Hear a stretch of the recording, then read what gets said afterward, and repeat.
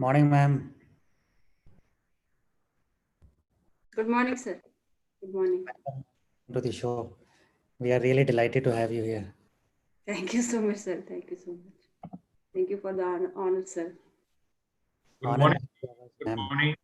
Good morning, Dr. Ranjan. आपके वहाँ हमसे ज्यादा कम ठंड है मुझे लग रहा है आपने हाफ पहना हुआ है Hey, ma'am. I think On we the can, last हाँ? I think we can start. Anchors, please start. A very warm morning to all the attendees of today's congregation. Today, I, Dr. Samiksha Sharma, And I, Dr. Karuna Sharma, feel immensely delighted as we welcome you all to World Dental Congress on Implants 2020. For taking some time off your busy schedules and giving us this glistening opportunity to be the host for this informative session. But before commencing, let's seek Ma Saraswati's blessings. Saraswati Vidya Kamal Lochane, Vidya Rupe Vishalakshi, Vidyam Devi Namostute. Every institution has certain congregations that honor its vision. As it is rightly said that life's battles are not often won by the stronger or the faster persons, rather by those who think they can win. The Himachal Dental College family has been working relentlessly as a team. Today, the banner of HDC flies high because of the legacy of synthesizing new ideas, which ultimately mark a difference in the lives of its students. interaction is the key ingredient of comprehensive learning. And so, we stand here at Himachal Dental College under the aegis of Dr. Anil Singla sir, Dr. Ranjan Malhotra sir, and Dr. Vikas Jindal sir, who have enriched this institution with diligence, enlightenment, and the state-of-art facilities.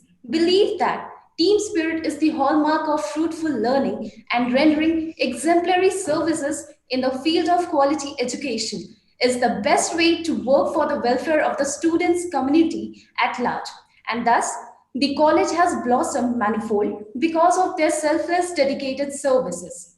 Now, here I would like to welcome our Venerable Dr. Ranjan Malhotra sir, Principal and Professor in the Department of Periodontology in Himachal Dental College and the Chairman of the conference. Sir, I request you to kindly address the gathering. Over to you, sir. Thank you, Dr. Samiksha, Dr. Karuna.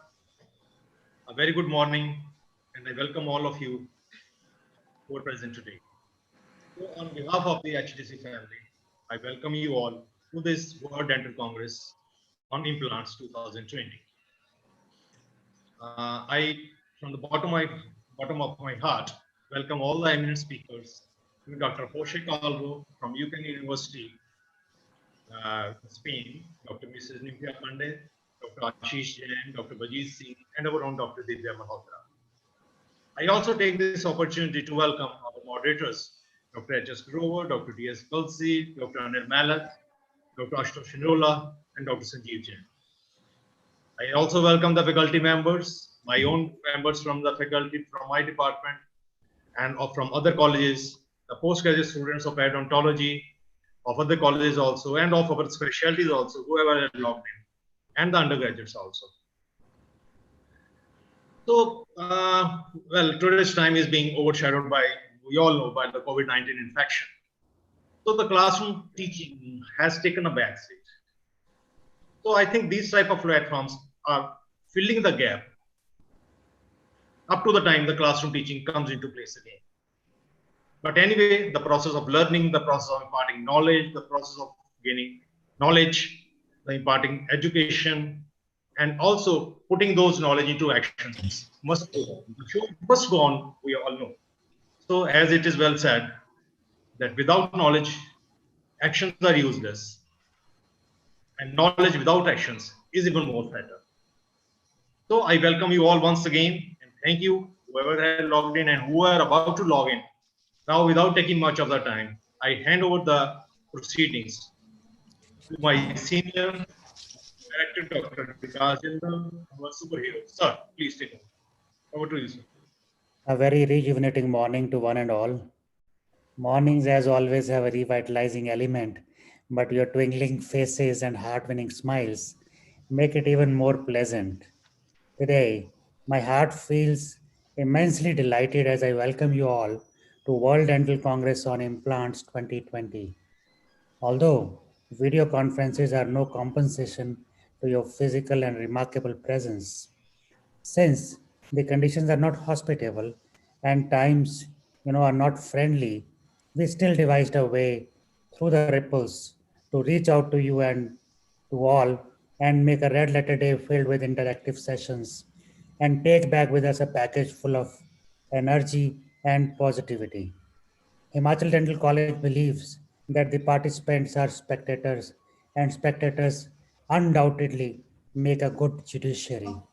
So today, I bring before you all a great cadre of eminent speakers who will delve deep into the subject of implants, something that has garnered overwhelming attraction amongst the dental professionals. Many lauded national and international speakers are at the forefront and have been relentlessly working in the field of implant dentistry with the aim of fostering it and taking it to different pedestal. We have tried our best to bring them to you so that you can benefit from them. That is why we at Himachal Dental College have tried to make an attempt to bring you the best people who will impart essential knowledge, and not only regarding the theoretical, but also the clinical aspect about implant placement. You know this saying, nothing changes if nothing changes. Well, if nothing changes, we stay the same. We don't grow, we don't evolve, we don't get better. And that is not going to work, not for you and not for the world. We need positive change. We need new ideas. We need progress. An abundant mind pushes one to think out of box. In today's congregation, we want you all to indulge yourselves in the comprehensive interaction and bring out the hidden beauty of your intellect. Don't be hesitant to unclip your ideas, pull yourself out of bubble and participate thoroughly.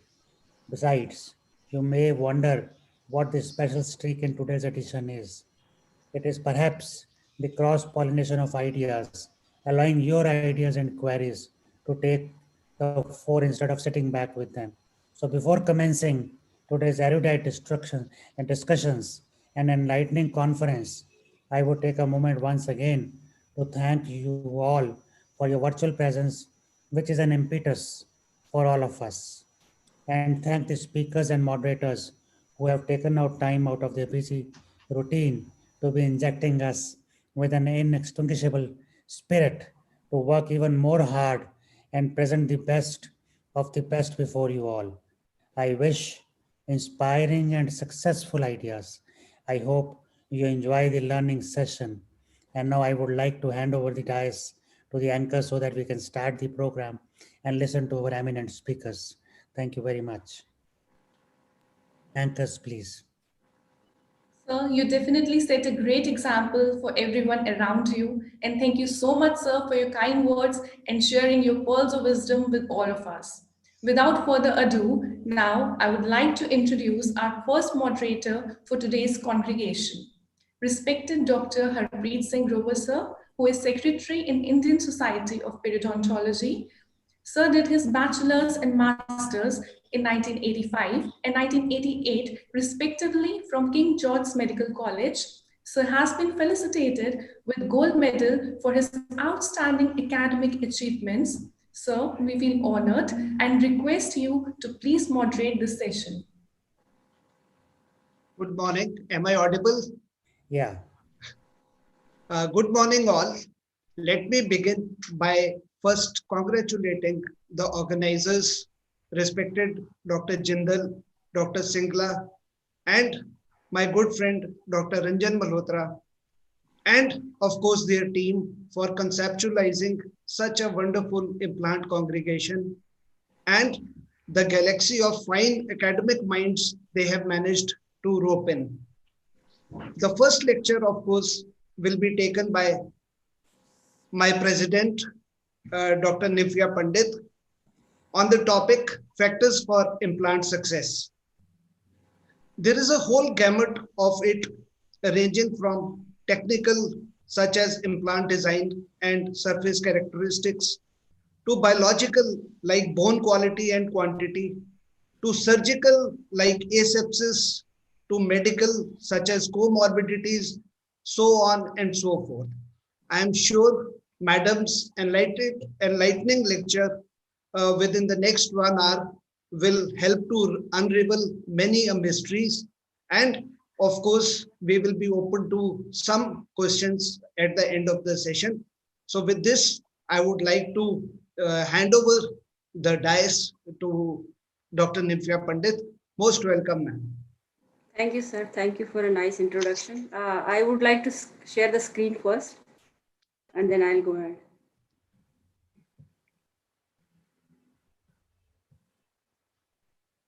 Is it visible?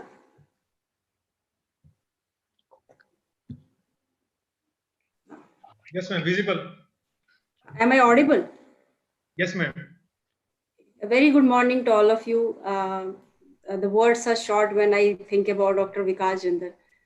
He's a friend from a long time, and he exudes positivity. That's all I can say. I am so impressed with him that whenever I meet, I feel that everything is all right. There is so much of positivity in him that I have not seen any other person with such a strong willpower and such a such such an enthusiastic love for life. I am really impressed by you, sir, and a lot of congratulations to Team HDC for organizing this event. Dr. Singla, Dr. Ranjan Malhotra, they have all been.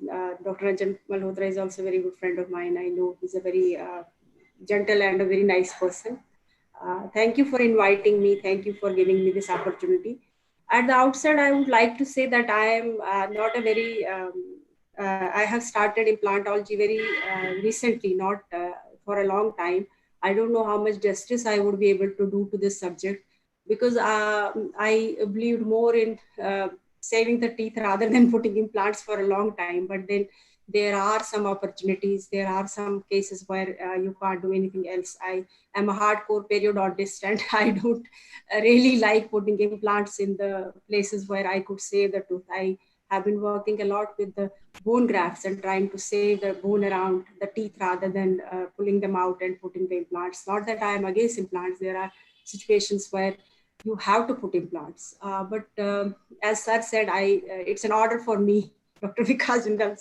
Anything is an order for me. I could put in some slides and would like to tell you whatever my experiences are with the implants. And then there are situations where you have to put implants. You can't escape them. For example, in patients who have no longer the last standing tooth, there was no option anything else than because if anybody wanted fixed prosthesis, then there was no option else than to put an implant because otherwise there is no last standing molar and both the sides are like Ellis class 2, this edentulous spaces. So in those cases, of course, you have to put in implants, and there are situations where you have, but I would like to only say before starting my lecture, I would only like to say that we being periodontists, please try to save the tooth before thinking about implants. That's what I would say.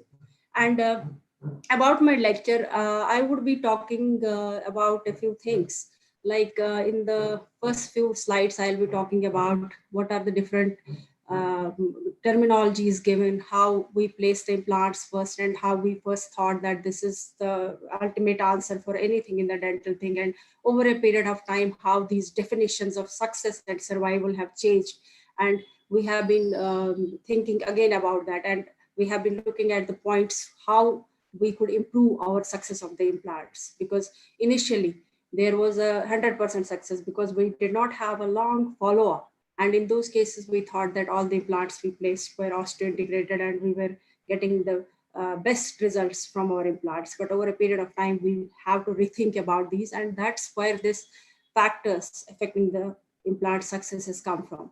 So my lecture will actually go through that, how these terminologies have changed, how we have changed the way we look at the implant success and survival. And then a couple of studies that we have done in our department, where we have tried to improve the conditions where the implant success and the implant acceptance by the patient would be improved over a period of time. So we say that the use of implants is considered, of course, a revolution in modern dentistry, particularly what I was talking about. There is no long-standing molar and the patient wants fixed processes. There is no other way than to put an implant over there and have a fixed processes for these people. If we look from the patient's perspective, he is more bothered about the function and the aesthetics, but we as dental professionals have to look at the stability of the implant and its long-term survival. That's what we have to look at. So if we look at the implants, we say that Brainmark was the pioneer in that, but there have been some cases from the archaeological survey where we have seen that Mayans used these they used shells as the implants long back in 680. And it took us around 1400 years to have the same type of thinking that we can put implants and have fixed teeth in our mouth rather than these dentures. So if we are looking at the same thing, that it was 1960s when the first implants were placed, and we thought that the success we have found so the last answer to anything. But if you look at the number of studies that have been seen over a period of time, there were less studies, and look at the number of studies. Now, looking at the number of publications in the recent years till 2020, we have been able to see that the definitions have changed, that we are not as successful as we thought in the initial time when the implants came into practice. So if we look at the timeline of what the studies say about the implants, we say that it showed initially satisfactory results, but now we are almost 40 years into the implant practice, and every day implant placement is increasing. And we don't have many follow-up studies, particularly the follow-up studies which go up to 10 years. We have follow-up studies which go almost up to 5 years, but not up to the 10 years. So we can't be very sure about what we actually have achieved over a period of time. So now looking at this timeline in 2002, if we see that it was a 5-year this longitudinal study, we saw that the success was 97.5, very encouraging. Then another study in 2002 showed us that the success was almost 96.5. Another study, which was done for 10 years, we saw that the success rate decreased to 94.6%, and the cumulative values were not very much near 97 or 98 or 99, what we initially thought. The survival rates were decreasing. And a recent study in 2017, we saw that there were many aspects to this success. There was partial success, early failure, late failure, and there were many things which were apart from the survival. What we are saying survival, I'll be talking about that in the later slides. And now in 2017, the success rate has dropped to 91.96, and we are talking about survival. We are not talking about success at this. And there is, so over a period of time, if you see these studies, we would see that the results demonstrated a reduction in the survival rate. It was 97, 94, 93, and then 91.96. So we have to look out at the things, what is decreasing the survival of these implants. And now, the most important thing is that we have to differentiate between the survival and the success. What is survival and what is success? And the implants which are removed due to illness or any pain, they are erroneously said that they are successful, but they are not. They are just there with a lot of problems. So we cannot say they are successful. They're just survival. So what is survival and what is success? And why do we have to differentiate between them? See, if we look at the survival, we are only trying from the statistical point of view. We are seeing that we're just counting the implants, whether they are in good condition or in bad condition, we're just counting them. So that is the survival. Success is that they are actually functional and they are not creating any problem. For the statistical point of view, the survival would be that these many implants are there still in the mouth for a longer time, but that doesn't serve the purpose for the patient or for the dental professionals also. So we have to differentiate. And if we are thinking about success, we may be having much less percentage that what we have seen in the studies, that 97 or 91, and we may be having less success successful implants over a period of time, because patients may be actually having pain and some problem with these implants, which we cannot say are successful implants. So if we look at the longitudinal studies, the difference between the survival and success at every point of time when you are evaluating the implants, what you have placed, and they have to be differentiated. We have to look at whether this implant is successful and it has just survived. So what is the common base point where we see whether the implant is successful or he is surviving in the cavity is, of course, the crustal bone. Everybody is looking at the crustal bone. Whether there is loss of crustal bone or there is no loss of over a period of time, the crustal bone is maintained, then we say that the implant is successful over a period of time. So the crustal bone is the main criteria that mostly people look at. But is that the only one that we should be looking at? No. In 1986, Albertsons put some more criteria for the successful implants, that there should be no mobility, there should be no radiolucent areas, the annual bone loss should be less than 0.2 millimeter, and there should be no symptoms. The patient should not be having just an implant in the mouth which is not serving any purpose, and actually it's creating pain and some problems in the mouth. So there were some criteria put by the Howard, which were in that 75% of the cases it was serving as a functional position, but subjective criteria of adequate function, whether it was able to chew the food to the same degree as the natural teeth, or there was no discomfort. For example, I see many patients who come with the complaint that they do not feel that implant. But it takes almost 6 months for the implants to develop the Perio, the function of Perio, the function that it looks like, it feels like a natural teeth, perioception. And if there are improved, there is aesthetic problem in some patients. The patient is having the implant, it's successful, but there is aesthetic problem. And he feels that there is some like a log of wood in his mouth. He cannot have the same feeling as a natural tooth in these days. So these things were added to the criteria that the successful implant, what the successful implant actually meant. So the same thing that was put by Albertson, that was later on improved by James in 1993. And in 2007, we had a consensus in the PISA consensus conference, the international conference, where there were 4 criteria that were put forth for the implant success, so that we would be able to differentiate between the survival and success. So these were, then they were divided, even the health was divided into optimum, satisfactory, compromised, or absolute failure. So there were different criteria, that less than 1.5 millimeter of bone loss, or less than 1 millimeter in the 3 years preceding that, or more than 4 millimeter probing depth was a satisfactory health. Compromised health was that more than 3 millimeter bone loss in the first year, more than 1 millimeter crustal bone loss in the 3 years, more than 5 millimeter of probing depth. It was still, the implant was still in the mouth, but there wasn't compromised health because the pockets were more than 5 millimeter. And failure was that there was more bone loss over a period of time. In the last 3 years, there was a lot of bone loss around the crest of the implant, and absolute failure where implants had to be removed. So other 4 criteria, we all call them survival. We don't call them successful. The successful may be 1 and 2 criteria. So Mish actually divided our understanding of how the successful implant should be. So satisfactory survival and compromised survival. So these are the 2 things that we came to know about with the Mish's criteria. That satisfactory is something which is less than ideal conditions and there is no need for clinical intervention. And compromised is that implants with less than ideal conditions, if the patient is complaining, we need to do something about it. We need to treat the implants. So, and failure, of course, it has to be removed. There is a lot of bone loss around the implants and it has to be removed. In the due course of time, there is no way that you can save this implant.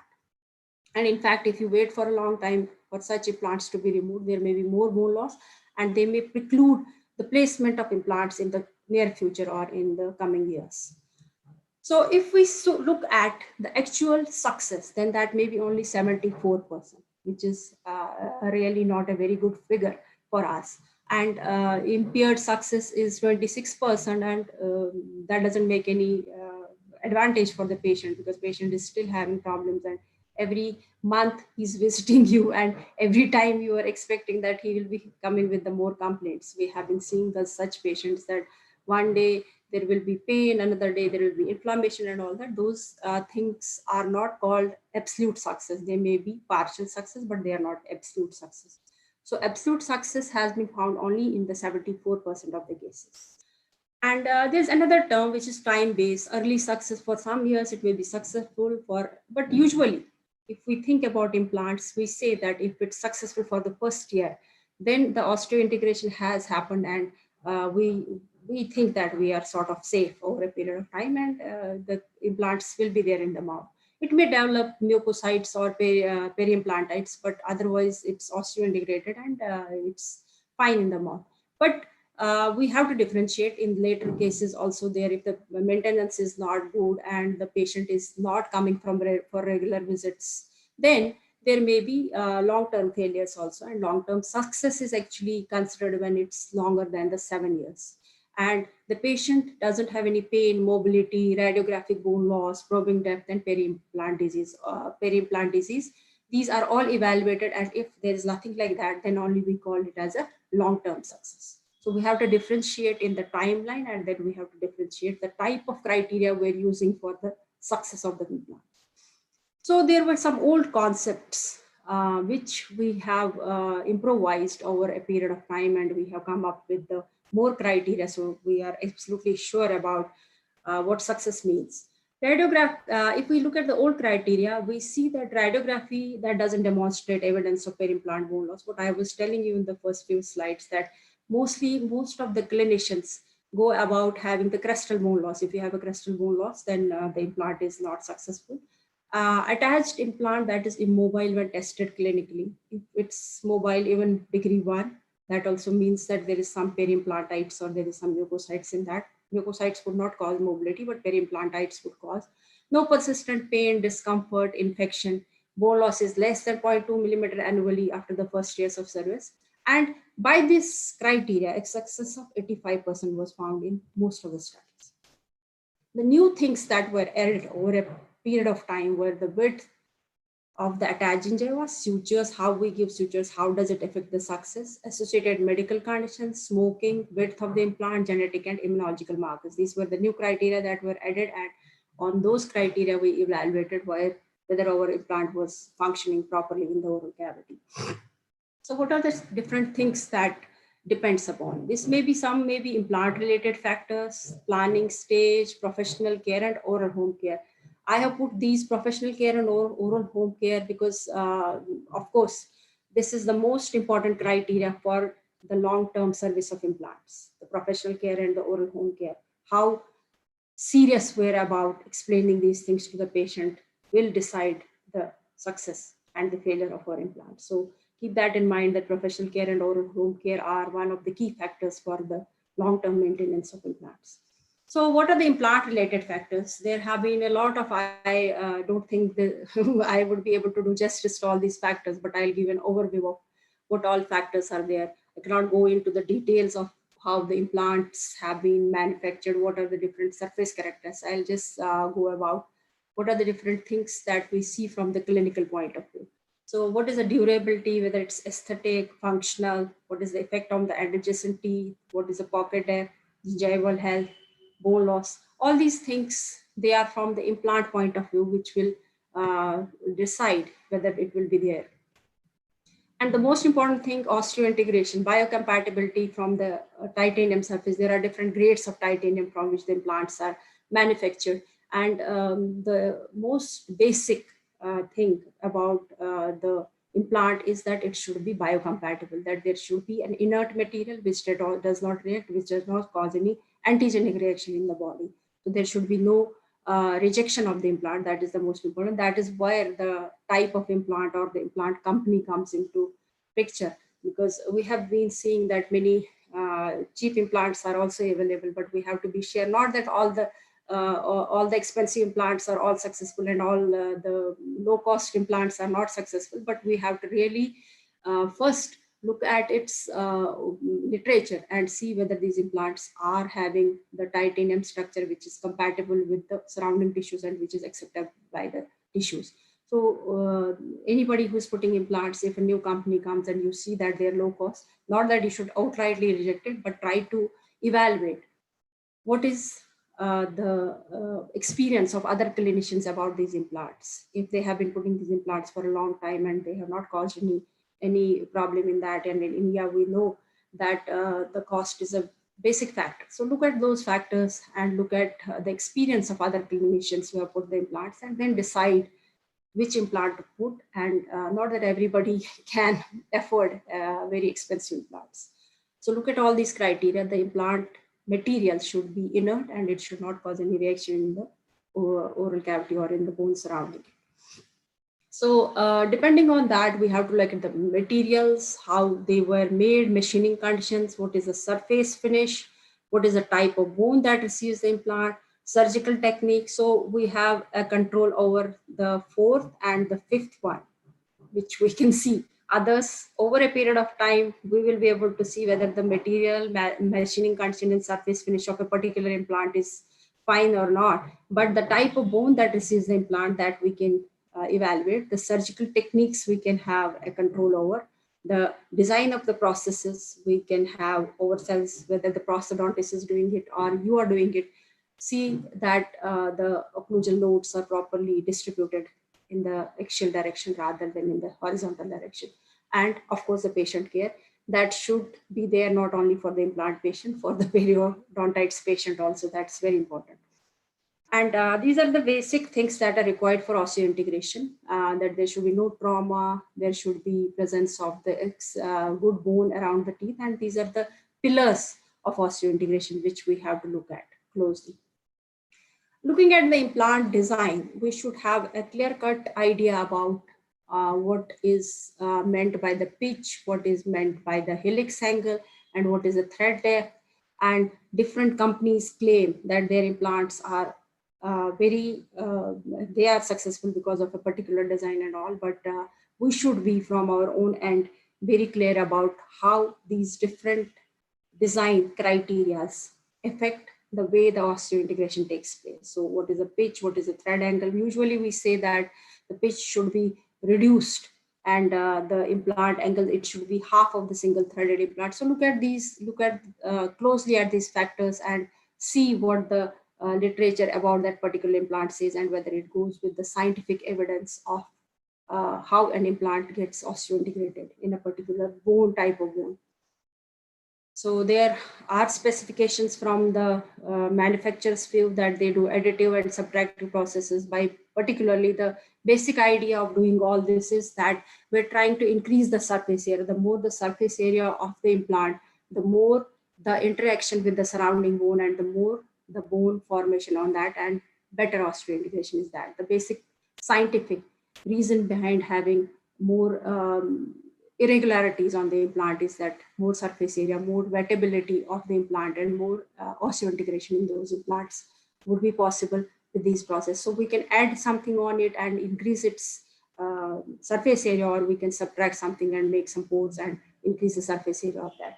So what are the different things? We can have blasting. By blasting, we are trying to remove a part of the implant and make it rough with the alumina, titanium oxide, calcium phosphate, and sand. And or we can do what we are doing in the etching. We are trying to make the surface rough with some acids like hydrochloric acid and nitric acid. So these areas make the surfaces rough, and there you can see that there will be more wettability of the implants, and they will be able to have more better osseointegration in these implants. There are some oxidation processes where pore formation will be there. This will again increase the surface area and cause more osteoblasts to come in that area and have the osseointegration bone surface formation of bone in that particular area. So additive processes are, we are trying to add something, and by that we are trying to make it more receptive for the surface, for the fluids around the implants. For example, plasma spraying is one of the processes by which we can increase the acceptability of the implant in the surrounding tissues. And for example, this is the plasma spraying. We make the surface rough. This was the older design of the implants, which is no longer used now.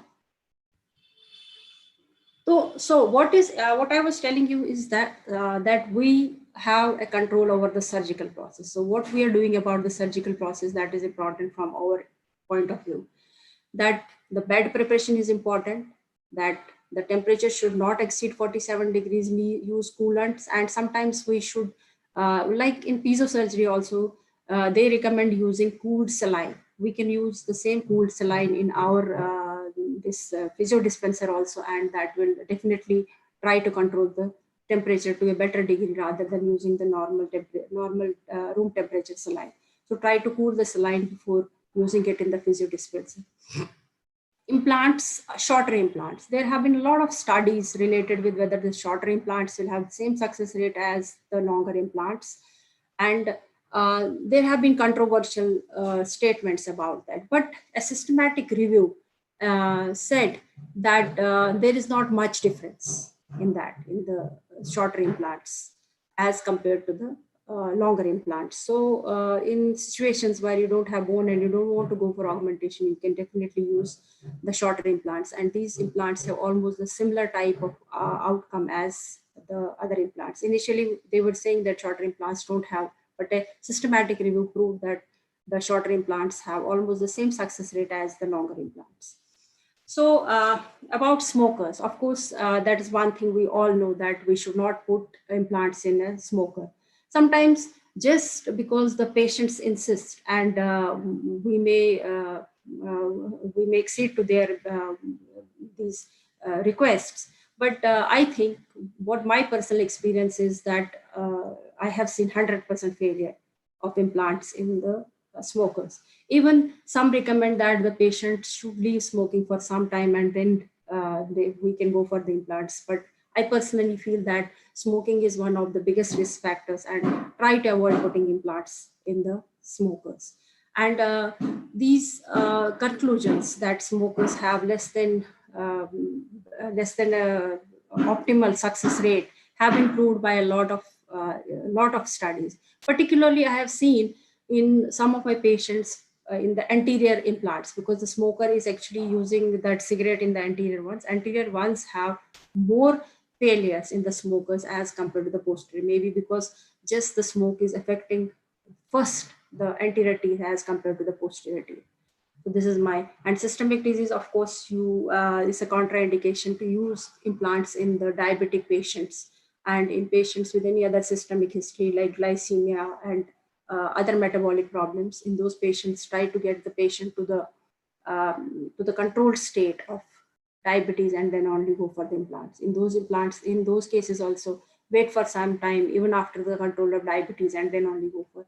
And what does the systematic review say? In 2016, there was a systematic review done for these patients who had a higher risk of periimplantitis and higher failure rate as compared to the patients who did not have diabetes. So diabetes, another no factor where uncontrolled diabetes is, please try to avoid putting implants in those patients.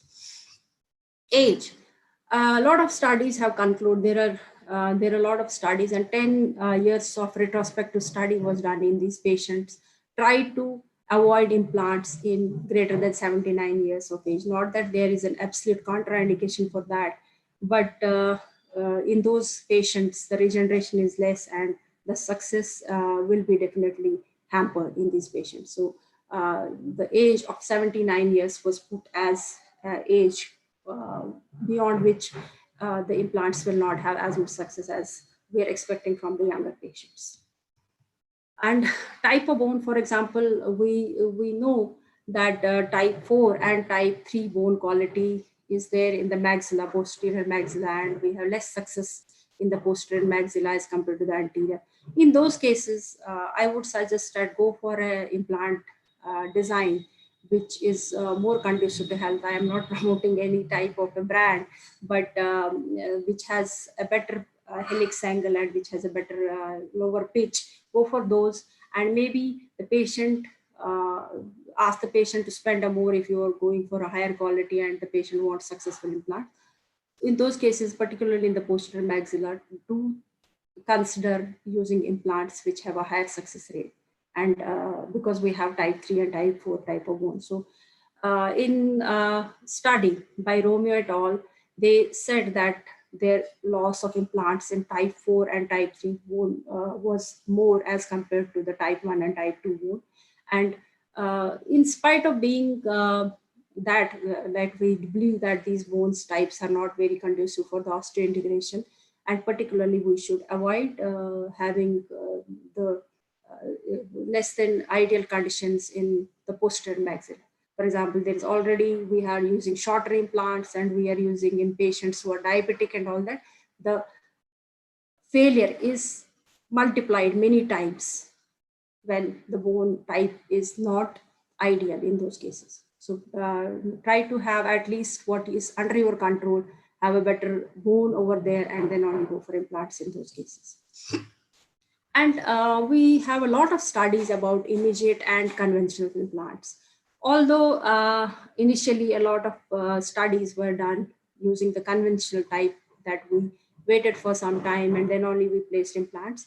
Over a period of time, many of the systematic reviews have proven that there is not much difference if we are putting immediate implants. In fact, there are many studies which say that if we put immediate implants, the condition in the local alveolus is such that there is there is no reason for remodeling. The bone itself models according to the forces placed on the tooth, meaning thereby that the initial bone formation is already in a way that trabeculae are in a direction where the forces will be distributed to the basal bone in a better direction. For example, if we wait for some time and then put the implants, the bone has already formed in a particular way and the trabeculae are in a direction where there's no load because there is no tooth in that area. But if we put immediate implants, the trabeculae with the loading, the trabeculae will be formed in a way where the forces are directed to the basal bone in a much better way. So there is no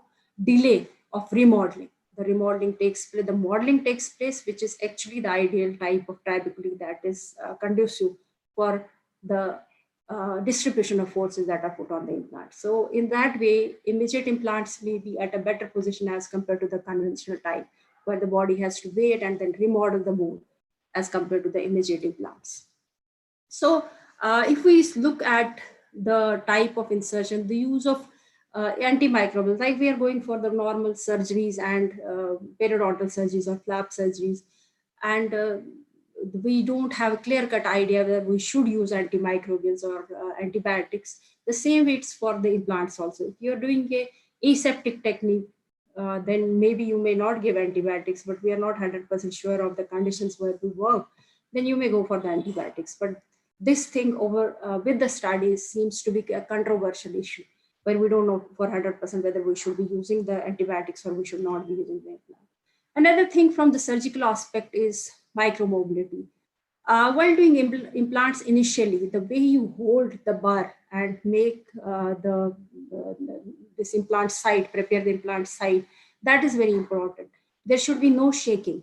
If you have a shaking and a wobbling type of movements in the hand, then what happens is that once you place the implant, there will be some micro movements, and that is not very good for osseointegration. And in those cases, the failure may be more, as initially what we say, while you develop the skills, try to hold the handpiece and the bar in a very stable position so that there is no wobbling of the implant, or there is no micro movements later on when you place the implants.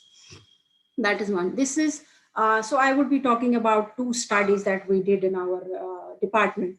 And in one study, what we are trying to improve the success of the implants by the way that we know that periosteum is a very vascular tissue, and it's one of the important things that we should maintain during the healing of implant. So if we, there are many studies which say that if we put an incision, which is only allowing us to place the implants, and we do not do reflection in these patients.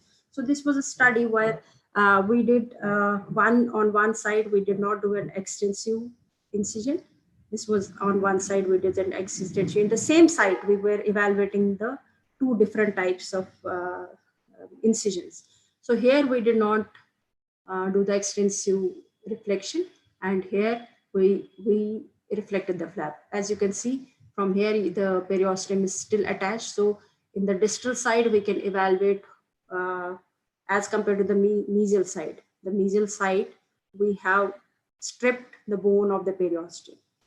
And here we have placed this periosteum is attached to the bone. So from here, from the distal side and from the mesial side, the comparison between the two was done in this study.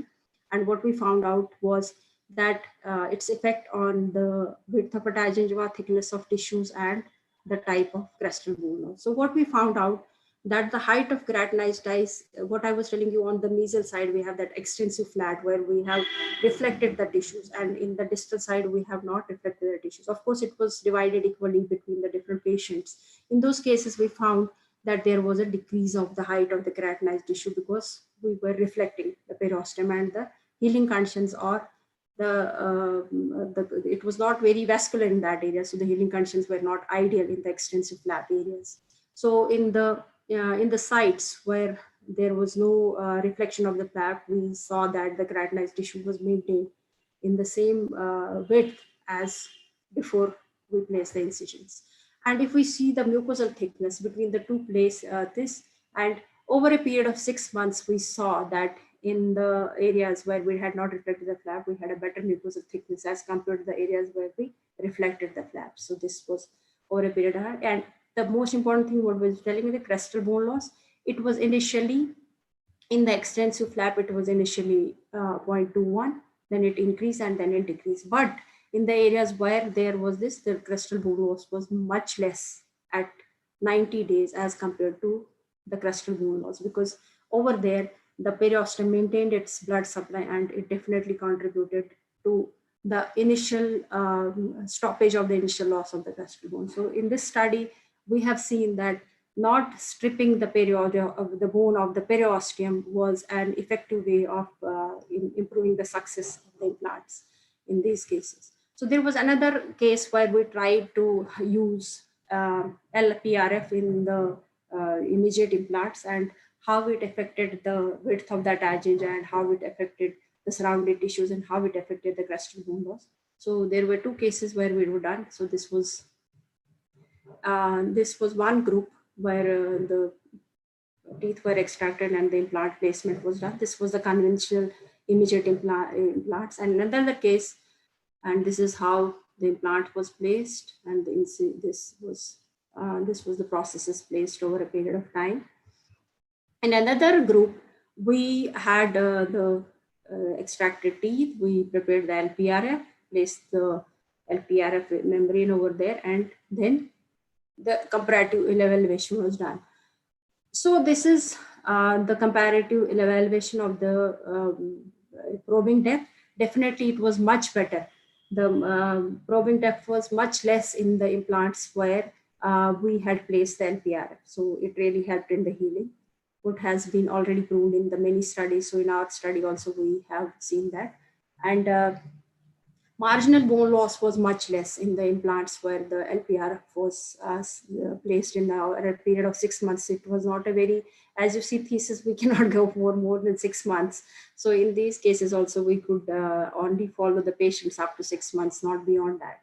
So it was the comparison of the implant stability. It was definitely better at 3 months. It was much better in the implants where PRF was placed.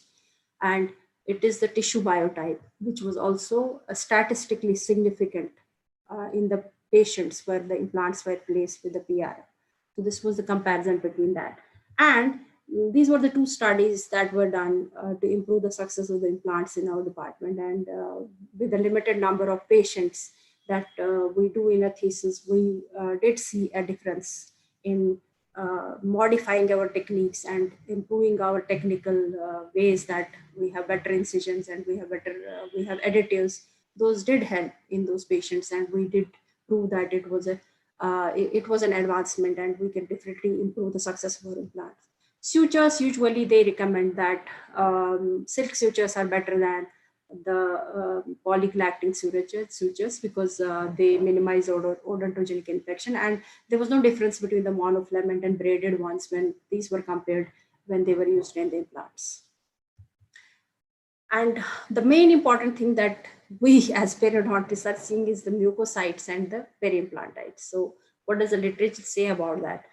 Biological complications like mucocytes and periimplantitis. So this is that, and this is this type of problem that the patients face can be minimized if we have a definite planning and a definite recall for the patients, which is very important that the patient visits as frequently as possible so that we can treat mucocytes and not let it go to the periimplantitis. That is one job that a periodontist has to do. If a prosthodontist or an oral surgeon does not have that much, but we are the people who have the better understanding of how the gingival tissues behave over a period of time if we don't have a very meticulous recall plan for our patients.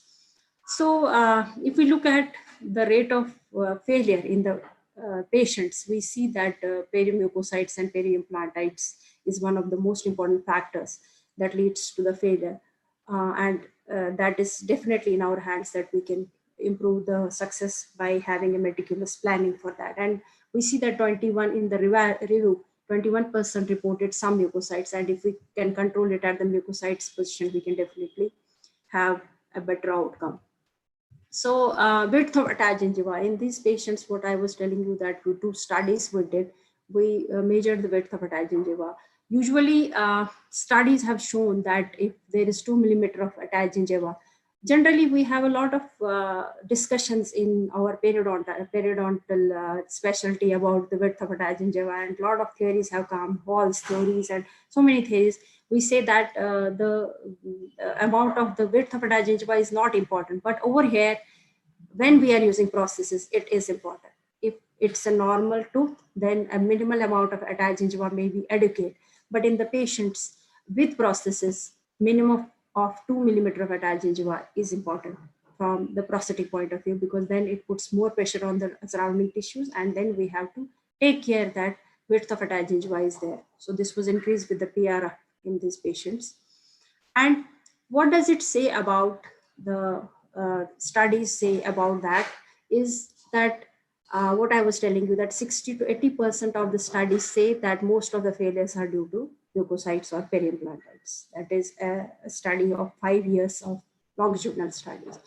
So long-term success of the implants is dependent upon the maintenance, because periimplantitis is one of the most important things that we need to control. So most of the studies have shown that only.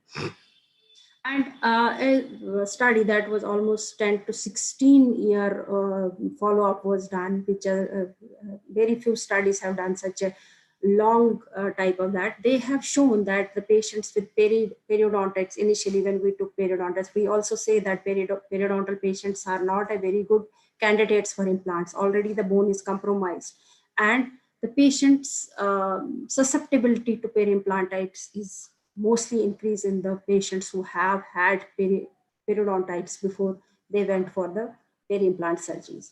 So in these patients, we need to control the periodontitis, and we should be on a more guard to have a very frequent visits for these patients. So these studies have shown that patients with periodontitis, and if we don't control that, and we later on do not have a meticulous recall program, these patients, the failure was more found in these patients.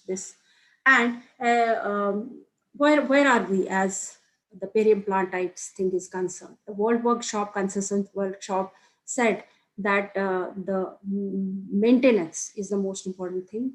And this was a very landmark study by Nicholas Lang, who said that we should have a baseline health, then only we should put implants, and then we should maintain that baseline, whatever we have established of no inflammation in the oral cavity.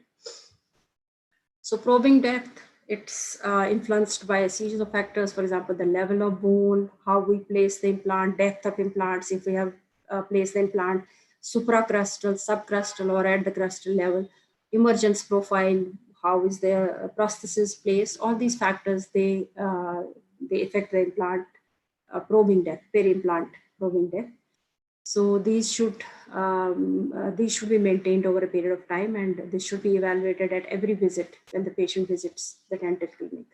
And we cannot say now, if you have a patient like this, we cannot say what is their conducive to health. For example, this much bone, we can save that. There is no consensus among that. There's no consensus among the fact that 2 or 3 millimeter of bone loss is okay, 5 millimeter of bone loss is not okay. The studies have not proven anything that there is a clear-cut degree of bone loss which is conducive to health. Nothing like that. So control the inflammation as early as possible. Planning stage, we have to ensure that there is a proper, which I have been telling throughout my presentation, that there should be a proper healthcare program and planning, and the periodontal tissues should be stable before we think of placing the implants, and we should have a proper dental protocol for that. And in the patients usually use interdental brushes or single tufted brushes or wooden tips to maintain the implants, maintain the plaque, remove the plaque around the implants.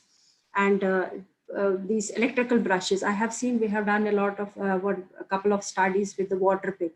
I have found a very positive benefit of using water pick. If a patient has complex prosthesis in the oral cavity and there are areas where it's difficult for the patient to have a proper oral hygiene, please recommend water pick for those patients. That has really, we've done a study where we had compared whether what is the need of the periodontal surgery patients who, so the patients even with 6 millimeter of pocket depth, we have seen that with the use of proper use of these water pick, the need for the surgery was actually reduced or it was cancelled in those patients. So that is the effect that the daily oral hygiene has on the periodontal tissues or in the peri-implant tissues.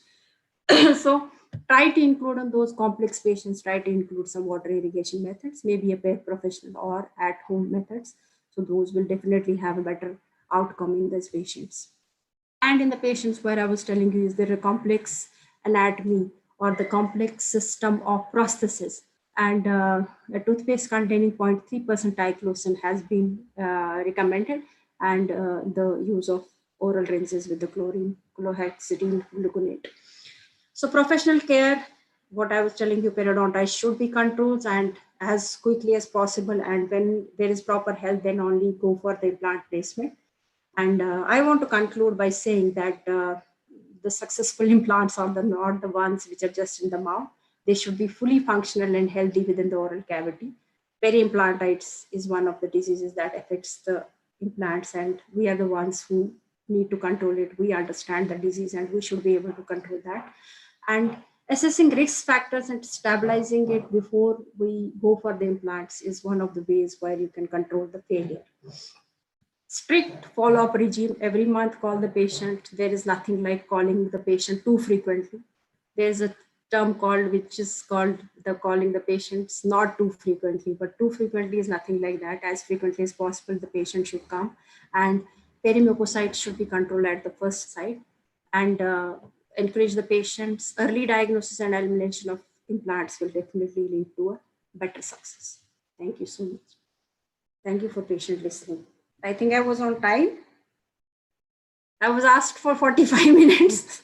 Absolutely on time, ma'am. Thank you, sir. Absolutely on time. Thank you, ma'am. Absolutely on time. Excellent lecture. Thank you, sir. For those of you who have joined a little late, let me inform you, ma'am is professor and head of the department at DAV Dental College, Yamunanagar.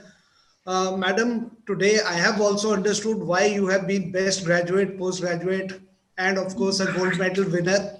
आपने गागर में सागर भर दिया आज, और with a very flowing way you have explained so many intricacies to our audience. Of course, you have some questions for you, ma'am, and you can we start immediately with the question answer round? Oh yeah, please. Sure, if I am able to answer that. Thank you. No, ma'am. Some of the questions, of course, would be addressed by the speakers who are next in row.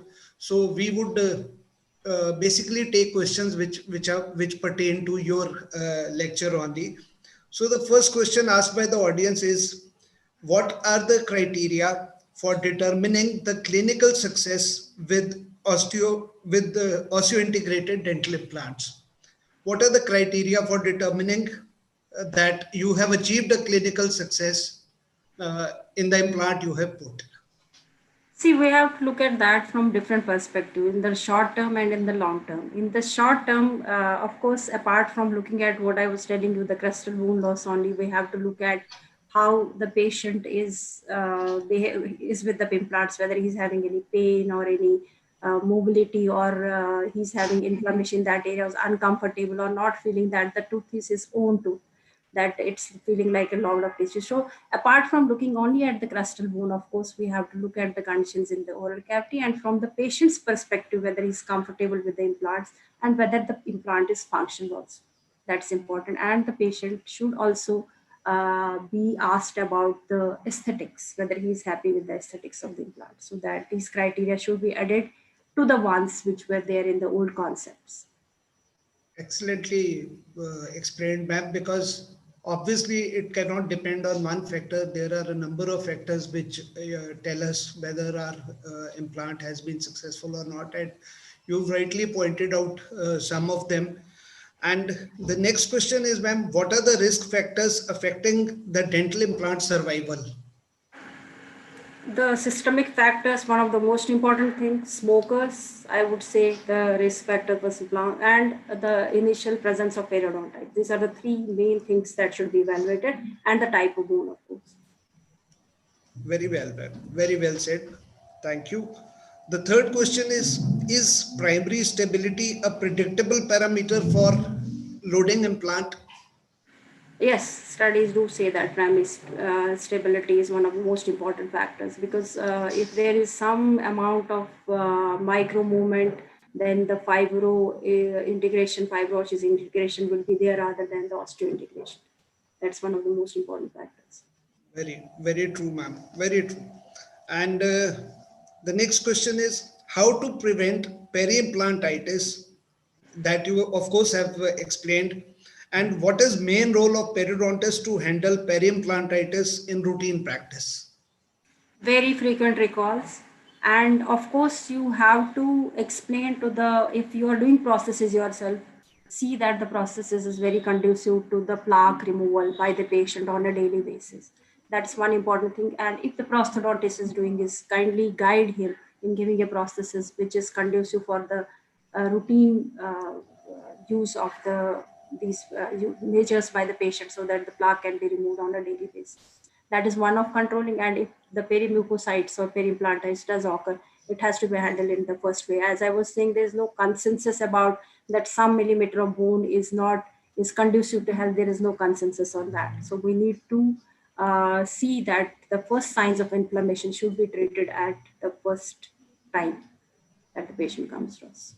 Very true, ma'am. And of course, it always has been a two-way traffic, to prevent peri-implantitis. The involvement of the patient also is as much important as the involvement of a periodontist and You have to tell prosthodontist. them that it's a 50% contribution by you and 50% only by the professional. Absolutely, absolutely, ma'am. The next question is how to deal with diabetic patients to prevent failure rate of implants in full mouth rehab. Control diabetes, of course, and they need more meticulous oral hygiene regime. These are the two things. And it should not be placed in uncontrolled diabetes. And once the diabetes is controlled and the patient comes with you with the acceptable level of the sugar in the blood, then go for implants and have a more frequent recalls in these patients. Very true, man. Very true, ma'am. And going forward, I would suggest reading the good clinical practices, which has just been published by the ISP and RSSDI, because it will answer many questions, which come to our mind on a routine basis. Ma'am, the next question is specifically about PRF. It says which form of PRF has the maximum success while placing immediate implants? While going through the literature, we did see that LPRF was the one which was giving maximum. That's why we use that. we're going through the literature. So when we started that study, we did see that LPRF was giving good results as related to the width of the attached gingiva, the thickness of the mucosal tissues, and the crystal bone benefit that it gives. There's a subpart to this question, ma'am, and it says that where should the PRF be placed within the osteotomy site? Where should be placing it? It should be used like GTR. Once you have you're done with the preparation of the implant site, you put it like around that area, and then over that, like a GTR, just suture the flap over that. Thank you so much. And the last question is, ma'am, how to calculate width of attached gingiva before placing an implant? The usual methods that are used in the Perio by either using the potassium iodide solution or by reflecting the tissues and measuring it with the probe, the same way you can calculate the amount of attachment. Exactly, the way we do it clinically to measure in periodontal cases. So I think, yeah, ma'am, absolutely rightly, suggested. I think there'll be more questions and those can be asked in the later rounds. With these, I thank you once again, ma'am, and I thank Dr. Jindal, and I see the presence of Dr. Anil and Dr. Jain also. So my greetings to all of you. And of course, well done, anchors. Thank you so much. God bless you. Thank you so much, Dr. Harpreet Singh Grover, sir, and Dr. Nympha Pandit ma'am, for gracing us with your esteemed presence. Now, moving ahead, I would like to welcome our next moderator for the second session, respected Dr. Anil Milad sir, currently working as Principal, Professor, Head in the Department of Periodontics and Implantology in Mahe Institute of Dental Sciences and Hospital, Puducherry. Sir completed his bachelor's from A.D. Shetty Memorial Institute of Dental Sciences in 1995 and master's from the same in 1999. I warmly welcome you, sir, and I further request you, sir, to please moderate the session. Over to you, sir. Good morning, everyone. Am I audible? Am I audible? Yes, you are audible, sir. Yeah. Good morning.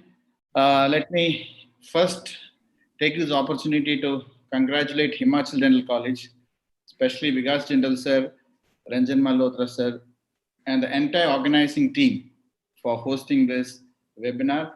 It's a pleasure to be on this webinar, and more pleasure is because I am introducing Dr. Ashish Jain, my good friend. Let me also acknowledge the presence of President of ISP, Dr. Nympha Pandit, and Honorable Secretary of ISP, Dr. Grover sir, and the entire senior periodontist and the PG students who are the part of this webinar.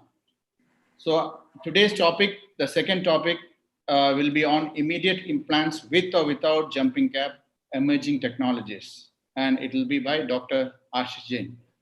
Dr. Ashish Jain doesn't need any introduction because he's well known nationally and internationally. Going through his CV, I called him in the morning. I told him, I need 1 hour to introduce you because so much is there in your CV. Okay, so, but I'll try to do justice by introducing this great personality. We know that the contribution what he has done towards the field of periodontics and implantology, and immensely contributed to the growth of Perio and especially to Indian Society of Periodontology. Dr. Ashish Jain did his BDS in the year 1984. He joined in 89. He finished in DAV Dental College, Yamuna Nagar. Then followed by he worked as a junior assistant general dentistry in Postgraduate Institute of Medical and Educational Research, Chandigarh, Punjab University.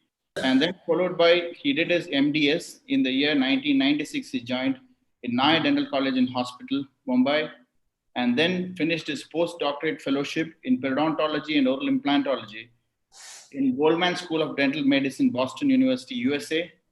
Also did his postdoctorate fellowship in implant dentistry in Harvard School of Dental Medicine, Boston, Harvard University, USA, in the year October 2021, 2001, and 2002.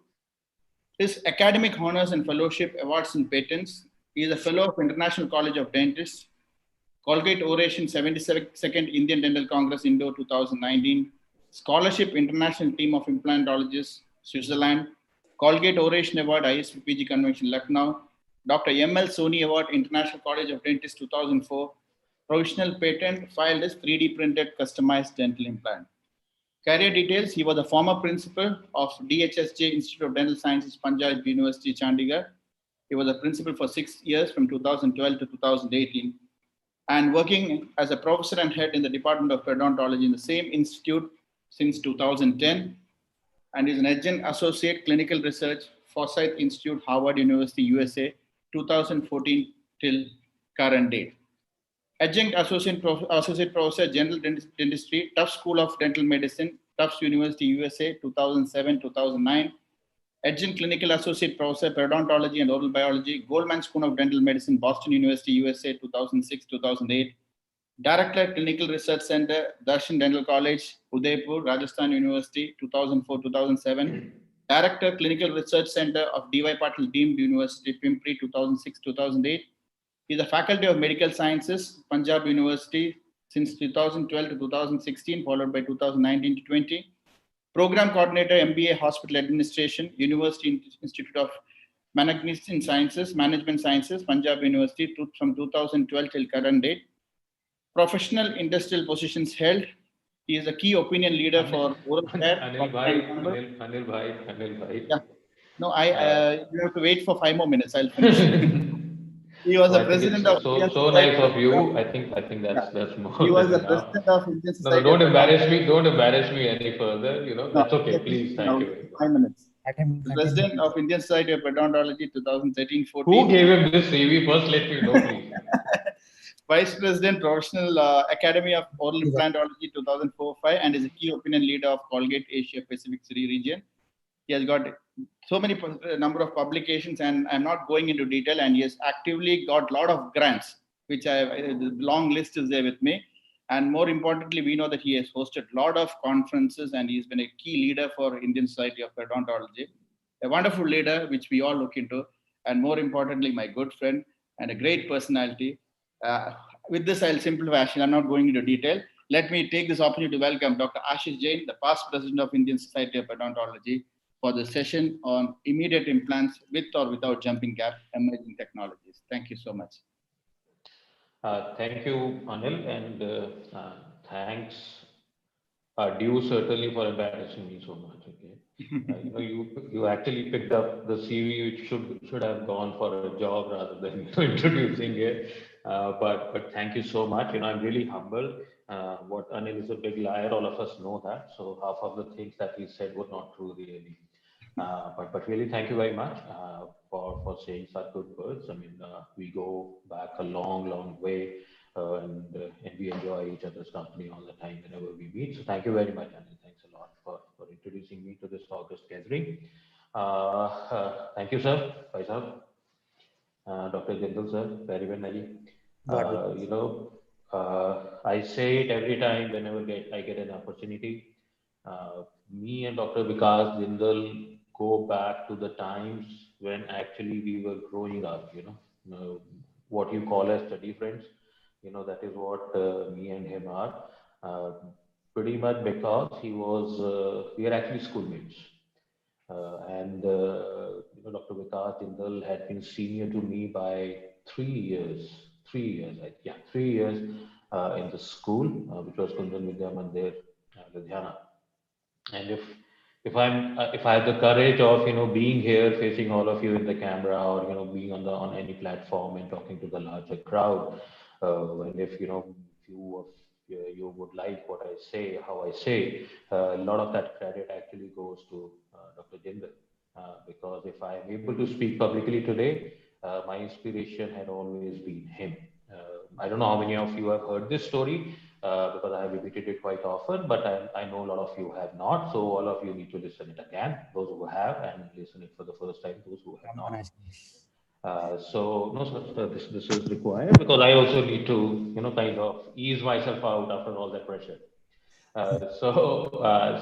School, we were in public speaking, but if there was one person who was into public speaking largely, it was Dr. Vikas Jindal.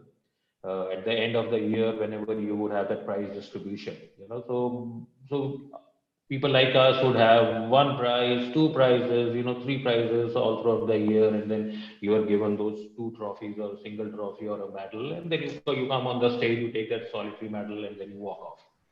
And when Dr. Vikas Jindal's name would be pronounced there, and I'm not exaggerating even a bit of it. Whenever his name would be pronounced, so Dr. Vikas Jindal would walk up to the stage, and then in the meantime, the compere would be reading the list, and the list would have nothing less than 30 prizes. So first is this, second in that, first in that, second in this, all the blah blah blah blah blah blah blah thing, and then he would be standing at the corner of the stage, waiting for that entire announcement to get over, and then guess what? How would his prizes come? So his prizes would all come in a tray. And then he would walk and take that tray, and we would be looking at our single, cup or a medal in us, and then look at him walking down the stage with that entire tray full of medals and cups and whatnot.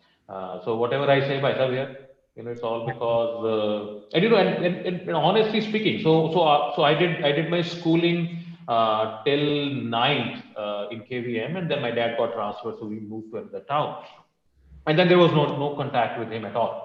And every time, people would say, okay, how do you speak or whatever they would say, and I would say, okay, and if I have a inspiration in anyone, so there used to be my senior called Dr. Vikas Sindha, and this went on so we left Ludhiana in 1984. So this went on till 2004. And in 2004 or 2003 and 2004, I think, 2004, IDA Ludhiana conducted a program. And then I was called to be a speaker there, their keynote there. And when I was looking at the list of the organizers, I saw a name, Dr. Vikas Jindal, in that. And believe me, it's completely honest story. I saw a name of Dr. Vikas Jindal in that. And it rang me, because all this while I was ringing his name, wherever I was going, that there was a senior, who used to speak so well and all that. And you will not believe that was when I met Dr. Vikas Jindal after 84 till 2003 or 4, 2004. So 20 years later, I meet him, and then I realized that the name I was, singing all this while is him, and he's a dentist, not only a dentist, he's a periodontist, and that's where it all started. So thank you very much for putting that in me right from the beginning. So Uh, whatever I say today, if it is right, it's because I learned it from you. If it is uh, wrong, then I was never a good student. I'm humbled, So thank Ashish. you very You have really evolved a lot and into a wonderful person and a great speaker, and you have taken ISP to a greater heights than what I have ever imagined. I'm really proud of you, Ashish. Really proud of you. Thank you, sir. Thank you. And thank you, Ranjan Saab, principal of the college.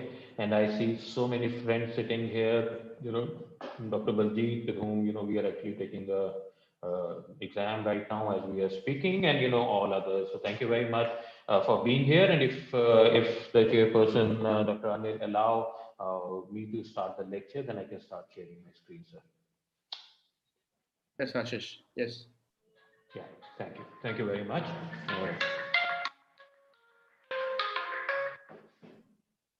So I will share my screen, and if everything goes on okay, we will start the lecture soon.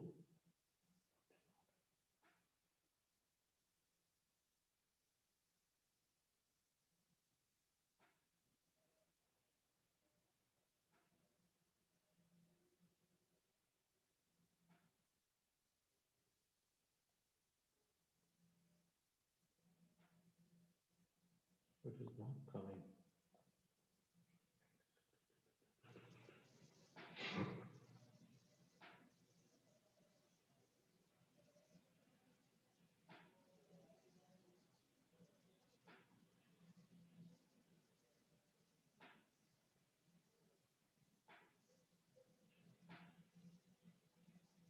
There it is.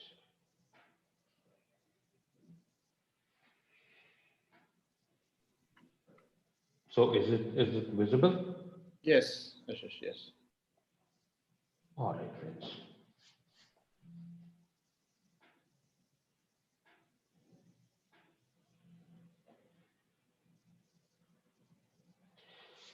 So implants and technologies, that's what we are going to talk about today.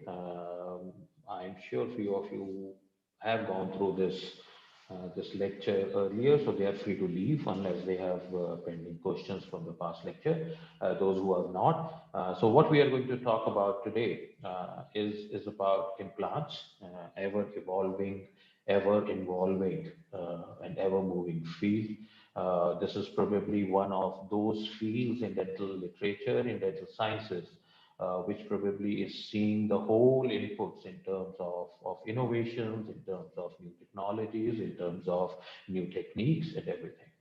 So we have tried to contribute to that in terms of answering few gaps that we feel are still existing in the literature, specifically to implants and more specifically to immediate implants. And people are entering, so I don't have to admit them, right? There are people in the waiting room. So do I admit them or somebody else will admit them? We are doing it our end. I have done it, Ashish. Continue. We are doing it our end. Okay. So that is what we are going to talk about, the implants and the technologies. This is my department, which was taken 2 years back. So this is the first, second, and the third batch. So of course we have two more batches after that. But the gender ratio stays pretty much the same. So you can very well understand, what me and GP go through with all those pretty faces around. We still are the two lone warriors in the entire department. But nevertheless, having said so, all of them, each one of them individually are wonderful people, scientifically excellent, wanting to contribute, wanting to work, and a lot of the work that I would show is essentially their work. I'm just a face, being given the opportunity to present. And before we move further, let's have this video, which is so apt now, for the simple reason, implants is something that everybody wants to catch hold of, and it has an enigma around them. It is something which everybody would want to do. It is something that everybody would want to master, whether it belongs to them or not. So even if that means, they have to take that extra step, they would be ready to take whatever step is required to ensure that they are able to reach their goal of doing an implant dentistry. But most often than not, we forget that implant dentistry has a lot of walls around it, and those walls also need to be thrashed before we actually do the implants.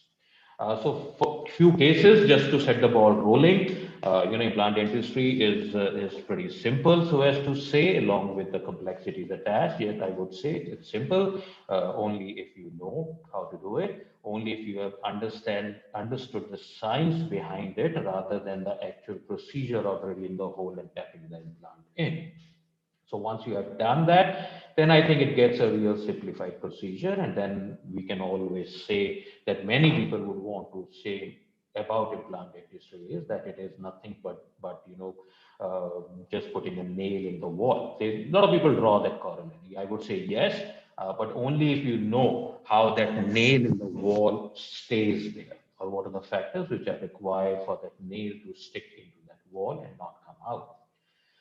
So case. We did this case around 8 years back, maybe 9. So she's a girl in hospitality industry, aviation industry actually, and she wanted these implants. A fairly simple procedure of placing the implants, stepping them in, two nice implants done, and good restoration, and you are happy when you see such kind of cases and such kind of smiles. The other cases I will just skip, which really don't have to do much with this gathering. And we move on to this slide. So all of you know who this gentleman is. Today, if I'm sitting here talking to you about implants, you are listening about implants, we are talking about implants, we are doing implants. It's essentially because of this one gentleman, and all of us know who he is, the great Pranama. So he was the one who actually started the terminology called osseointegration, and all of you, I am sure, know, and I presume that you know how osseointegration actually started, which was nothing but an accidental finding by this gentleman Brennemark, who happened to be a researcher, trying to work on the ocular steel chambers embedded in a rabbit bone, and then what he saw was really made history. So what he observed, he coined that as osseointegration, and osseointegration essentially is a histological observation of bone in direct contact with an implant at a magnification of light microscope. So light microscope is important here because that is what it was available at that point in time. So that is why they say that it is a direct contact, which may not be true with the sensitive microscopes coming on the horizon. And this osseointegration manifests itself as rigid fixation clinically. We know this could be the implant can integrate in the bone by fibroosseous or by osseointegration, and I will explain that with this process. What you see here is a remodeling of the bone, remodeling of your bone, remodeling of my bone. As we are sitting across the computer, we know that 5 to 7% of our bone is getting remodeled every single point in time as we grow. And what happens in remodeling? What happens in remodeling is that the old bone gets eaten away. Osteoclast would eat away the old bone, and new bone is formed, and then the new bone gets formed from where the old bone has been eaten away. So if you look at this here, so this happens to be one of those bony canals, the roof of which has been eaten away by osteoclast, thus releasing this osteocytes out. This osteocyte get converted to osteoblast. This osteoblast then read this surface which has been left by the osteoclast as a resorbing surface, and then they would get the signal that this is where I have to form new bone. So I repeat it again. In remodeling, the osteoclast would eat up these bony roofs, leaving the osteocytes to come out, get converted to osteoblast. Osteoblast getting the message of this roughened, spiky surface as the resorbing surface, and they get a signal to form new bone. So this is the signal, and I'm talking very crude right now. Let's not get into detail. So what osteoblasts understand is a language of roughness and a certain kind of roughness which will give it the signal to form new bone. Period. So now let us take this corollary to how bone is formed around implants. Alongside, let me also share with you that osteoblast is a polarized cell. Now, what do we mean by a cell being polarized? That essentially means that cell has poles. So there is an active pole and there is an inactive pole. So where the nucleus and the other nuclear material is, that part of the cell would be. So for example, so this could be the active end, and this could be the inactive end of an osteoblast if this is an osteoblast. So now presume that wherever you are sitting, you have created an osteotomy site around the computer or the phone that you have on with you. So let that be an osteotomy site, or the room that you are in, let that be an osteotomy site that you have created, and the four walls of that room be the walls of that osteotomy site. We are doing it only for explanation purpose. Now this osteoblast is where? This osteoblast is on the walls of that osteotomy site. This osteoblast can now leave that wall two ways, either from the active end or from the inactive end. So presuming it leaves the wall from the inactive end. This facing is, it's very difficult to explain on the computer, but this is really required. It's a lot easier when we are on a physical state. So let this be an active end of the let me get up and see if I can explain it to you. So let me be an osteoblast, okay, and let this be an active surface, and let the back end of mine would be the inactive surface of an osteoblast. So if my home is the wall, is this wall, okay. So what I can do, I can leave on this wall with my inactive end facing towards the implant, and my camera is the implant. So what I will do is I will leave that surface and form a layer of bone here, and go towards the implant and form a layer of bone, and then go towards the implant, form a layer of bone, and eventually I will get squished against the implant, leaving a surface between the implant and the last layer of bone form, which is a fibro-osseous integration. But what if I leave this wall facing myself towards the implant surface? So what I will do is I will run towards the implant surface and put my first level of bone here. That would be in close contact, in direct contact with the implant, and eventually what we will achieve is osseointegration. So that means everything depends on the signal that is given to the osteoblast, which is there in the walls of the osteotomy, how it leaves, which surface comes to the implant surface, and how the first layer of the bone is formed. So in that case, what signal you need to give to me as an osteoblast is that the implant surface is a resorbing bone surface. And that is the reason why your implant surfaces are always rough. Any one of us who thought that the implant surfaces are roughened because it increases the surface area could be partly true, but they are roughened essentially to ensure that the osteoblast gets a signal that this roughened surface of the implant is the resorbing surface of the bone, so that the final achievement is osseointegration.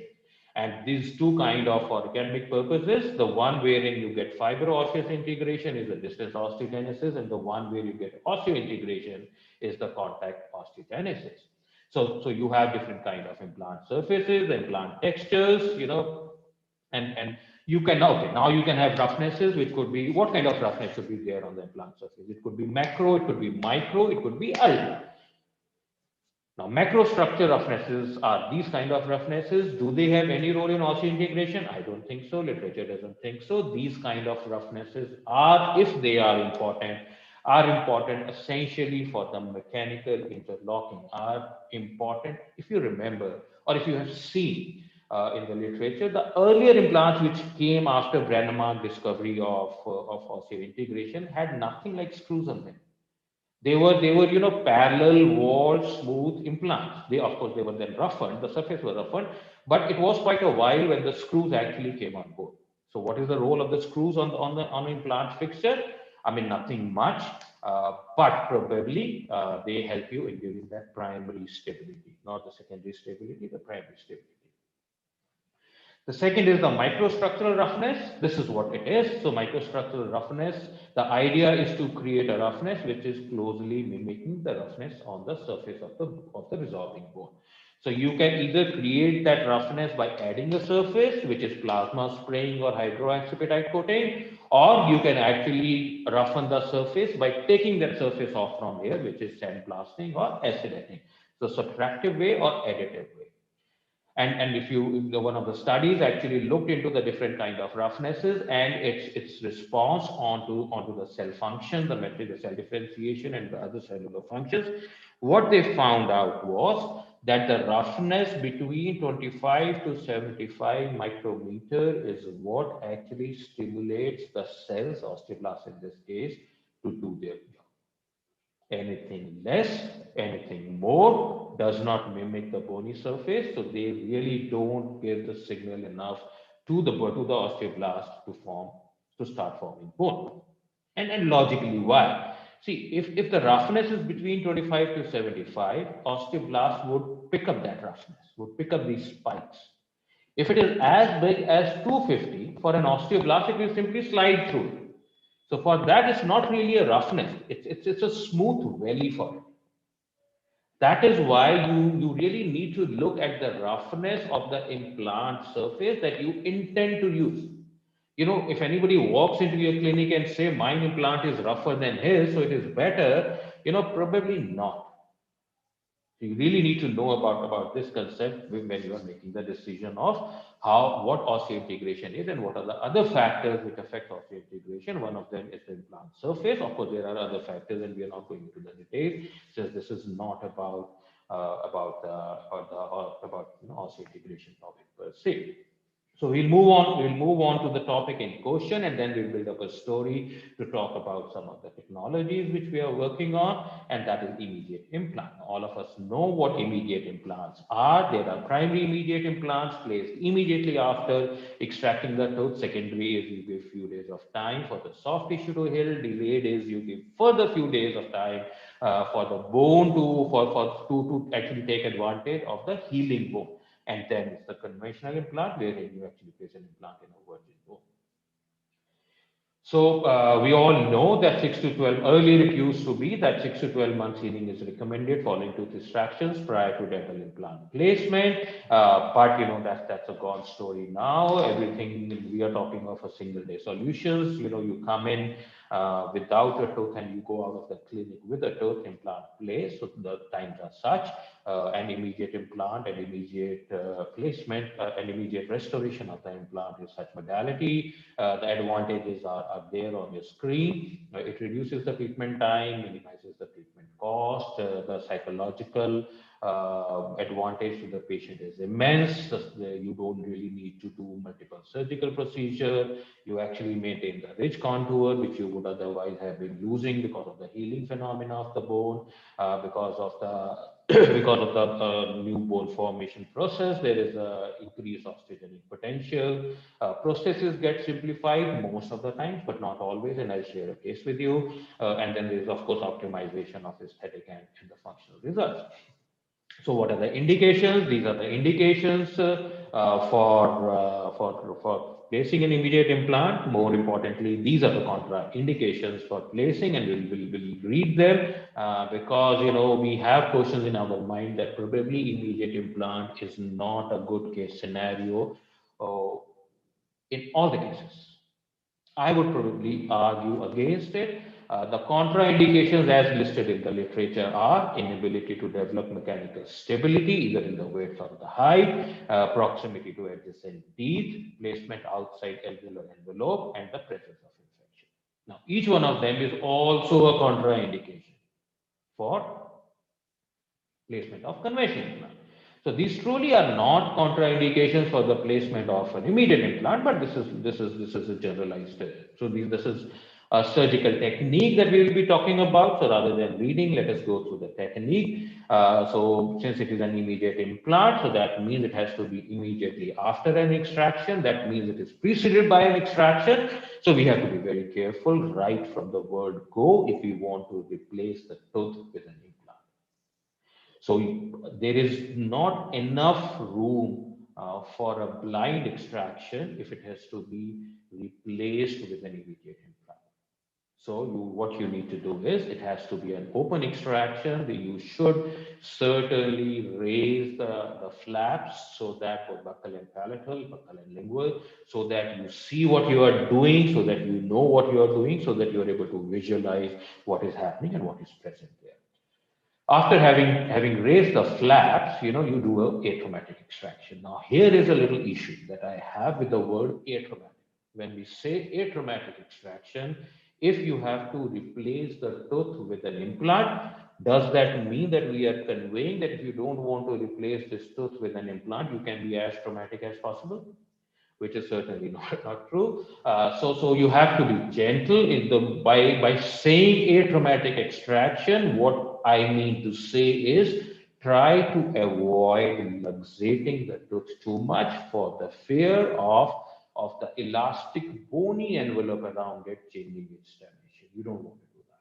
You don't want to have the change dimension of the elastic bony envelope because that has to be replaced with a tooth. So the luxations should be minimal, and that is how the atraumatic extraction word comes from.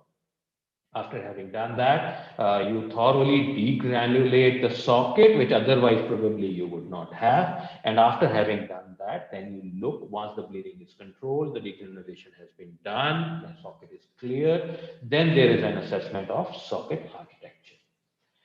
And this is a slide from Salama and Salama way back in 1993. And this talks about how you have to evaluate the bony architecture which has been left behind.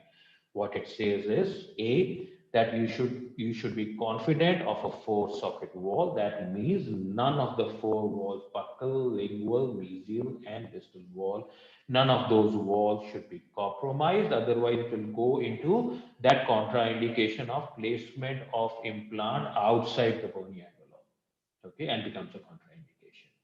Then there is, if there is a dehiscence, and chances are there could be, if the tooth was predominantly involved or whatever reasons, this dehiscence depth should certainly be less than 5 mm.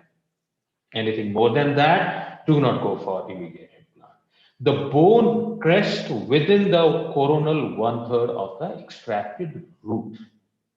So if the extracted root was say 12 mm in length, so the bony crest should not go beyond, should not go apically more than the 1/3, that is 4 mm.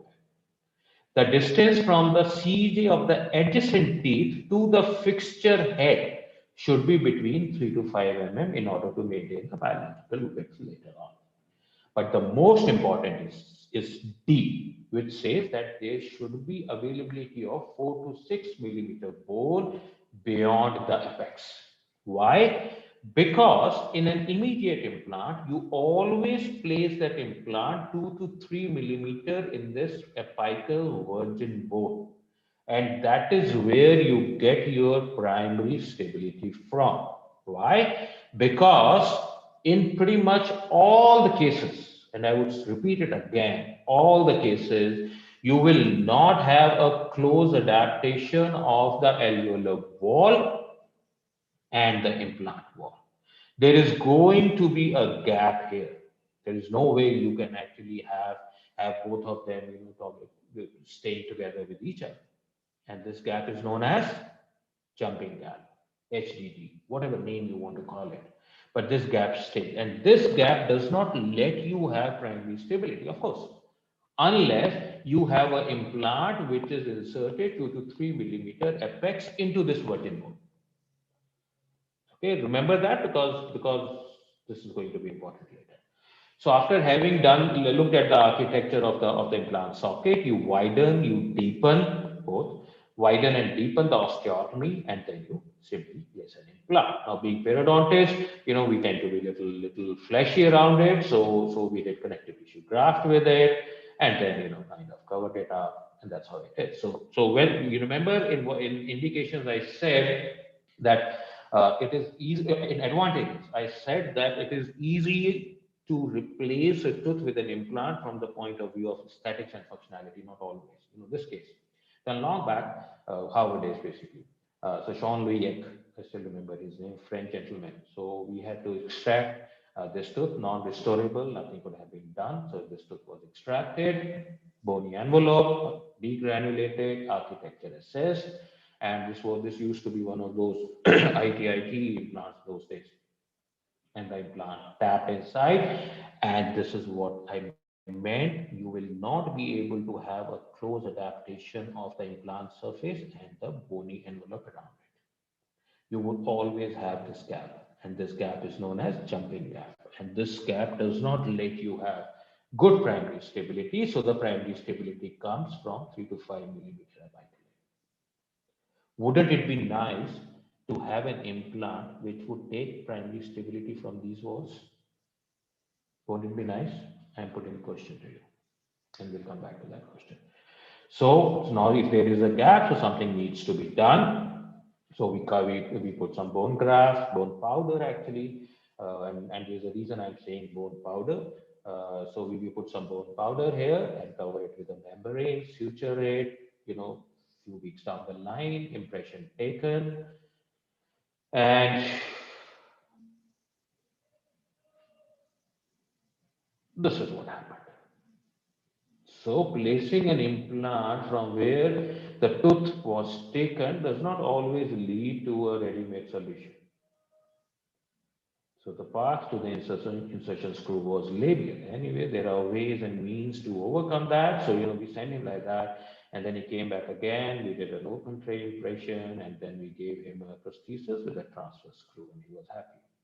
Another case, non-restorable, 2 implants placed, bone powder, membrane, sutured, healed, second stage, metal, and this is what it is. We'll forget about it sometime later.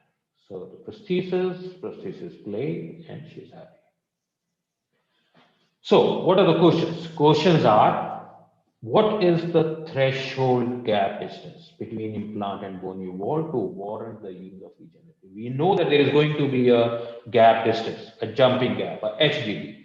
But does it have any impact? Let us see. So one of the studies in 1990 created in a canine model the gaps, the HDD of ranging from 0.5 to 1.35, and what they found in terms of percentage bone implant contact, that more the gap, lesser is the BIC percent. So that means gap certainly affects osseointegration. So what if we bridge the gap? So another study in 91, what they did was they actually bridged the gap with the membrane, and they found that where the membrane was used, osseointegration was consistently observed, with the control side where no membrane was used, but the jumping gap was there was soft tissue. So membrane does help BIC. So in that case, how much is the critical gap beyond which we have to use the regenerative technique? Another study by Wilson and Boozer and Cochrane in 98, they said that 1.5 to 2 millimeter is critical for osseointegration. That means anything beyond 2 millimeter, you have to go for regenerative techniques. That means there should not be any gap beyond 2 millimeters. Now look at it. The thinnest of the tooth would have a diameter of 10 to 12 millimeter at the CEJ. And the widest of the implant would have a diameter not crossing 5.5.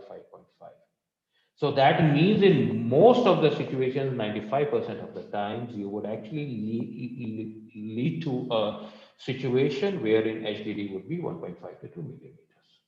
Okay, so that means we need to really use some techniques. So those techniques available with us right now is A, to use the widest of the implant, still face that gap, and to take care of that gap, you use bone powder, and after having used bone powder, you cover it with a membrane, and then you cover it up. So now coming to how can we actually reduce it? I have thrown that question to you. Would not it have been nice to have an implant of the same dimensions and topography as the tooth that has been extracted? So you extract the tooth from a socket, and then you place the implant of the same dimension into that socket so that there is no jumping gap around it. And not having a jumping gap would certainly mean that you don't need anything else. How is it possible? It is not possible in a generic form. Right now, what solutions available to us are the implants in a specified diameters, irrespective of whatever diameter of the tooth that you are extracting.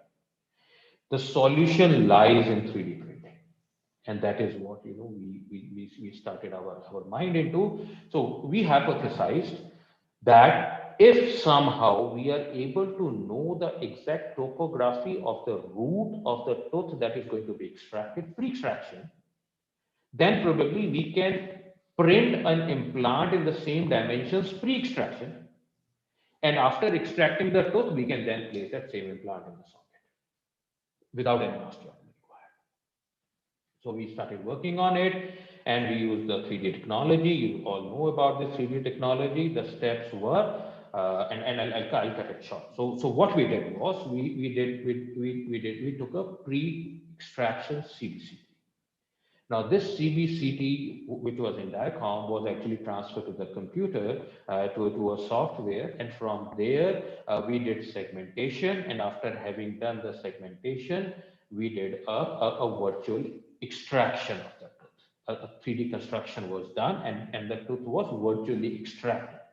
After virtually extracting this tooth, the dimensions were counted in all the dimensions, the measurements were taken in all the dimensions. And after taking the measurement, an STL file was created, and that STL, okay, so and then we created screws on that. STL file was created, and then this STL file was sent to the reverse engineering software with the 3D printing, and this is what we got. So this was the tooth that we actually printed before extraction, and this is the tooth after extraction. And then we measured the dimensions, and they were both within 0.5 mm of error, which was an acceptable error. And this is what we envisaged in terms of having the screw. So this was a very initial time. So we did that, but then we realized that this certainly can't be placed with the screws on it, because you can't place it in the socket which would be there after extracting this tooth. So then we went to slide of Salama and we emphasized on point D, which says that you need to have your primary anchorage from the apical part of the bone, from the apex bone. So then we thought, can we actually segment the tooth into three components? Crown goes here, and then the root be in two components. 1/3 apical and 2/3 would be the coronal root. This 1/3, which had to go apically in the virgin bone, could be a generic cylindrical screwed implant. So we thought of dividing the implant into two parts. Screwed implant, and this coronal 2/3, which would be in the socket, could be the printed implant in the same dimension as the socket itself. And then we try to work on the surfaces of this 2/3, and this is what, so this is what our hypothesis was. So we divided the tooth into apical 1/3, which would be the conventional implant with screws, which would go into the created osteotomy apically, get the primary anchorage. The coronal 2/3 would be the same dimension mediodistally buccolingually as this root, and would not have any screws, but would have the mesh around it, and which would be simply tapped in the socket. So this is the coronal, this is the apical screwed part, and this is the coronal 2/3 customized printed. Right now it is all printed, but then this is what the plan is moving forward, and this is the abutment onto it. So this is how it would be. This is the coronal 1/3, which is actually for the virgin bone. This is the apical 1/3. Sorry. This is the coronal 2/3, which is of the same dimension. This is the most taper connection. This is the screw which would screw in these two components, and then the abutment, and this is the screw which would screw in the abutment and the coronal 2/3. So this is how it is. The prototypes are there, the patent is there. We are working on further modifications. Okay. So the second part is, and I've been harping on all this while on bone graft as bone powder, and the reason for that is, tell me one graft. Repeating, tell me one graft available in the Indian market which actually has the property of an autograft. None. Which actually gives you osteogenesis or osteoinduction. None. Each one of those grafts does nothing but stay there, maintain the space, and that's about it.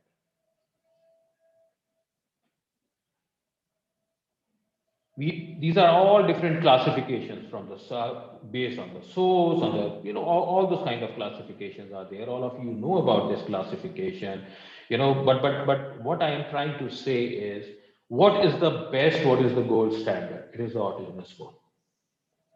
Besides autogenous bone, nothing else. Everything else is synthetic.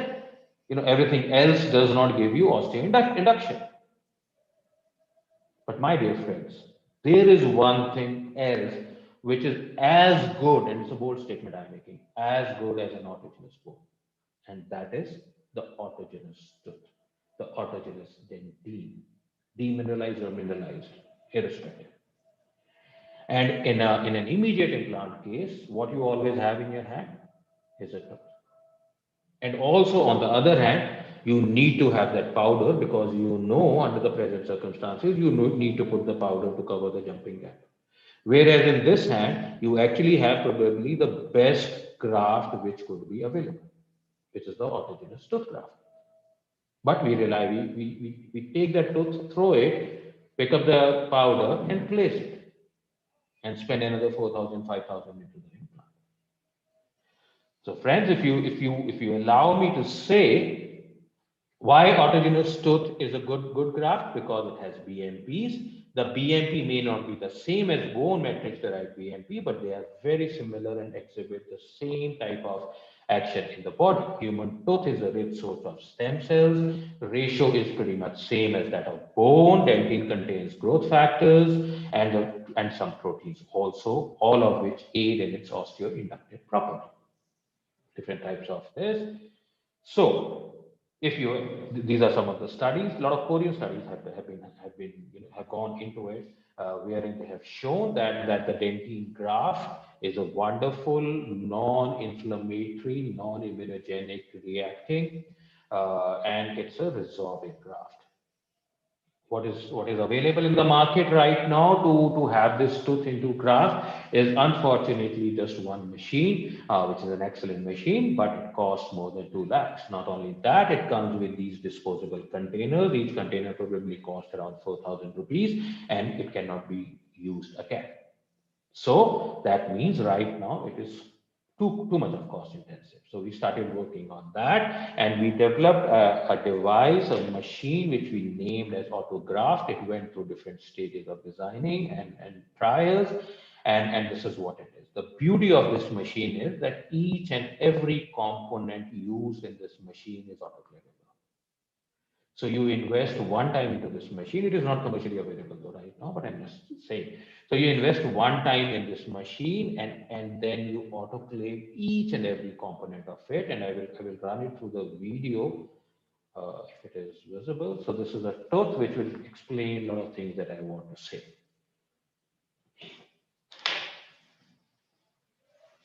So if I'm jumping the time, please stop me. No, it's okay, Ashish. Perfectly fine. Thank you. So the tooth extracted, you remove all the debris, you remove the enamel, you have a nice looking dentine covered tooth with you. And then it goes through different procedures, not lasting more than 15 minutes, wherein you would not require this powder in the right hand. You are happy with what you have in the left hand without investing anything. So it goes through grinding. So this component of autograft is the grinder. So in less than 30 seconds, you actually grind a full-fledged molar. And this is the sorter, which is on a vibrator, which has three levels to it. Why 3 levels? I will explain. So you actually transfer the bone particulate now into this vibrator and turn the vibrator on for a few seconds. 15 seconds precise, and your bone graft is ready. Not to be used, but then, okay, so it has 3 compartments. We know that the bone graft particles are effective only when they are in the range of 300 to 1200 microns. So we have 2 filters onto it. Anything more than 1200 is in the top filter, and anything less than 300 is in the lowest compartment.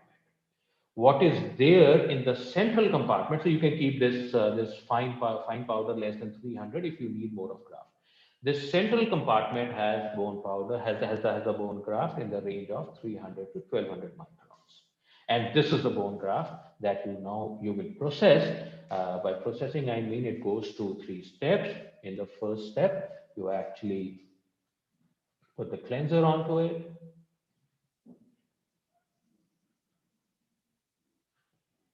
And under vibration, under very strong vibration, so that all the particles get cleaned from within. Any debris attached to the tooth gets vibrated off. So you do it for a minute.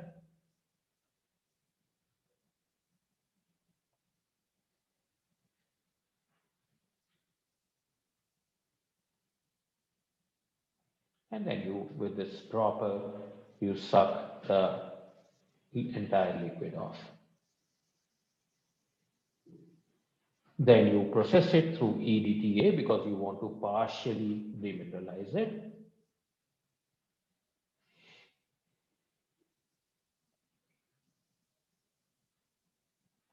Again for a minute.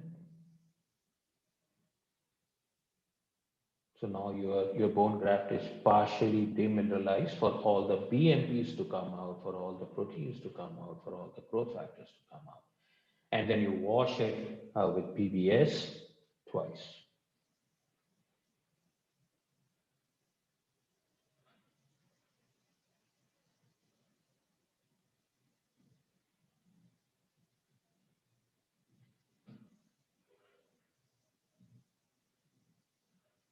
This is the second wash.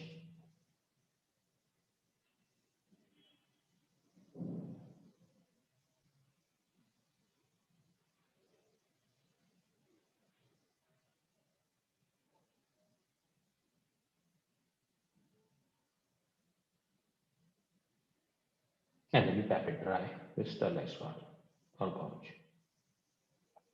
Look at the graft now. So now you have a ready to use bone graft, and look at the consistency. Which other bone powder can give you this consistency?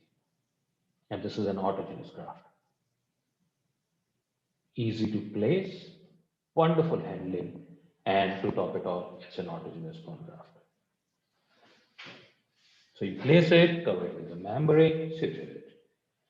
These are some of the radiographs that we did with this, and this is my last slide, which talks about characteristics of ideal material. The ideal graft material should have osteogenic, osteoinductive, and osteoconductive properties. It should stimulate neoangiogenesis. There should not be any antigenic, teratogenic, or carcinogenic reaction. It should be available in sufficient quantities. It should be available in sufficient quantities. It should be able to give good support and stability. There should be minimum to zero morbidity or complications. It should be hydrophilic for the workability, and it should be easily handleable, and of course should be at the lowest possible cost. Read it again and tell me even one of the properties that dentine graft doesn't have. And how many of these properties would actually be ticked by the graft that you presently use, and make a decision. So thank you very much, friends. This is what I wanted to share with you, and thank you very much for your patience here. I see people entering now. Thank you very much. Thank you, Ashish, for a wonderful lecture, as always. And now today we had the topic on immediate implant, and Dr. Ashish has started with the basics of bone formation, followed by the concepts of immediate implant placement, significance of jumping gap, then went into 3D printed immediate implant technology, and finally ended with bone grafts and showed the video as seen. We have a few questions for you, Ashish. Can I take it forward? Yes, please. Sure, please. Yes, the first question is, if I am getting a primary stability of 30 to 35 Newton torque. Yes. 1 second. And there is jumping distance of 1 to 1.5 millimeters. Yes. Should I go for grafting or leave it as such for osseointegration? Yes. If you go back to the study that I shared, the critical, what you are talking about is the critical jumping gap. Okay. So technically speaking, you don't have to go for any kind of, not also for any kind of grafting. You are happy without putting any bone powder or bone graft into that. So you are okay if you have a good primary stability, which obviously you have, and a minimal amount of the jumping gap. Okay. Then we have what is the significance of jumping gap in cortical implants? Okay, cortical implants is something I would reserve my comments on because I'm not too comfortable with cortical implants. You know, I really don't understand why they are known as cortical implants. One, and second, all cortical implants does is actually rely, and I'm not really criticizing, but that's my take on cortical implants. So, you know, all cortical implants does is take that primary stability from the apical 2 or 3 millimeter, and then after that, you know, there is nothing but a small post, and then you have an abutment onto it. So I'm not a big fan of cortical implants per se. They are easy to be used. I understand they are being sold as having applicability everywhere, not really relying too much on the available bone structure. But I would not really comment much on because I still recollect Ashish. Yeah, in Bangalore, when we had a talk on cortical implants in the last colloquium, you had emphasized on the jumping gap, and I think we are not clear about that when they were talking on cortical implants. by Dr. Yes. Viren. Yeah, I'm not a big fan of cortical implants, to be honest. I'm really not. The next question is, Ashish, Then we, does bone yes, pinning technique in implants efficient in reducing the jumping cap? yes, certainly yes, but these are too sensitive techniques to be used. Okay. The technique, these are all academic techniques. Okay. I understand. So the technique should be the technique which should be easier to use, applicable everywhere. To answer yes, applicability, I'm not too sure. Okay. Puneet Next one wants is to ask a question. You don't need permission, Puneet. You can please ask. what are the complications of implant placement more buccally in a freshly prepared socket? Okay. Complication more buckle. If it had been an inadvertent buckle placement, I can understand. Otherwise, there is no reason for the implant to be placed more buckly. So I'm taking your question as an inadvertent more buckly placed implant. Okay. In that case, the rule of 1 millimeter or 2 millimeter of the bony envelope would stand. So placing it more buckly, I'm talking only from the osseointegration point of view. Placing it more buccally, if the buccal wall left behind is less than a millimeter or 2 millimeter, the chances of failed implants are higher. Alongside, of course, placing it more buccally, you are probably placing it in a wrong prosthetic place, a prosthetic position. So you may have to alter your prosthesis plan now if it has been inadvertently placed. If you wanted to place it more buccally, then reason has to be there, and essentially the reason would be the prosthetic reason for that. Right. So does the next question, does the use of PRF be of any benefit if used in conjunction with the bone grafts, specifically the autogenous grafts? Okay. With autogenous graft and PRF, it is adding 2 plus 2 and trying to make it 22. Okay, it could probably happen because we are talking of two components which are autogenous in their own right and which have the source of all the BMPs within both of them. My question is, why would I want to use PRF when I'm using an autogenous bone? I can understand that using an autogenous bone, which is particulate bone, I need a support mechanism to hold the bone graft there.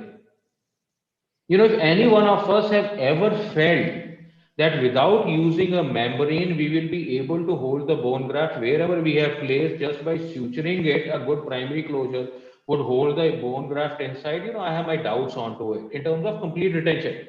Okay, deep inside, there could be some retention, but the bone graft is bound to flow out. To avoid that, you need a membrane. Now you have an option of either using a PRF or the other synthetic membrane. Between PRF and synthetic membrane, I would certainly want to go with PRF. Of course, with PRF, the issues are in terms of thickness of the membrane, in terms of preparation of PRF. But if you really want to be the best surgeon around, I would want to go use PRF. Okay, right. The next one But is having said so, bone graft, for me, PRF or no PRF, a membrane is a membrane to hold the bone graft in place. Right. Next one is, does overfilling the jumping cap have any adverse effects on osseointegration? Overfilling the jumping gap would have an impact on osseointegration, coming from the fact that you will probably be not able to achieve a good primary closure.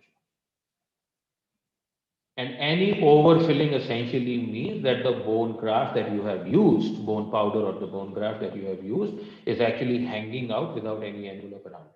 So it is not going to stay anyhow. And alongside, you will be compromising the wound closure. All right. There are a few more questions. What are the current concepts of immediate implant placement? Current concepts are the same as the old concepts. Place the implant after extracting the tooth. Immediate implants is now an established phenomenon. To be honest with you, 2002, when I was at Harvard, that is when we did a multi-center trial, a couple of cases that I showed. And that was, in fact, the very early on trials of immediate implants. So I'm talking of the entry of immediate implants 20 years back. So, we are pretty much established now. Okay, we can take the last question. That is, can a PRF,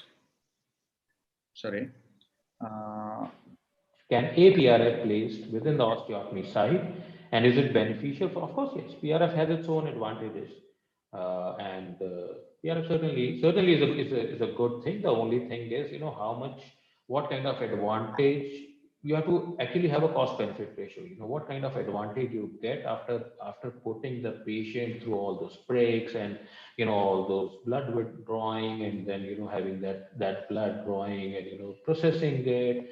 What is it that you are actually achieving using PRF? If you are, I would be happy with the membrane. Of course, the cost factor is there. It is what you want to achieve. If you have an extraction socket and you want the best healing there, certainly PRF is a great thing. Fill up that socket with the PRF before you let the patient go. That is the best thing to do. But if you want to use it as a membrane, I would be happy with any of the collagen membranes. Also, if the bone graft is bone graft, if it is bone powder, then I would require a BMP source. Then probably a PRF would have its advantage. Having a bone graft and a PRF is probably an overkill. I would think so.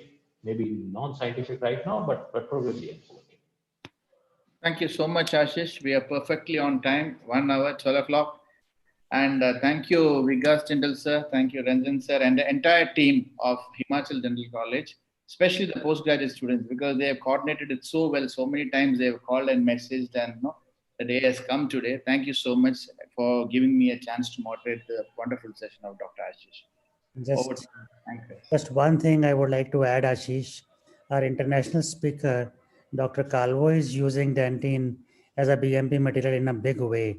And he's probably also, devised a machine as you have for using dentine as a BMP source for dental implants.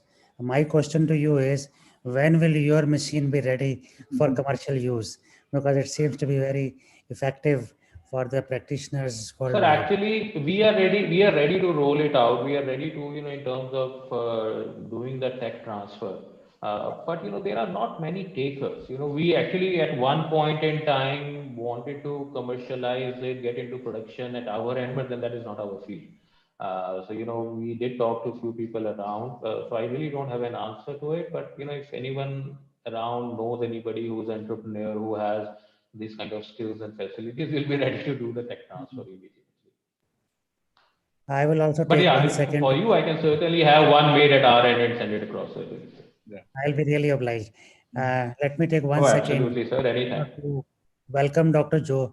Jose, who is amongst us, and he just joined us, one of the participants, and he's also one of the speakers for the evening session.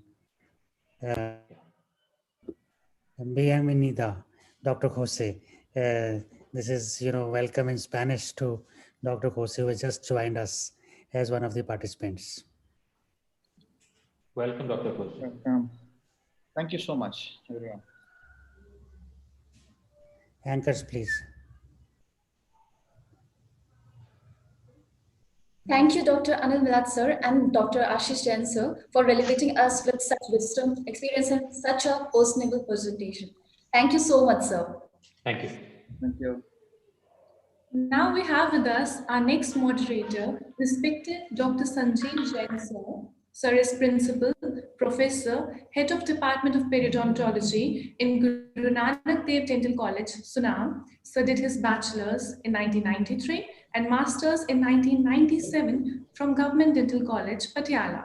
He has been an ex-EC member of Indian Society of Periodontology. Furthermore, Sir has been awarded as the best graduate of Government Dental College, Patiala. Sir, we are more than honored to have you here with us and request you to please moderate this session. Thank you very much. Thank you.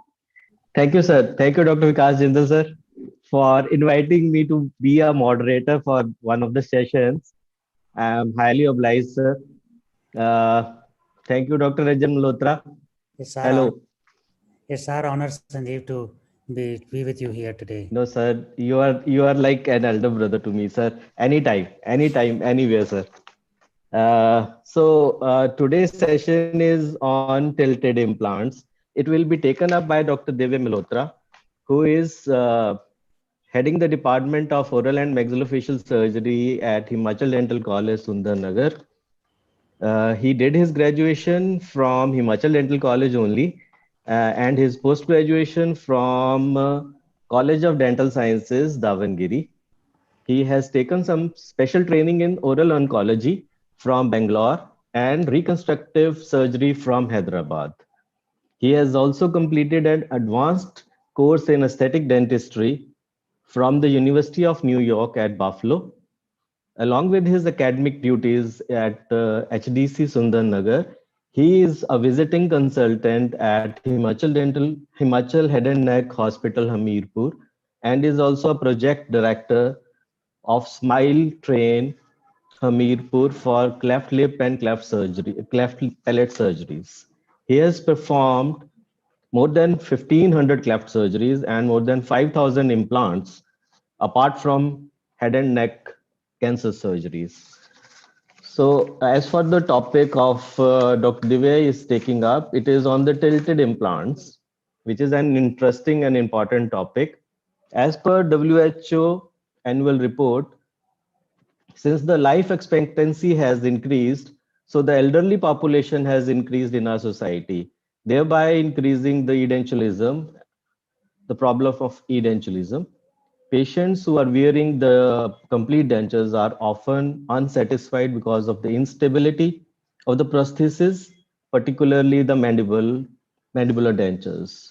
The dental implants were introduced to give a predictable treatment for the complete and partial and edentulism. However, the presence of poor bone quality, bone resorption, mandibular canal, mental foramen, and the maxillary sinus has always hampered the placement of implants efficiently.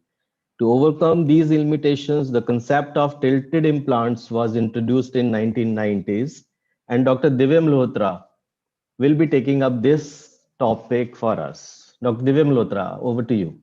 Thank you, sir.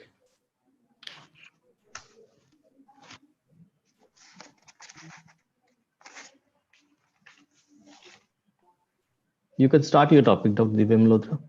Okay, just let me share my.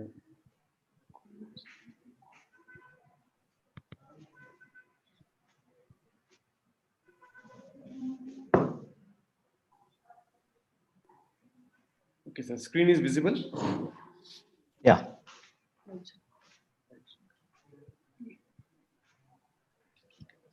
Very good afternoon to all of you. Thank you so much, Dr. Sanjeev Jain, for such kind words. And at the outset, first let me thank Vikas Jindal sir, Singla sir, Dr. Ranjan Malhotra, the whole faculty of Department of Periodontics, Himachal Dental College, my dear PG students who have worked very hard to make this virtual conference a success, for giving me this platform, this opportunity to share my views about the tilted implants. Special thanks to Jindal sir because he's always been a guiding light in my career and he's always motivated me and he is the person who has shaped my career and I've achieved what I've achieved today. He has a lot of credit goes to sir also. So I'll be talking about tilted implants and I call this implantology from different angle. Why I call this, you'll come to know in the coming slides. So before I proceed further, I think there's no presentation about implantology is complete if you don't put picture of this great visionary, Professor Brennmark, who did a lot of work. We all know about the osseointegration and he coined this term osseointegration. And based upon this concept of osseointegration, the whole implant industry is growing leaps and bounds. And all of us are enjoying these benefits in our day-to-day practice. We are rehabilitating different edentulous areas, be it a single tooth, multiple teeth, or full mouth rehabs with the help of this concept of osseointegration. And quite successfully and quite happily we are doing this. But I think all of you would agree with me that sometimes in our practice, we come across certain cases which don't have any answers in conventional way of implantology. There are certain challenges, certain roadblocks where we don't know what to do and we don't have any solutions as such when we want to put implants. As Dr. Sanjeev only told that as the age group is increasing and we have a lot of geriatric patients where the bone is not available and they want fixed solutions, but we don't find very good answers in the conventional implantology, or we have to restore to more ablative or more aggressive augmentation procedures, which are very, very unpredictable at times also. So to name a few, What are the main problems which we face with the conventional implants? One is the time period. Today's fast-paced life, everybody wants instant results. At times, it happens with all of us that patient comes out the operatory after putting the implants. The first question he asks, "Doctor Sahab, dant kahan hai? Where are the teeth?" Okay, so everybody wants immediate solution. They want immediate teeth to be restored, and which is not possible most of the times with the help of conventional implants. Second is the bone grafting. We have seen that sometimes patient is willing to get restored or rehabilitated with the help of implants, but there's no residual bone height, no volume of the bone available to put the implants, and then again we have to resort to augmentation procedures.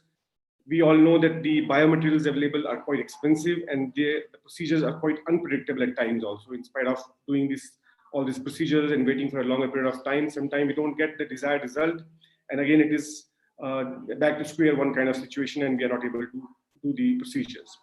And third problem what we face generally in the posterior maxillary areas, or sometime in the posterior mandibular areas also, is the cantilevers, because the pneumatization of the sinus and the higher position of the mandibular canal makes it impossible to put implants in those areas, and then we have to resort to cantilevering. Although certain amount of cantilever is permissible, but as a practitioner implantologist, we always feel a little jittery when we are doing any kind of cantilevering work, especially in the molar areas. So there are problems we face with the conventional implants. So what to do? How to get the solutions? I would like to quote His Holiness Dalai Lama here. He says that look at situation from different angles and you'll become more open. That you have to change your angle, you have to change your perspective of life, or in simpler words, कि जब सीधी उंगली से घी नहीं निकलता तो उंगली टेढ़ी करनी पड़ती है. The same crooked finger does work in the field of implantology also. When nothing works, the tilted implant does work. Okay, believe me, they really work sometimes very nicely and it gives very good outcome. So tilted implants is not a new thing. There are a lot of concepts in the tilted implants also. We have this 4-implant concept, all on 4, which is very popular and popularized by Nobel Baker and the Professor Mollo. Although he was criticized in the initial years, but later on he gained quite a good popularity. Then we have 6 implants concept engaging the pterygoid bones, then the pterygoid implants for the posterior restorations, zygomatic implants, etc. But it is nothing new. It is nothing new that I don't know what was the reason, maybe some vested interest of some companies, but it was kept under the carpet for quite some time. And it's been only a few years, maybe 7-8 years, that this concept of tilted implants is gaining popularity because it is giving us those solutions which were missing in conventional way of implantology. If you go back to the history, Professor Brindmark himself gave the concept of zygomatic implants, which is nothing but the big daddy of tilted implants. And it is the same concept, engaging the cortical bones and going at different angles to avoid the anatomical structures and restoring the patient. So it is the same concept which is used for the tilted implants also.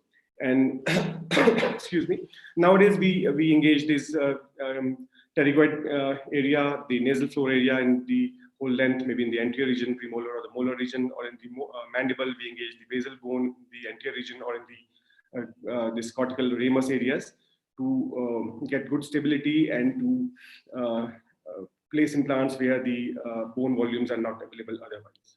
Okay. But before I proceed further, as the last presenter also telling that he was not very happy with the cortical implants, so there is a disclaimer here. I'm not talking about the basal implants. What I'm talking about is a bicortical 2-piece implant system where implant is surface treated, but it's a longer implant. We need to place deeper. We are not saying longer, I'm saying deeper. We have to go deeper and engage the cortical bones and to get good primary stability. The concept is when bone is not there, in spite of going and reconstructing the bone, creating the bone, waiting for it, and then placing the implants, why not to use that bone which is already available in the human body, very good quality, giving us good cortical, good stability, and place implants. By doing so, generally we have to tilt our implants mostly. We have to tilt our implants and we have to engage the cortical bones, and the rest of the implant gets osseointegrated in due course of time. So I'm not talking about the basal implants, I'm talking about a 2-piece cortical implant system. So the question comes, where to tilt and why to tilt? As I told you earlier, so why we need to tilt? We need to tilt because bone is not available, one thing. And we need to get good cortical engagement to get good primary stability. I think in morning's lecture of Dr. Nimsha Pandit also emphasized a lot of things about this primary stability. And I also believe that the main the criteria to get a good successful implant is the primary stability. If you get a very good primary stability, most of the times you have a very good successful outcome of the implants. So by engaging the bones in the cortical bones deeper, which is a very high density bone, we get a very, very good primary stability. Second reason why to tilt and engage tilt the implants is to get the good anterior posterior spread, AP spread. Sometimes in the highly pneumatized maxillary sinuses, sometimes we have to rehabilitate only from premolar to premolar, or what we give a very small premolar kind of a molar in the posterior area, because we don't get a good spread. But if we tilt, we get a good AP spread and we can rehabilitate the patient very nicely. And thirdly, we can avoid the bone grafting, as I told you earlier. And by virtue of this, we can avoid all those problems I was discussing earlier. We can have immediate loading concept, we can do graftless, and we can avoid the cantilevers also. And where to engage, where to tilt? Generally, we tilt in the pterygomaxillary area by engaging these pterygoid bones, or in the nasal floor area, maybe in the anterior region or premolar or molar region, and the zygomatic bones. Or we can engage in the nasal, in the mandible, we can engage the anterior mandible area, the basal bone, or in the posterior mandible area by doing the nerve bypass, either going from buccal to lingual or from lingual to buccal, bypassing the nerve and engaging the cortical bones of the posterior mandible. So these are the areas where we need to tilt.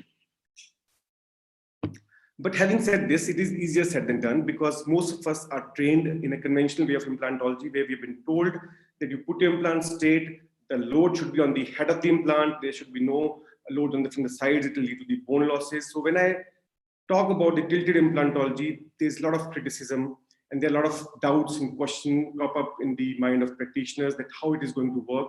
If I make a list of these problems, the main problem, number one, will be the loading biomechanics, because we've been trained like that load should be parallel to the long axis, and then if you put implant at an angle, loads are not on the along the long axis. So how the implant is going to be stable and how it is going to behave when it is loaded, and there will be a lot of bone loss. That is the question that comes to our mind. Then about the prosthetic limitation and option which we have. Then armamentarium, is it available? The retrievability issues, anatomy and the surgical risk, the major concern and the roadblock for the tilted implant concepts. Then how it is different from the basal implant, which I've already discussed, the cost factor and the learning curve. So let's see these things one by one. The first is the loading biomechanics or the immediate loading concept. So that is the major criticism which is faced by the tilted implant concept is the loading biomechanics, because every time we talk about tilting the implant, they say that the load is not axial, not parallel to the long axis. So there will be a lot of crestal bone loss will be there, and eventually the implant will fail.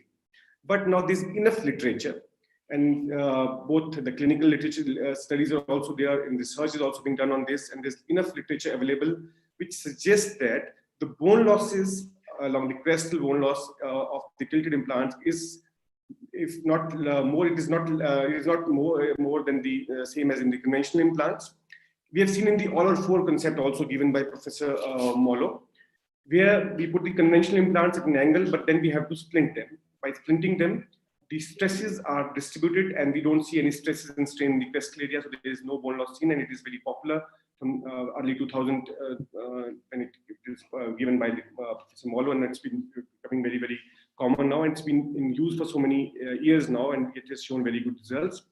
But when we are putting the longer implants or the deeper implants and engaging the cortical bone, there is a finite element studies available which shows the moment you engage the cortical bone, all the loads are transferred to the cortical bone directly, and there is no crestal bone loss available in this situation also, in spite if you are not splinting them, or if you are using a tilted implant only to store a single tooth, be it anterior or a posterior tooth. Okay?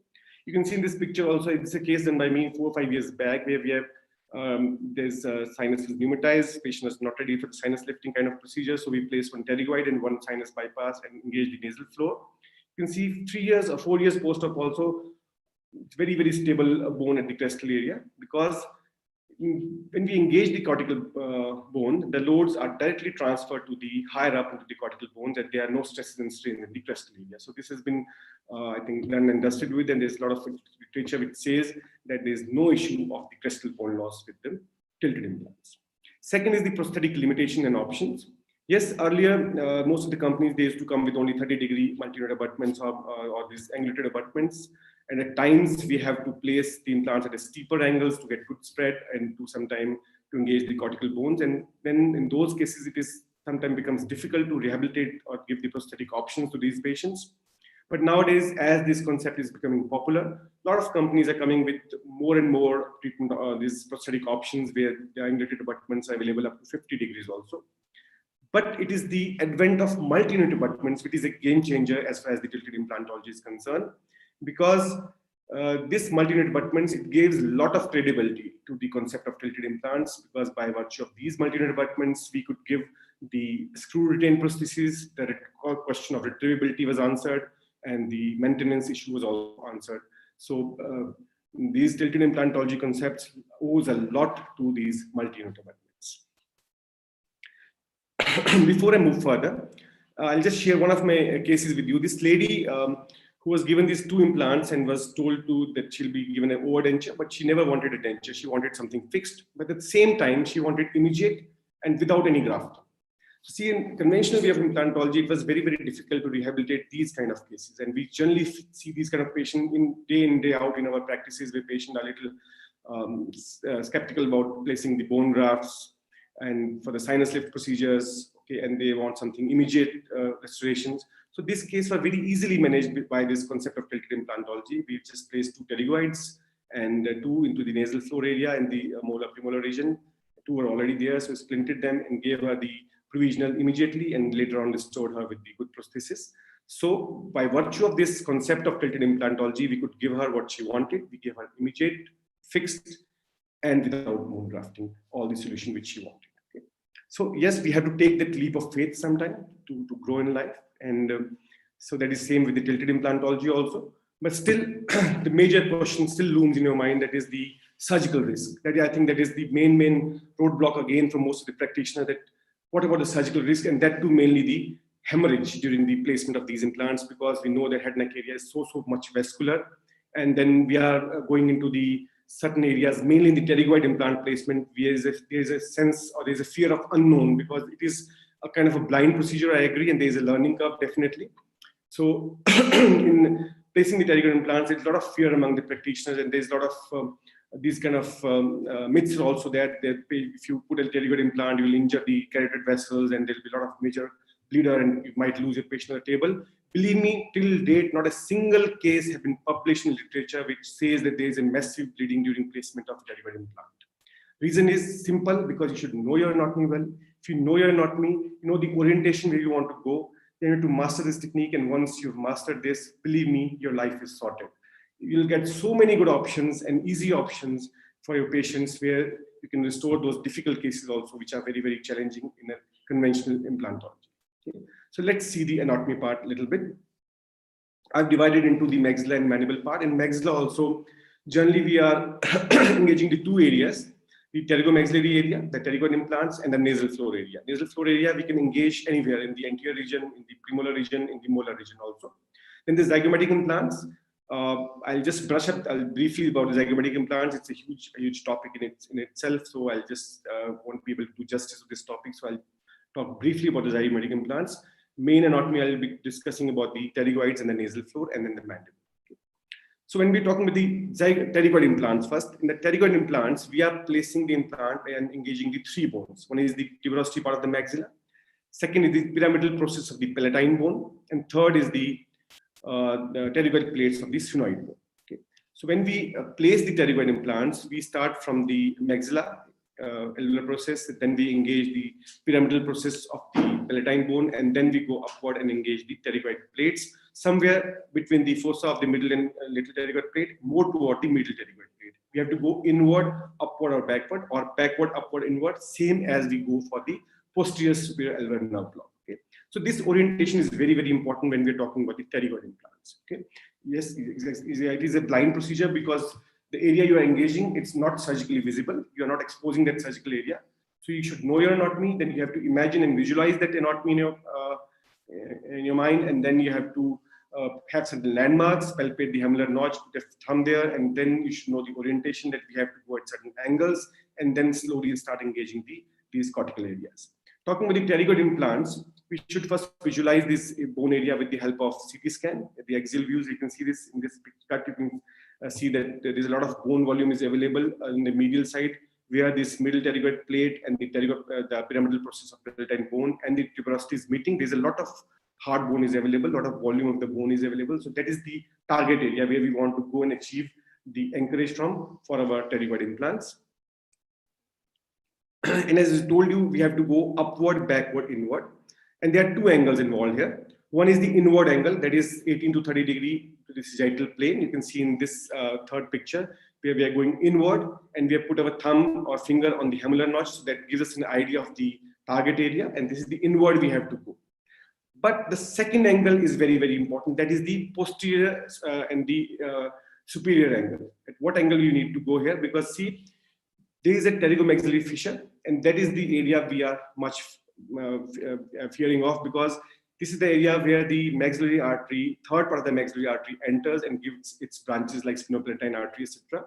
So these are the vessels which we can pierce or can cause bleeding if we don't go in a proper direction. But no way we are going to injure the carotids. Carotids are far off.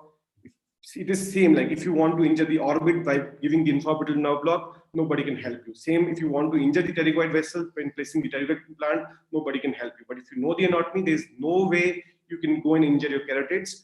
If you go in a wrong direction, maybe you can go into the pterygoid fissure area and might injure those vessels. But again, if you know the anatomy, know the orientation, again, it is next to impossible to pierce these vessels.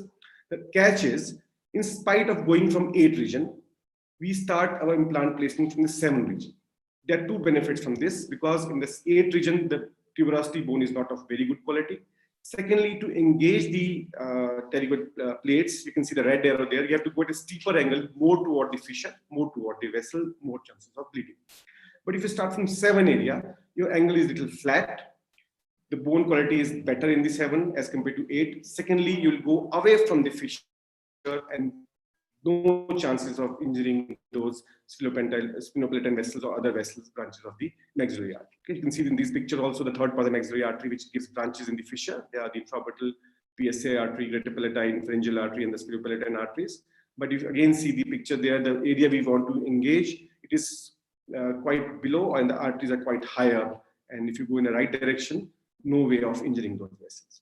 Talking about the venous bleeding from the pterygoid plexus of vein, again, the pterygoid plexus is placed lateral to the lateral pterygoid plate, whereas we are going more toward the middle pterygoid plate. So if the orientation is correct, again, no chance of injuring the pterygoid plexus and no chance of venous bleeding during this procedure. So this is how the pterygoid implant looks in 3 dimensions. Okay. But no surgery is without any other complication. There are few complications which can occur with pterygoid implants also, like some edema and venous bleeding and trismus by injuring the middle pterygoid muscle. But the commonest of complication which I've come across with pterygoid is slippage of implant into the maxillary sinus. But there's a case report where the implant has been slipped into the pterygoid space also. Okay. First, let me take the pterygoid space thing. The pterygoid space is a space bounded between the ramus and the pterygoid muscle. Again, you can see if you go in a right direction inward, there is no way you can slip your implant into the pterygoid space. When you will slip into pterygoid space, if you go in a wrong direction, more buccally, and then in those cases, you might perforate the lateral pterygoid plate and your implant might slip into the pterygoid space. So again, if the right direction is there, this complication will be rarely seen. Although the slippage into maxillary sinus is seen sometimes if you don't plan your cases properly, especially if there is no alveolar bone available there, sinus is too much pneumatized, or third molar is sometimes upper third molar is placed is there impacted, and we sometimes plan simultaneous removal of third molar and placement of pterygoid bone implant. In those cases, sometimes you don't get the good anchorage, and sometimes there are chances of slippage of implant into the maxillary sinus. And again, the upward backward angulation. Again, if you go at a very steep angle, there are more chances of slipping into the sinus. And if you go at a flatter angle, there are less chances because you are going away from the sinus. So this is how the pterygoid implant looks, quite flat and starting from the 7 regions. So if you, the bottom line is, if you know the anatomy well, you have the orientation in your mind, it is very, very simple and straightforward practice to put the pterygoid implants. So second is the nasal floor area. Nasal floor area is a very good, has a very good cortical bone. It's a long floor. It's spread from the ANS to PNS, and we can engage this nasal floor area anywhere in the anterior region also. If the alveolus is very, very thin, Either we can go for the spreading the alveolar bone or doing the augmentation procedure, or we can go at the angle. You can say that buccal to palatal angle, and engage the nasal fluid in the anterior regions, or sometimes we can do the nerve, so the sinus bypass in the molar regions and engage this nasal floor area. Nasal floor, if you see, it is higher place than the maxillary sinus floor. And if you see the CT scan, you will find a good amount of bone available between these two floors, which can be engaged and which is mainly used for the all-on-4 cases also. And talking about the anatomy of this area, although again we see that nasal cavity or little nasal walls are very highly vascular. Yes, they are vascular because we are getting blood supply from all the vessels. We are getting supply from the facial artery, from the ethmoidal artery, which is a branch of your ophthalmic artery, which is a branch of internal carotid artery. Then you are getting branches from sphenopalatine artery, which is a branch of maxillary artery, which is a branch of external carotid artery. And you have a little's area also. But the catch is the least blood supply in the nasal cavity is that of the nasal floor and the inferior turbinate, somewhere where we are putting our implants. So there'll be very, very less chances of nasal bleed. That too will happen if you inadvertently try to perforate the nasal floor and try to enter into the nasal cavity. You might have some amount of nasal bleed. Otherwise, it is again a very, very safe area. Not major vessels are there, and it is away from the little's area also. And in this picture, again, you can see that the sinus is pneumatized. The down picture you can see. There's a lot of bone available beneath the sinus floor and between the nasal floor. So sometimes we can avoid the sinus lifting and we can go from the buccal to palatal direction beneath the nasal sinus, and we call it as a sinus bypass and engaging the nasal flow. And some authors, they also go trans-sinus. They totally avoid the sinus lifts. What to do if some residual bone height is there? They start from buccal to palatal side. Half of their implant is sitting inside the maxillary sinus, and then the tip of the implant engages the nasal floor.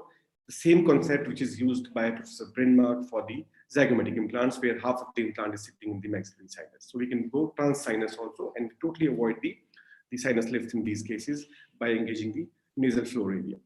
And the angulation of this nasal floor area again depends upon the pneumatization of the maxillary sinus. We can go at different angles to get good spread.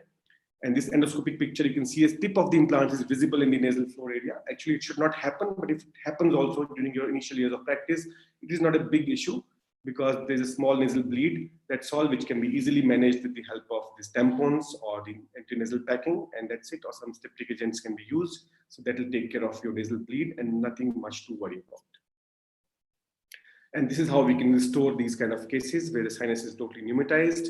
There's no sinus lift is done. We placed 6 implants in spite of, and like column 4, we give only 6 to 6 by putting the pterygoids. We can give 14 set of teeth, 14 teeth stored from second molar to second molar, and it can be done immediately within the span of 3 days. So that is the beauty of this concept.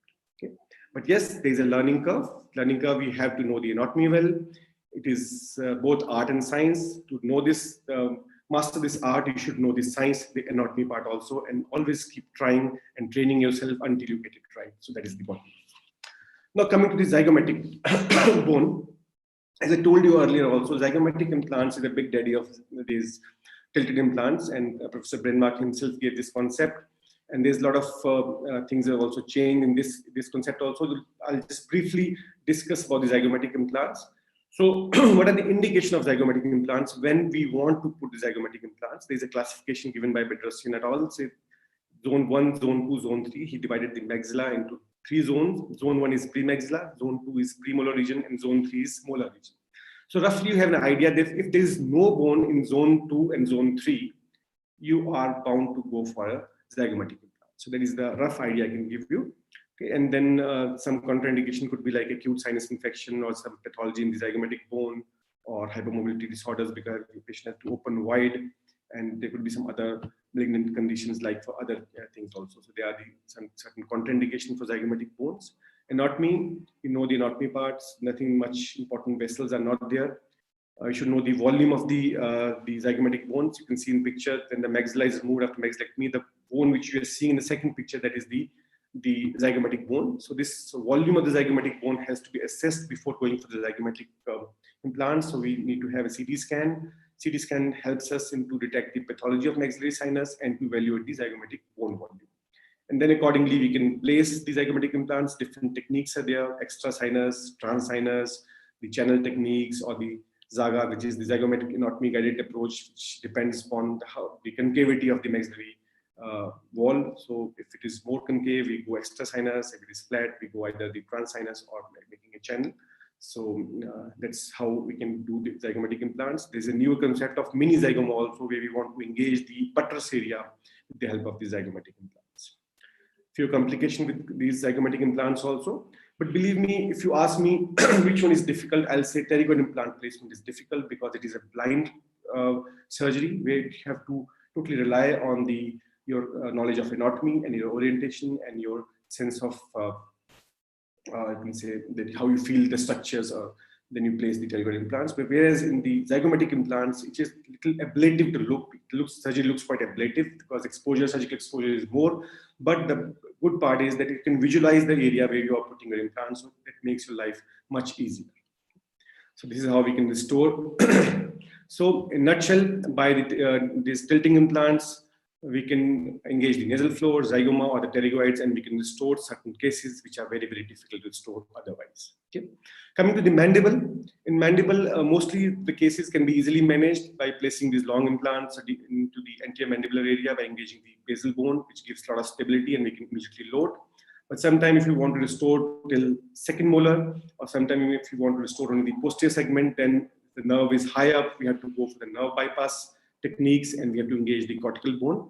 For this, we need a CT scan or CBCT cuts. We have to visualize this course of your mandibular canal. We know that mandibular canal is more lingually placed in the posterior region, and it comes forward, it comes buccally, and the nerve exits out from the mantle foramen. So in the molar region, the nerve is quite lingually placed. So I prefer going from lingual to buccal side. You can see in this picture, the blue arrow, lingual to buccal side above this mandibular canal, and engaging the outer cortex of the ramus or the body of the mandible, and giving a very good stability, and we can avoid this nerve injury also, and we can restore the patient up to the full complement of 14 teeth in these cases also. Okay. So this is briefly about the concept of tilted implantology. Now, when we have this concept in mind, we can do different things. We have the idea, we can do different things. I'll just share a few of my cases. And before I show these cases, let me tell you, most of these cases are done in our college also under the able guidance of Dr. Vikas Jindal, sir. And we have done it in our Department of Periodontics, where we are routinely doing the implant cases. So I'll just show a few of the cases, certain unconventional kind of cases, where we have used the concept of tilted implantology. This gentleman who lost his bridge, the 7 became mobile. He wanted something immediate and without any grafting procedure. So we placed 2 implants in the anterior region and removed the 7 and placed 1 pterygoid there, and placed the angulated abutment and restored the case within a span of 3 to 4 days. These kind of cases are very, very routine, where patient want to be, the posterior maxilla to be rehabilitated. The once you take the radiograph, you see the sinus is pneumatized. Option we give to the patient is of maxillary sinus lift, which most of the patient refuse to undergo. So what to do next? Simple, you place 1 implant in the anterior region, and then you put a pterygoid back there and restore the case without much of a fuss. And sometimes the spread, to have a good spread, we can tilt the posterior implant little posteriorly to get a good spread, and we can give a set of 3 teeth here. Otherwise, we would have gone for the sinus lifting procedure in these kind of cases also. Or these kind of cases where patient has undergone a series of endodontic surgery and it is failed, and patient has lost his anterior teeth, and there's no bone available. Either you go for this conventional way of putting the graft there, maybe to harvest the bone from the ramus or from the anterior mandible and place it there, wait for a certain amount of time, and then go in and again go inside and put the implants. But with the concept of tilted implants, we can go at an angle, we can engage whatever bone is available. In this case, we went an angle and we engaged the bone on the left side in the nasal floor area, placed a longer implant, and rest of the part we grafted and placed the membrane. Because I told you it is not a basal implant. Rest of the implant is surface treated, so that will undergo osseointegration like the conventional implant. So we got this initial stability from the cortical engagement. We temporized the patient, and at the same time we grafted it, and we waited for a certain period of time to let the bone heal, and then we gave the final prosthesis. Another case, the canine impaction, which failed orthodontic treatment. Patient wanted to get it removed, getting married, so need a immediate prosthesis. We place a tilted implant anteriorly, engaging the nasal floor, and immediately give her a temporary. Another case of failed endodontic procedure, there's no bone available when we opened up. So again, we place a tilted implant, grafted the area, gave her the temporaries, and then once it healed, we gave the final prosthesis. Another very interesting case, the patient was undergoing a sinus lift procedure, but the sinus membrane perforated, the operator lost the implant into the sinus. In conventional way of doing it, we would have gone for the retrieval of the implant from the sinus, then wait for 6 months, let the membrane heal, again attempt sinus lift procedure, and again wait, and then put the implant. What we did different here, we retrieved the implant by opening the window into the sinus. At the same time, we did the sinus bypass procedure. We went from the buccal to palatal angulation, you can see in the third picture, and that angulation, we engage the nasal cortical area, see the stability. We are getting a very, very high stability. You can see in the fourth picture. In the final picture, you can see the reverse torque. We check the stability with the help of reverse torque. We get a very good reverse torque here. It was very stable. We placed the abutment at the same time, took the impression, and within a span of 3 days, we gave her the final prosthesis. So you can see this in the third picture. The implant is engaged the nasal floor in the posterior region. This is the sinus bypass technique. Or in the anterior region, when the bone is very, very thin, in these cases, again, either you have to go for the grafting procedure, or we can go from buccal to palatal. We can tilt our implants and we can immediately load it, and we can get a very good satisfying results. We can do guided surgery also if you're still not convinced about the anatomy part, or you're still worrying too much about the bleeding part. Then it's very, very easy nowadays to go totally guided. That you take do the CT scan, get the lithotripsy models made, and you make a surgical guide over that, you do mock-up surgery, and then place the guide and place the implant flapless without worrying about anything. All the angulation, everything will be predetermined. You just have to drill with the help of a given guide. So that will make your life very, very easy, and then you can restore the patients immediately within a span of few days. So the take-home message will be that this tilted implantology concept is a wonderful concept. It gives a high success rate, very less bone losses, very good masticatory forces. We can rehabilitate more number of teeth, very low surgical risk and the complication, and a good alternative to extensive augmentation procedures, which are at times very, very unpredictable also. So in the end, I will just quote Vedas. Our Vedas says, don't be a knower, don't be a believer, be a seeker. So I would suggest we should seek and find our own answers if you want to progress in life. Thank you very much, everyone, for your patient hearing. And I think it's question time. The disclaimer in the screen, but I will try my best to answer most of them. Thank you very much. Thank you, Dr. Deve Malhotra. You have really simplified a very difficult topic, I think so. Thank you, sir. So we have some questions from our participants. So what is the success rate of the tilted implants in the modern day?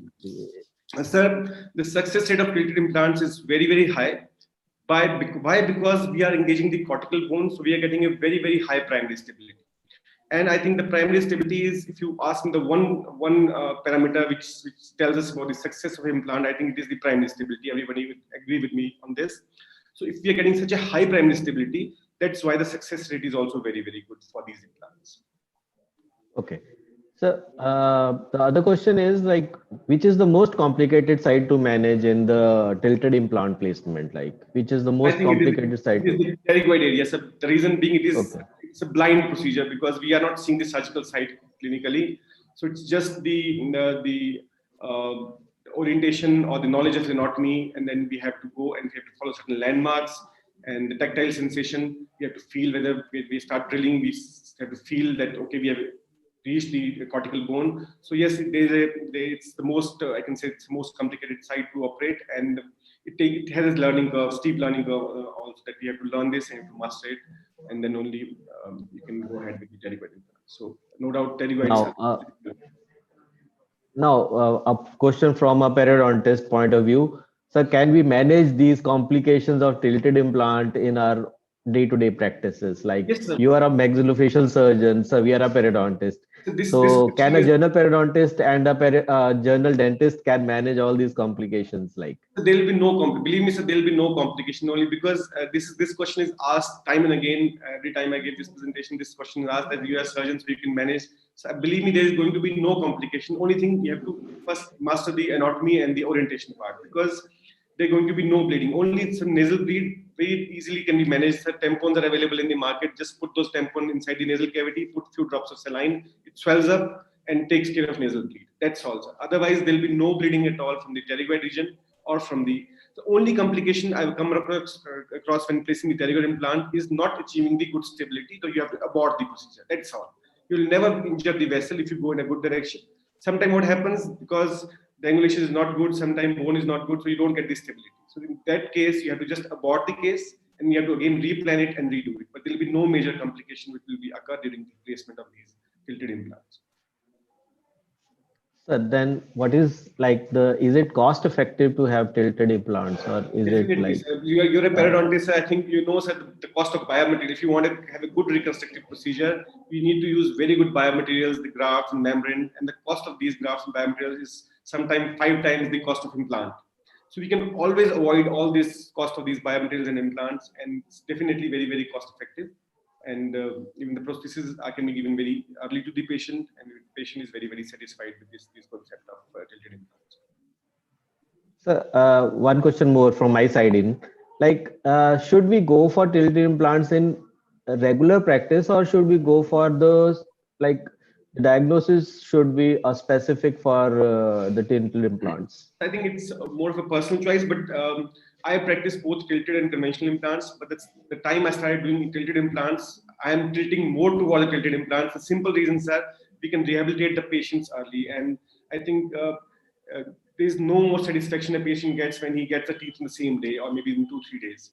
So definitely, sir, if True. I get the chance to put tilted implant or getting the cortical engagement, I always prefer doing this, because number one, the stability is very, very good, the success rate is high, and secondly, the patient is getting teeth within span of few days, or sometimes the same day we give the provisionals.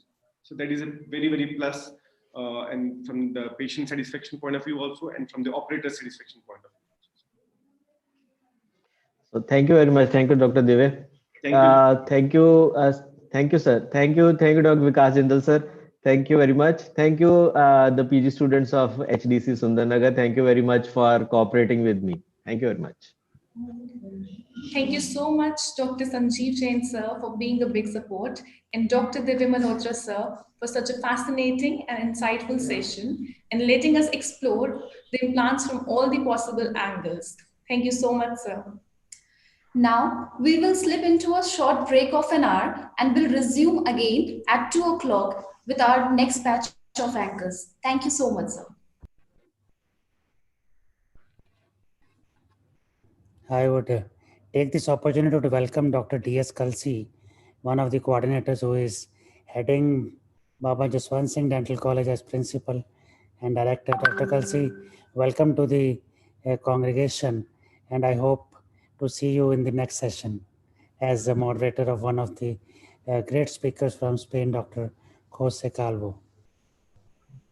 Thank you, Dr. Vikas. Let me just first put down my mask for a minute. It's such a great feeling to see you after, it's been a while since I've seen you, and also to see all of my friends. You know, we've been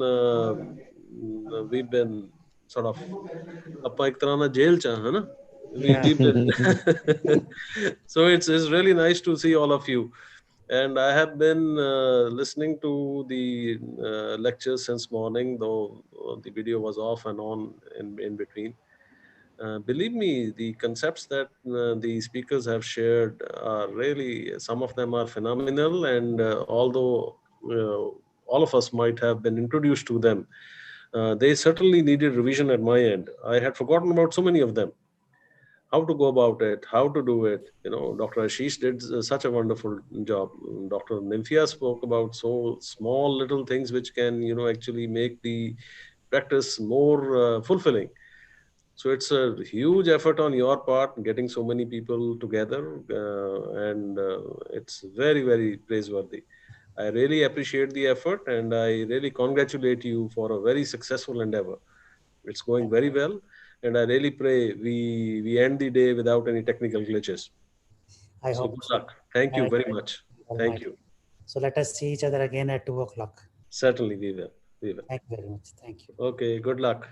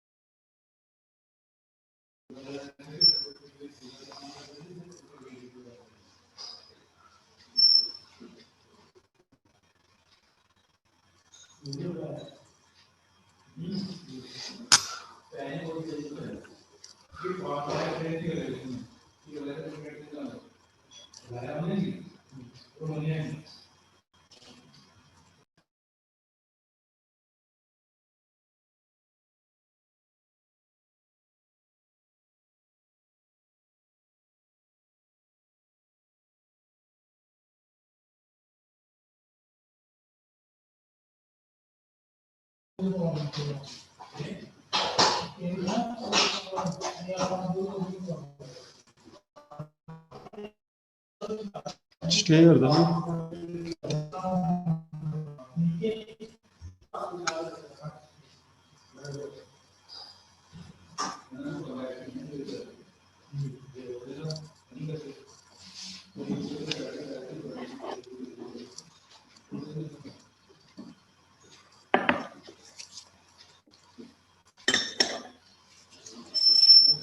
A very good afternoon to one and all present. I, Dr. Parul Sharma, And I, Dr. Riya Bhardwaj. once again welcome our delegates. Now, without much further ado, allow us to welcome our moderator for the fourth session, the very well known and respected Dr. Ashutosh Narola.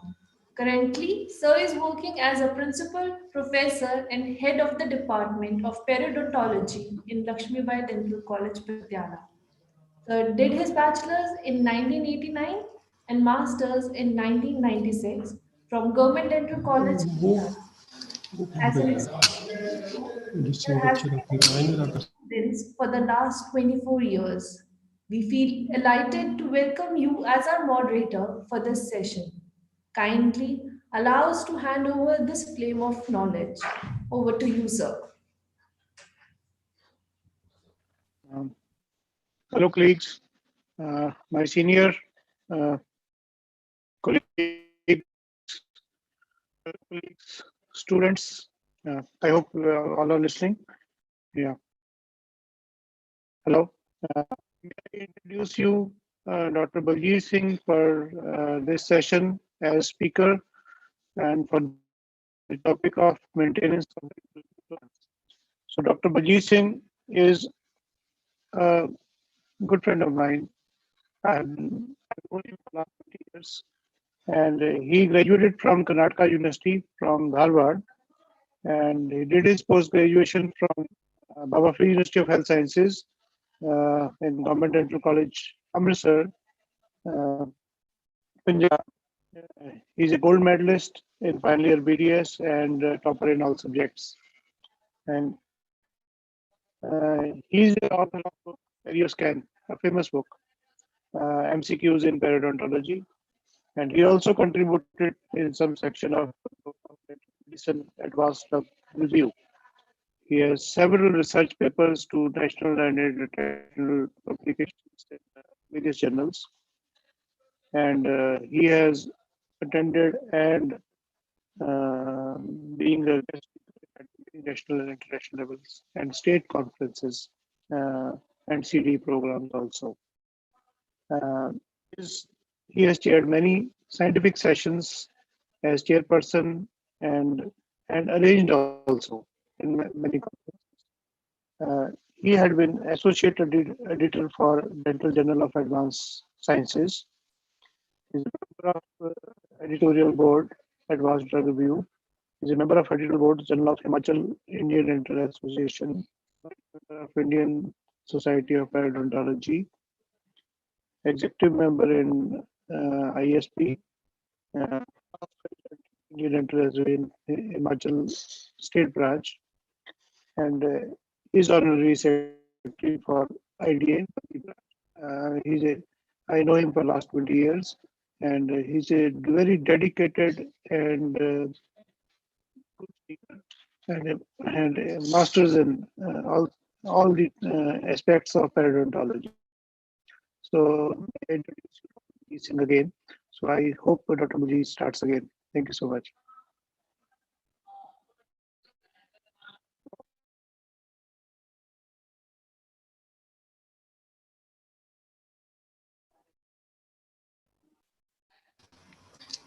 Am I audible?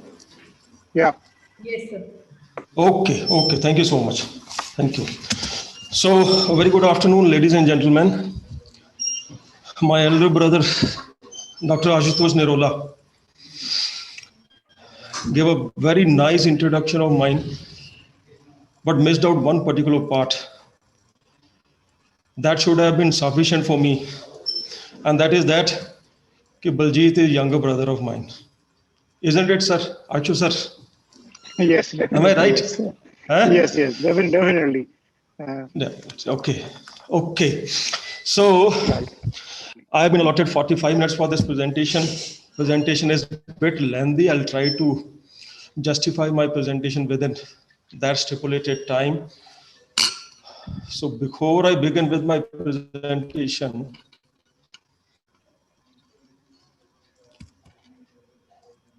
there is some problem with this.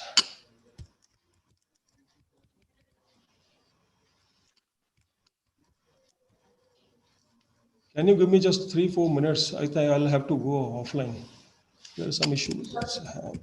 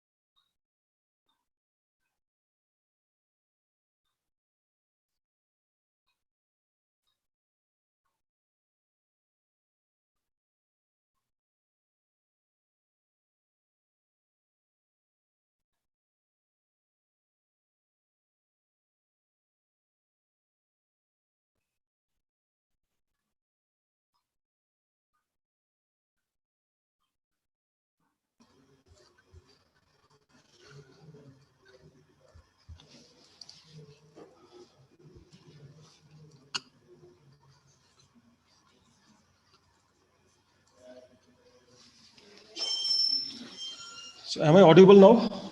Yeah, you're audible. Okay, so very good afternoon, everybody again, and sorry for this small interruption. My video is also visible to you all? Yes. Okay. So ladies and gentlemen, I think you must be familiar with this particular face. Such a lovely face. Smart and handsome guy, isn't it? Isn't it? I hope so. So, no, sir. In reality, in reality, sir, this is the fact. This is the fact. But unfortunately, last year, as you all know, Dr. Vikas, my dear elder brother, and his family, they passed through hell of a time. Hell of a time, including all of us. We all, the well-wishers, we passed through a hell of a time. But thank God, and hats off to your determination, your willpower, and your perseverance, sir. We see you back on this platform again. And I really wish from the core of my heart that you should be standing on your feet, delivering those wonderful lectures once again on these platforms. By saying that we all love you, sir, I begin with my presentation. That is the maintenance of dental implants. All the best.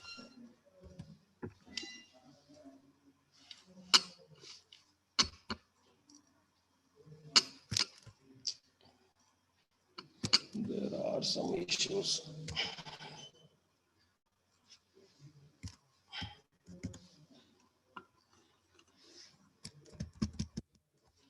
I'm sorry again, sir. I am finding this some issue.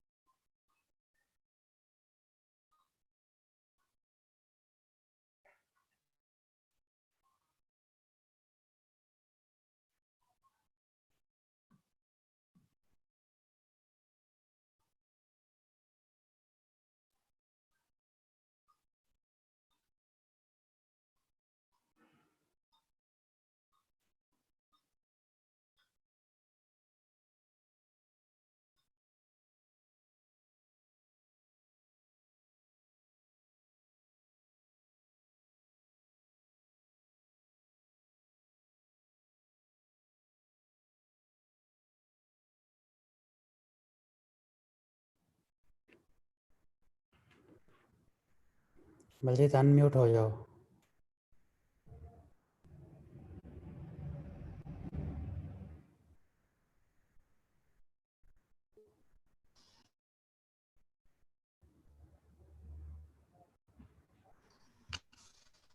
Perfect. Okay, sorry. Really very sorry by this laptop. I don't know what has happened today.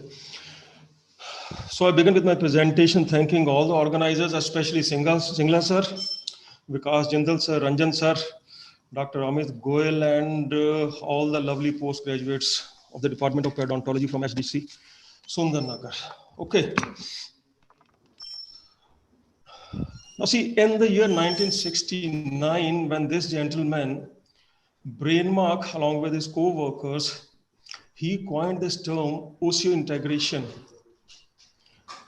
And since then, the dental implants, they have proven to be a very predictable treatment option for almost all of us. Now today, you go to any dental clinic, you go to any dental college, and for that matter, you inquire from the dental students also. If at all there is a talk of any dental treatment, it is dental implants. And the reason for this is that dental implant therapy has got a very, very high predictable treatment rate. As you all can appreciate from this graph, that be it the case of a single crown be it the different type of FPDs or the overdentures, the success rate of dental implants is very, very high, usually in the range of 92, 90, which in the medical terms is considered as significantly high.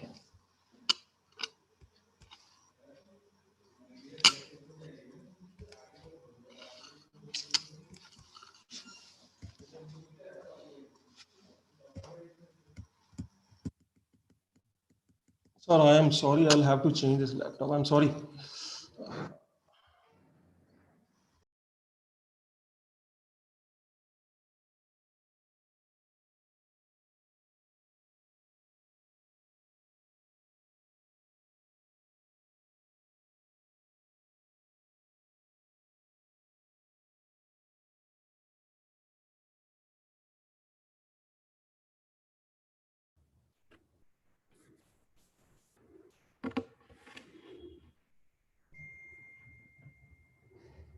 Seeing you after a long time, Ashu.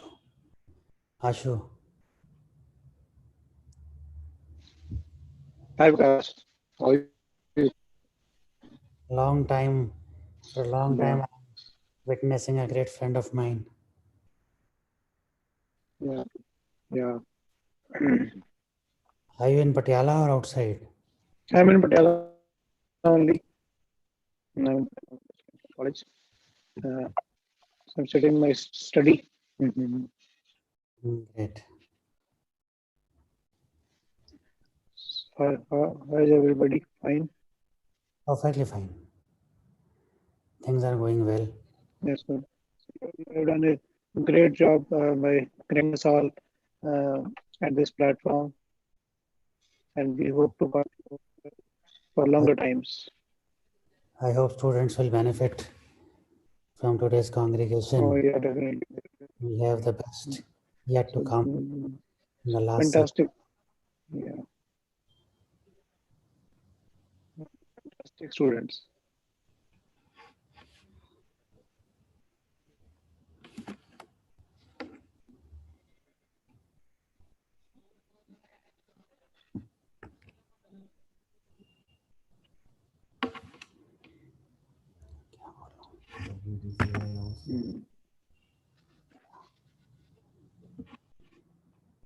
We'll make it a regular affair. WDC conference. Yeah. We'll make it a regular affair. And I'm soon going to patent it also. We should do at least once a month. At least Minimum. once. Yeah, definitely. We'll Yeah, meet definitely.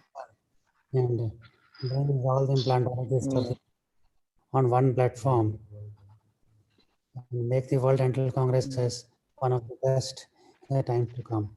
I think Baljit Singh has come back again. Yeah. Let's start again, I think so. I hope so.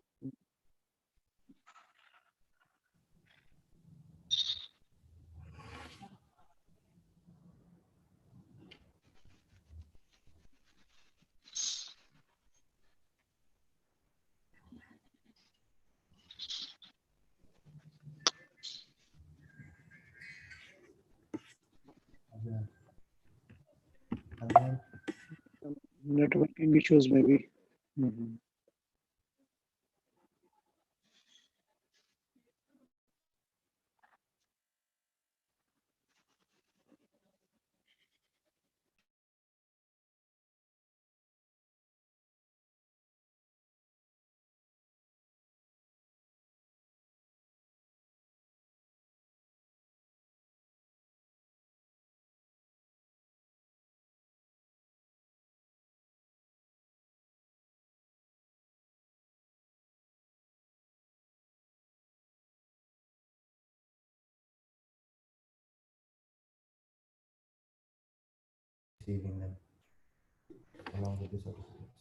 While we while we go on this program, I am elated to announce that this conference has got 6 CT points by the Dental Council, and you are soon going to get the certificates to that regard.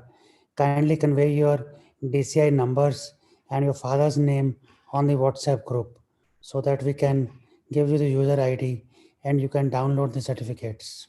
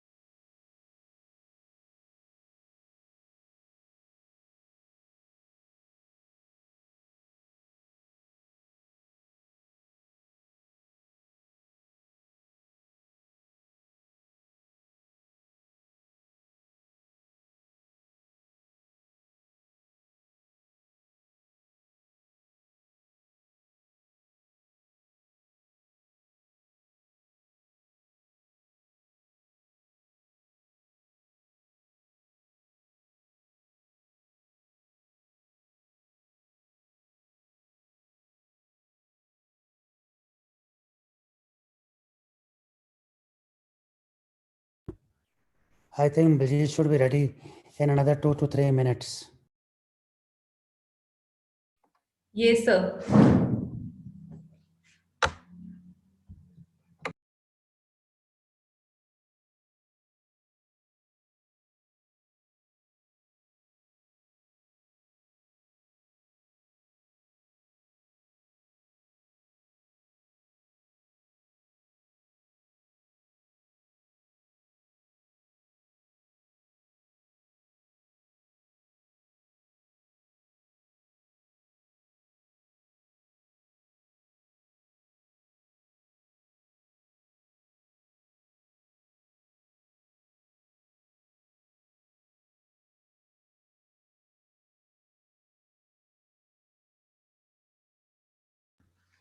Sorry for the interruption. We will be back in 5 minutes.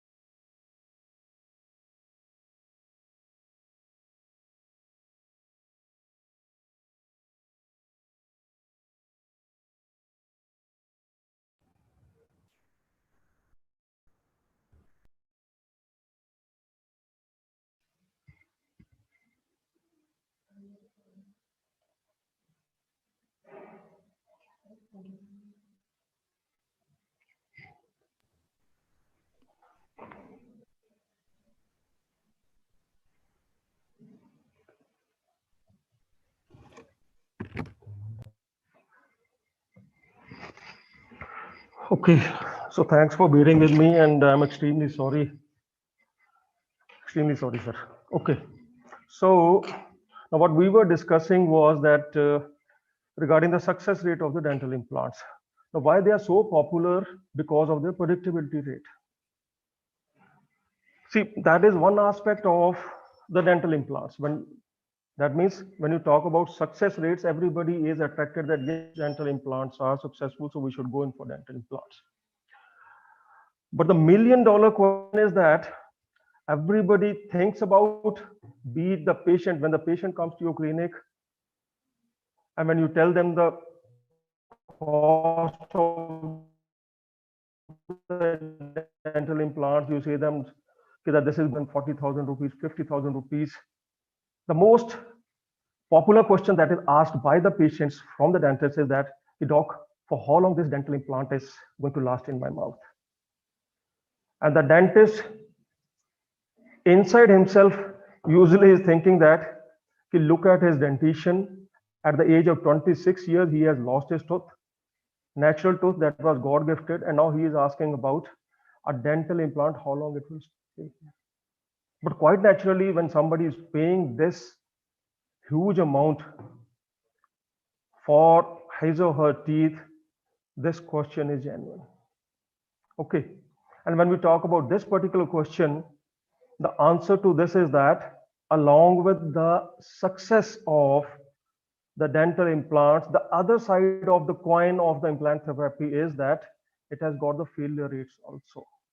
And different studies, they have shown that on an average, there are around 7% of the failure rates of dental implants. And when we talk about the failure rates of dental implants and try to classify them into early and the late failures of the dental implants, you will find that almost 60% of the implant failures fall in the category of the late failures. And that is something which is related to my presentation today, that is the maintenance of dental implants. Okay. Now see, there are always two sides of a coin. When you toss up a coin for a toss, there is so much of luck in the playground, which plays a role that whether I win the toss or whether I lose the toss. But as far as dental implant therapy is concerned, the two sides of the implant therapy coin, that are success and failure, mind you, my dear friends, they are not dependent on the luck. It is determined by the skill of the clinician. Lot of planning goes into this. Lot of hard work goes into this. That is what determines the implant success. Okay. And on this screen right now, you can see that there are different factors which ultimately determine the success of an implant. Nymphia ma'am, I was listening to her lecture in the morning. She was describing about the different factors of the success of the dental implants. And the most important out of all these factors, if you talk about, is what you call as the mobility. Okay, whether it is the primary mobility, primary stability, or the secondary stability, ultimately it is the mobility which defines the success of the dental implant. Now we will see later on that what are the different factors that cause this mobility of the dental implant. Now in this particular figure, you can see that this is an IUPA X-ray which is clearly showing us both the cases, that is an unsuccessful implant and on the other side a successful implant. Now before we go into the details of the implant maintenance therapy, we also need to know what are the different type of implant failures. Okay, there may be a long list of there may be different classification systems for the implant failures, but I have restricted myself to only a simple classification system which all the students can understand, which all the general dentists, which all the general practitioners can also understand. And by that I mean that implant failures either could be early failures or they could be late failure. And in the simplest of simplest words, the early failure means a failure of the dental implant which occurs before the osseointegration has taken place. While the late failure is the failure of the implant because of the failure in the osseointegration. And normally it is considered that the early failures are primarily because of the results of surgical and the post-operative complications, while the late failures are mainly because of the excessive load or the infection. And it is this thing, that is the infection part, we are mainly going to focus on today when we talk about the implant maintenance therapy. Okay, now in this particular figure, you can see that there are different conditions that have been shown to depict different type of implant failures, be it primary failures, be it secondary failures. But out of all these type of failures, what we are concerned about mainly today is the fourth figure, that is the periimplantitis, the one which is there in the yellow color. Why so? We'll discuss later. Now see, my opinion is that if somebody's mind doesn't know what exactly a particular thing is, his or her eyes also can't see that. So that way, if I don't know what exactly is the etiology of the implant failure, I cannot go in for the implant maintenance also. If I want to know the different methods of implant maintenance, I must be aware of the etiology of the implant failures also. So as far as the different etiological factors of implant failure are concerned, these are the main etiological factors, that is the infection, tissue trauma, which could be due to overheating of bone or could be due to the pressure necrosis, overload, and of course a long list of iatrogenic factors also. And apart from these etiological factors of implant failure, there is a list of important risk factors also.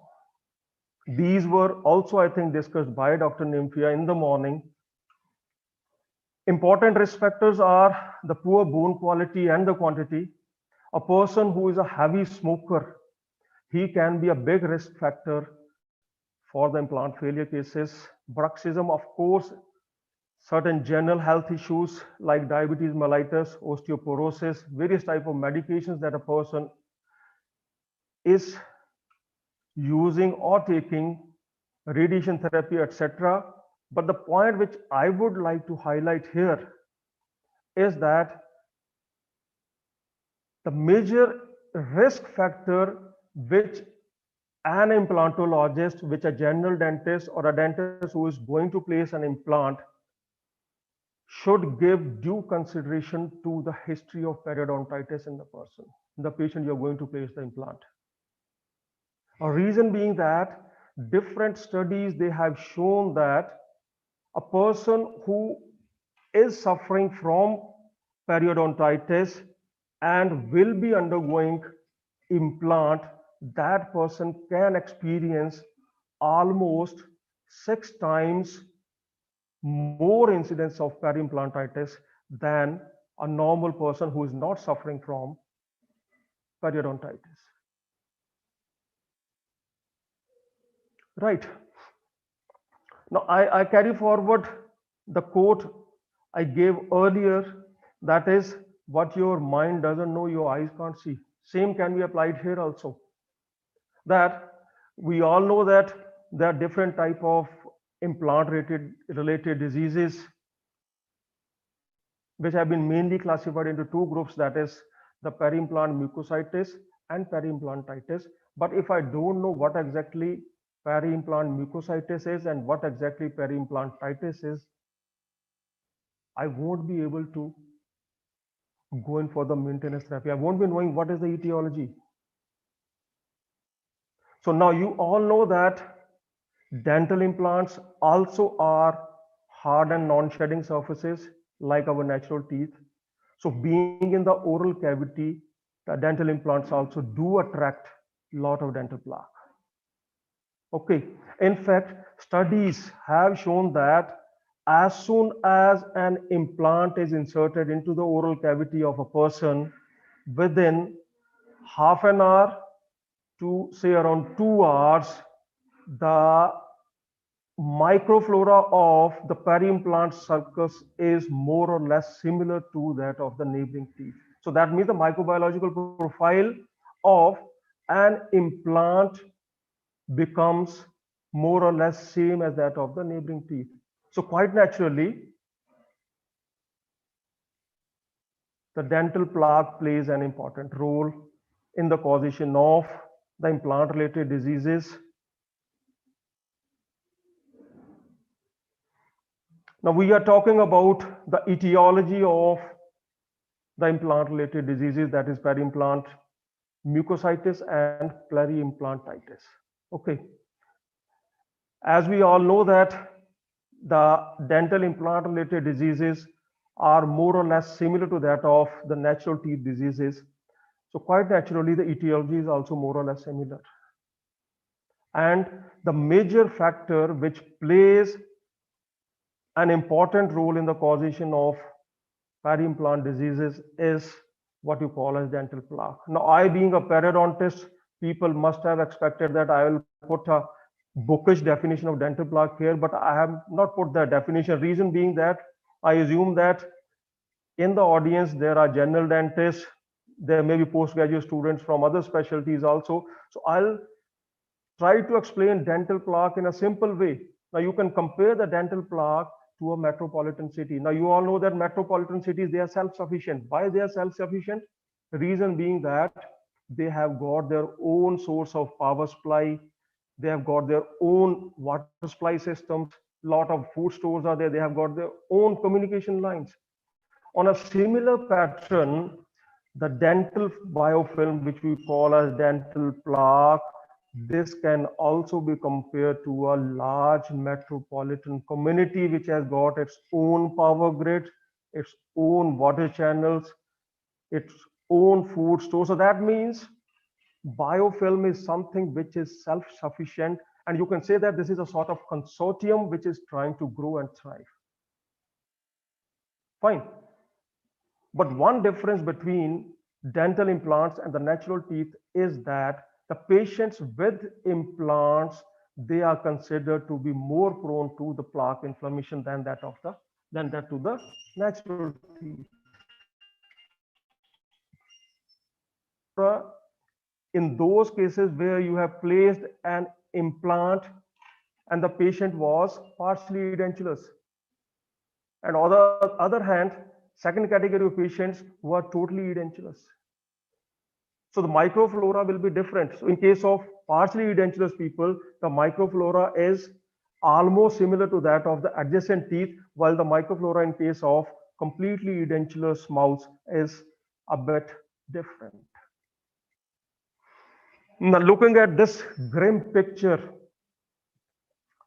no doubt everybody would say that there are so many factors which could have played a role, which have contributed to this picture. But to me, the most important factor is this sticky layer which has formed over these threads over the exposed surface of the implant. And that is what is dental plaque.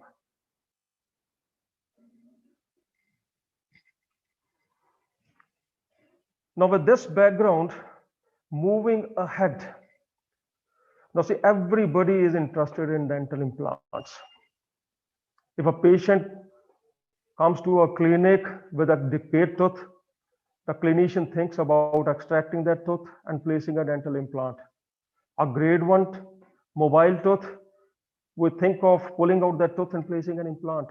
But mind you, my dear friends, placing an implant, as Dr. Ashish was telling in the morning hours, may be easier, but to maintain them on a long-term basis in the oral cavity is something which is very, very difficult. So for that purpose, you need to choose what exactly you want to have, whether the implant you have placed in the patient's mouth, you want to have a picture like this, a picture like this, a picture like this, or ultimately a picture like this. Or you want to have something like this, a picture perfect. So no doubt everybody would like to have a picture like this.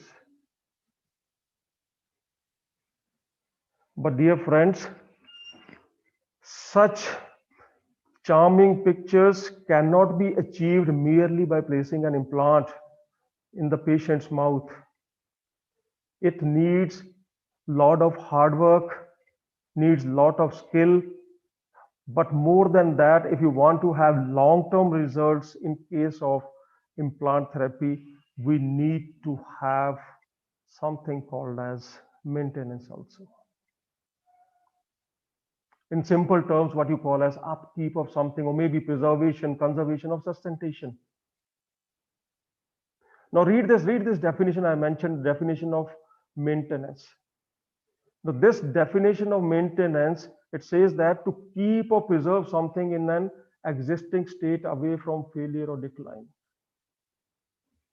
But is it something which is achievable in cases of dental implants? Everybody will think in negative terms. No doubt,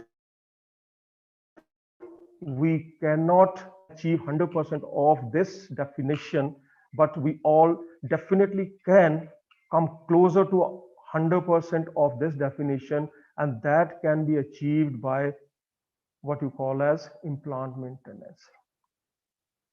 See, while preparing this presentation, I was referring to the literature. And in one of the article which I came across, that was mentioning that maintenance cannot be related to the process of prevention. But I totally disagree with that statement. And hopefully, I think you all also will agree with me that the concept of maintenance, or rather what I'll say, that the concept of prevention is something which is inbuilt in the concept of the principle of maintenance. If you talk about the primary prevention, you talk about secondary prevention, or the tertiary prevention, every aspect of maintenance will have a bit of prevention included in that.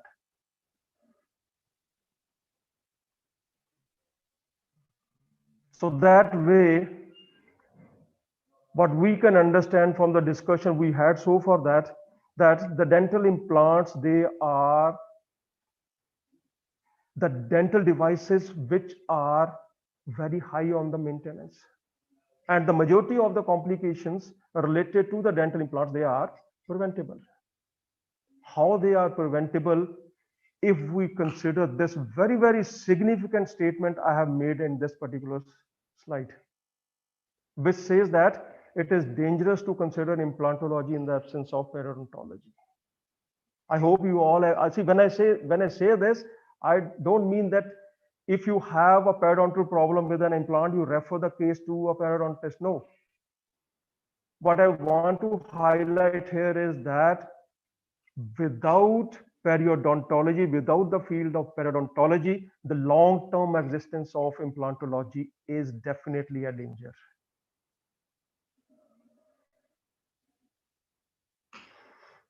So with whatever discussion we had so far, the statements which I can surely make from this discussion are that it is impossible to separate the health of the implant from the periodontal health of the natural teeth. It is really important to treat the periodontal diseases before implant placement. Many of the practitioners, you know what they do? The moment the patient enters the clinic, the first thought that comes to their mind is that grab the patient, drill the hole and nail the hole without realizing that how is the overall health status of the patient, how is the overall oral health status of the patient. So different studies, they have shown that if you want to have good results, it is always advisable that you first of all must treat the periodontal disease in the patient's mouth, and then we should go in for the implant therapy. And the patient and professional maintenance care should be an integral part of the implant therapy. And of course, the rigid surveillance is needed for all cases of implant, but definitely in cases of those cases which are vulnerable to peri-implant diseases. As I said earlier, those cases especially where the teeth have been lost because of the periodontal diseases. Okay, so with this discussion, now we move to the exact topic we wanted to discuss, that is the role of maintenance phase in the maintenance of, or rather what I'd say, the long-term maintenance of the dental implants in the oral cavity. Now, majority of the students must be familiar with this particular flow chart which is there on the screen. Now, this is a flow chart which tells us the treatment plan we are supposed to follow when a patient visits our clinic. Okay, so which consists of 4 phases. You all know, I'll just rush through this: phase 1, phase 2, phase 3, and phase 4. Okay, now when I was a BDS student, this flow chart used to be in a different way, not something like this.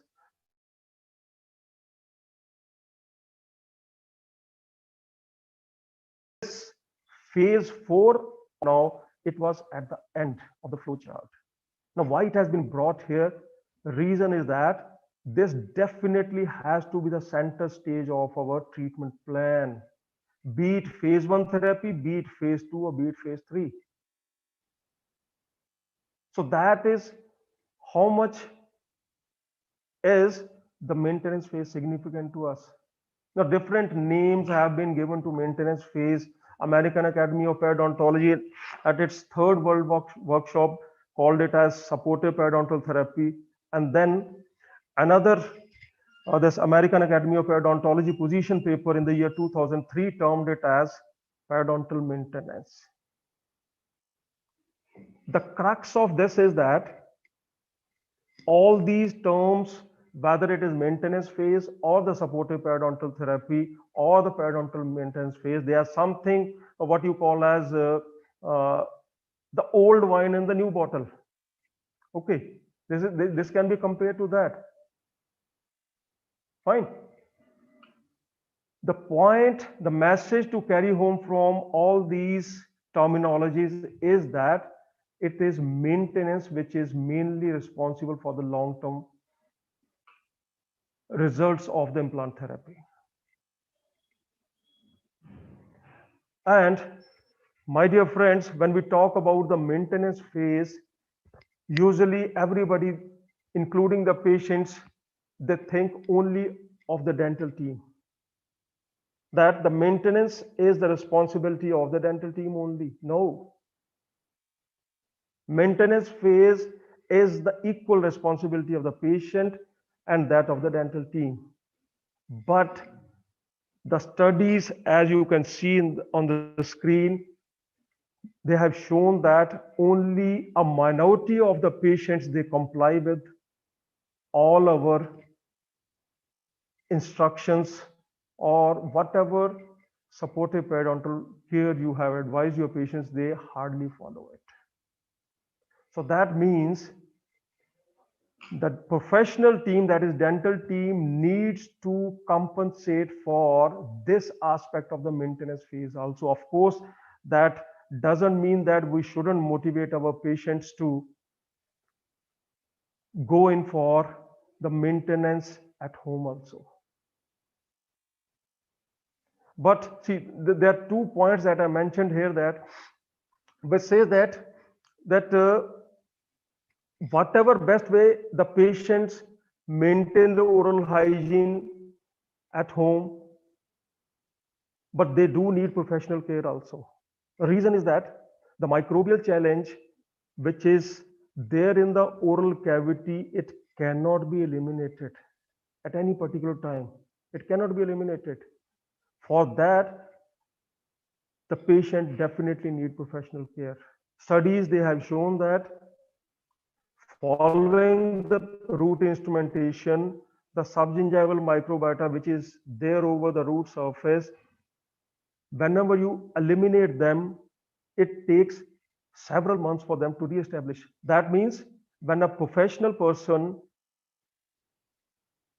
do the scaling, root planing, or other types of the periodontal therapies, the microbiota is disturbed, which cannot be achieved by a patient at home. So that way, the professional maintenance care is very, very significant, considering that the patients cannot reach all the parts of the oral cavity. I'll just skip this slide. You all are familiar with this phenomenon, I think. Now, I would like to draw your attention to this particular statement, all of you.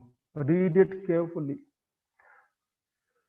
Now, earlier, majority of the people, they used to think that, no doubt, dental plaque is an important factor in the causation of peri-implant diseases, but a lot of credit was given to other factors also. But this consensus report of the 7th European Workshop on Periodontology, it states that the peri-implant infections are always caused by plaque and its products. So that means if we want to achieve long-term results of our implant therapy, regular removal of the dental plaque from the peri-implant tissues is a must. Okay, now somebody can ask me that, so why is it so that the implants are so maintenance intensive than of the natural teeth? When we say that we exactly want to imitate the natural teeth when we place the implants, but despite all our efforts so far, there are still so many differences between an implant and that of a natural tooth, because of which the maintenance which is required for an implant in comparison with that of a natural tooth is definitely more intensive. And the reason is that there are differences in the soft tissues, the way the soft tissues of an implant, the soft tissues surrounding an implant, they attach to the implant surface. And of course, the way the disease progresses in case of peri-implant tissues and that in case of a natural tooth. Now, if you compare a natural tooth with that of an implant, what you will find is that in case of a natural tooth, where the collagen fibers in the gingiva of a natural tooth, they are organized very nicely and they are inserted into the cementum. They are inserted in the tooth. While in case of implant, there are very few collagen fibers which are not lying perpendicular to the tooth surface or to the implant surface, rather they are running parallel course to that of the implant surface. And mind you, they are not inserted into the implant surface. So that means in case of dental implants, the union of the mucosal tissue or the gingival tissues to the implant surface is only by means of the so-called junctional epithelial attachment, which is nothing more than an adhesion, or you can call just as a seal. And because of this weak junction between the soft tissues and the implant surface, the progression of the peri-implant diseases in case of implants is faster and it gains a direct pathway to the bone surface, which in case of normal teeth, normally it passes through the connective tissue, which can ward off the infection, but here it directly reaches the marginal tissues, that is the marginal bone. So because of which the incidence of the peri-implant related diseases in comparison with the natural teeth is relatively higher, and the damage is more in case of the implant related issues.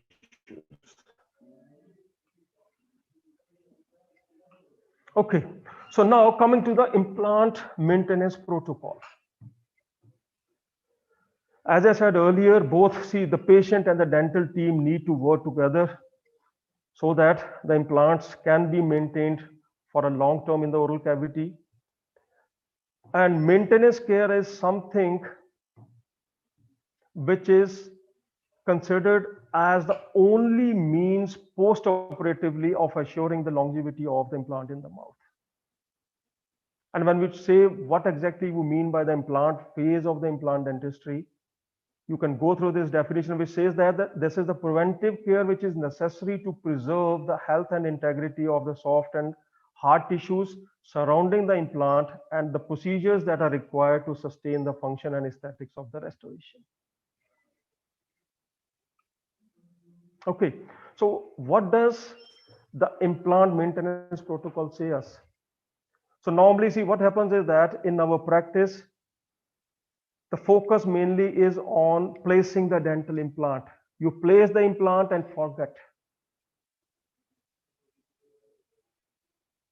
But if you go through the literature says that the danger zone for implants is 3 to 8 years post-operative. That is 3 to 8 years after placing the dental implants comes the real challenge of the dental implant. It's not that if I have successfully placed the implant, the first thread is covered by the bone, there's no mobility, my job is over. No.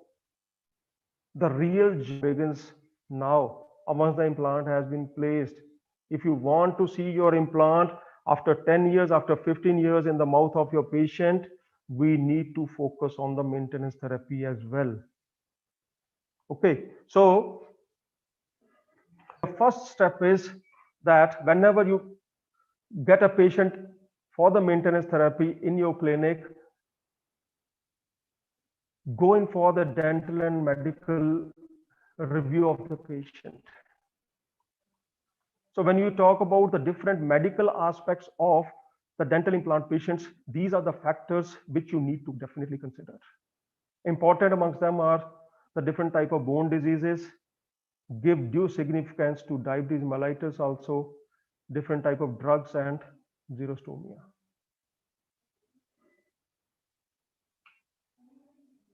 And in case of dental review, these three things definitely should be taken care of. That is whether patient has undergone any recent dental treatment, because see this pushes the dental implant treatment maybe toward in a different direction also sometimes.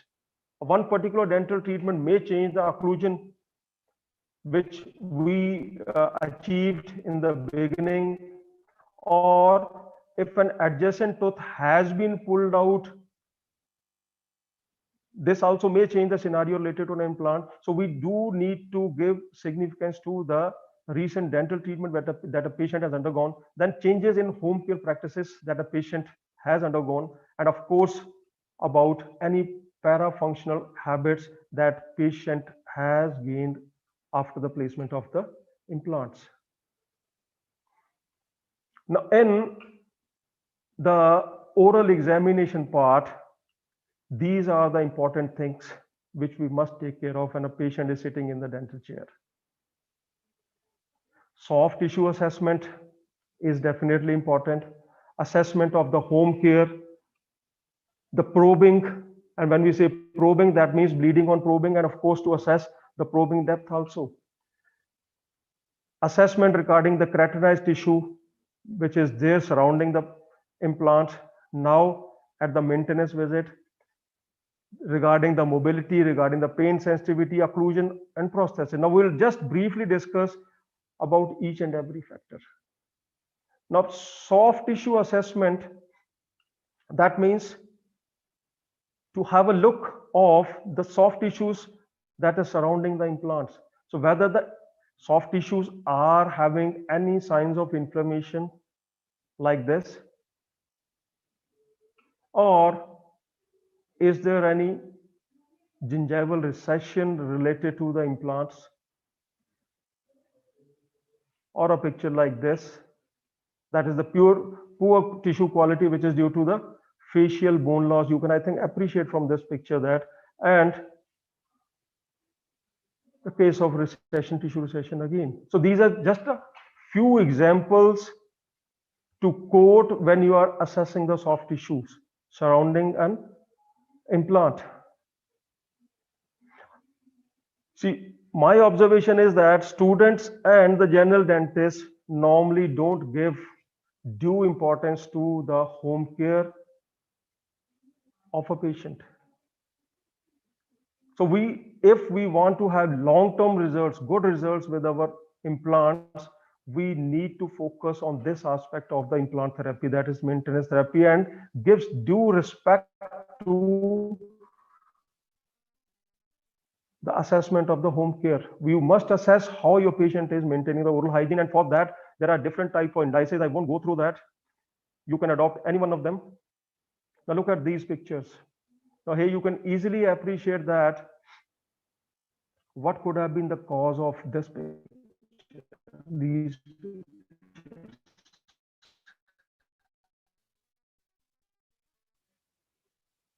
definitely. Okay, so probing is the second aspect which we should give consideration to when you are examining the implant case. Now, many times the question is asked that whether we should go in for the plastic periodontal probes or whether we should go in for the metal periodontal probes. So my answer to that is that no doubt the plastic probes are suitable for this, but metal probes can also be used provided you know how to use them. And when I say this, that means when you don't damage the implant surface. You should be careful while using metal probes that they don't touch the implant surfaces. And one major difference when you're probing implants related soft tissue to that of the normal teeth, your natural teeth, the difference is that the attachment of the soft tissues in case of implants, as I said earlier, is only through the junctional epithelial attachment system in implants, so which are delicate and you can definitely injure them. If you apply a lot of force, you can pierce through the epithelial attachment and you can reach the bone. So that's why less probing force of around say 0.2 to 0.3 Newton is what has been suggested while probing in cases of implants. And for evaluating the bleeding on probing, a force of around 0.15 Newton.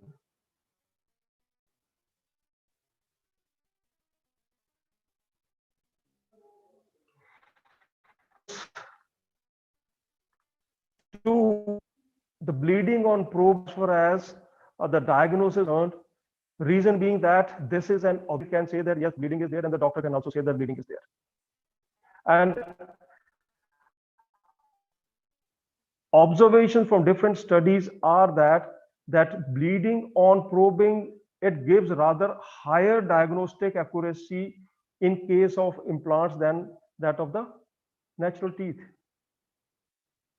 And you can very well appreciate this fact from these figures that in case of peri-implant mucositis, there are 67% instances where you see bleeding on probing, while almost 93% of the peri-implantitis cases, they will show bleeding on probing.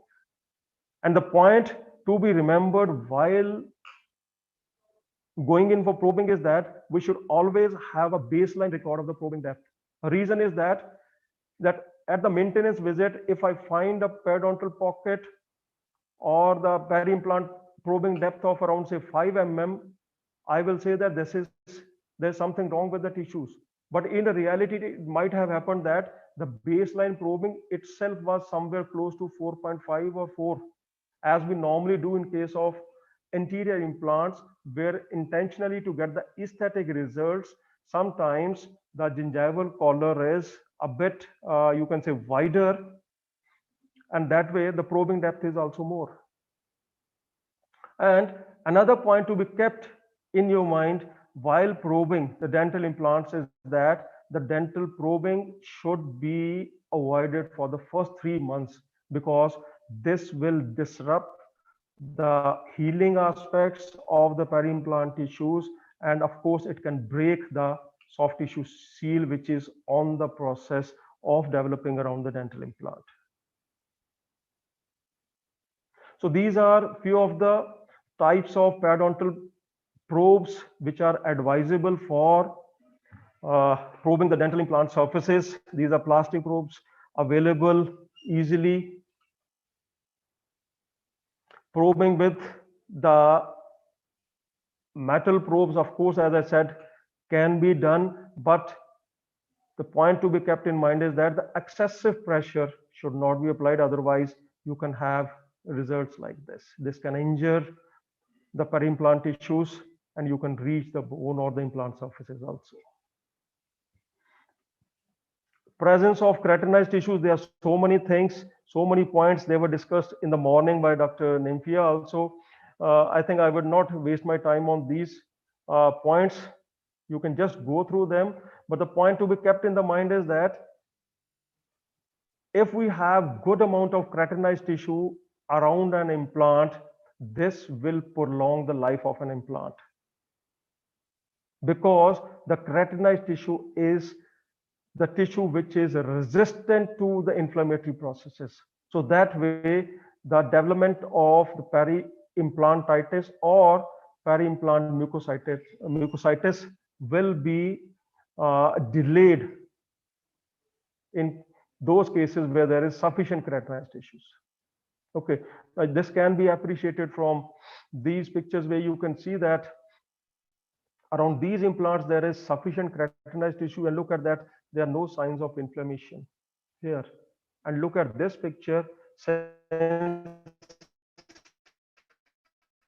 there is hardly any keratinized implant, you can see the dental, the mucosal recession is there, and along with that there is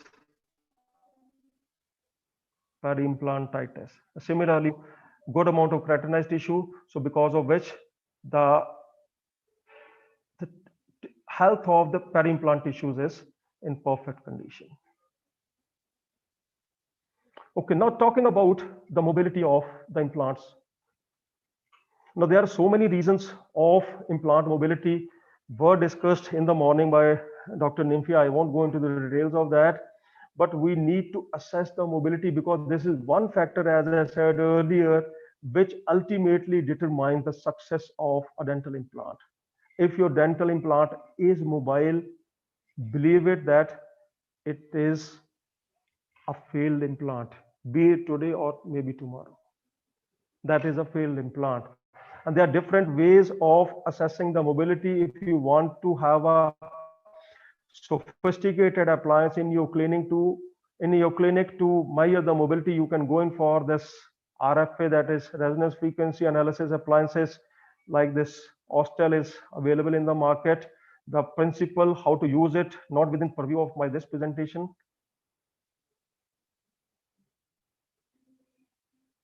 I'll skip this slide also. Now see, it's not that always the mobility of the implant and the implant related prosthesis is because of the mobility directly that of the implant. May not be that always. Okay, so sometimes it could be because of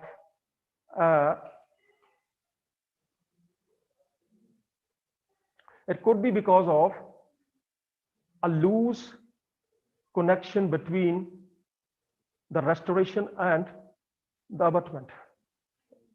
Okay, the cause of the mobility of the implant? Is it only because of the loose connection between the restoration and the implant, or is it significantly because of the loss of osseointegration of that of the dental implant?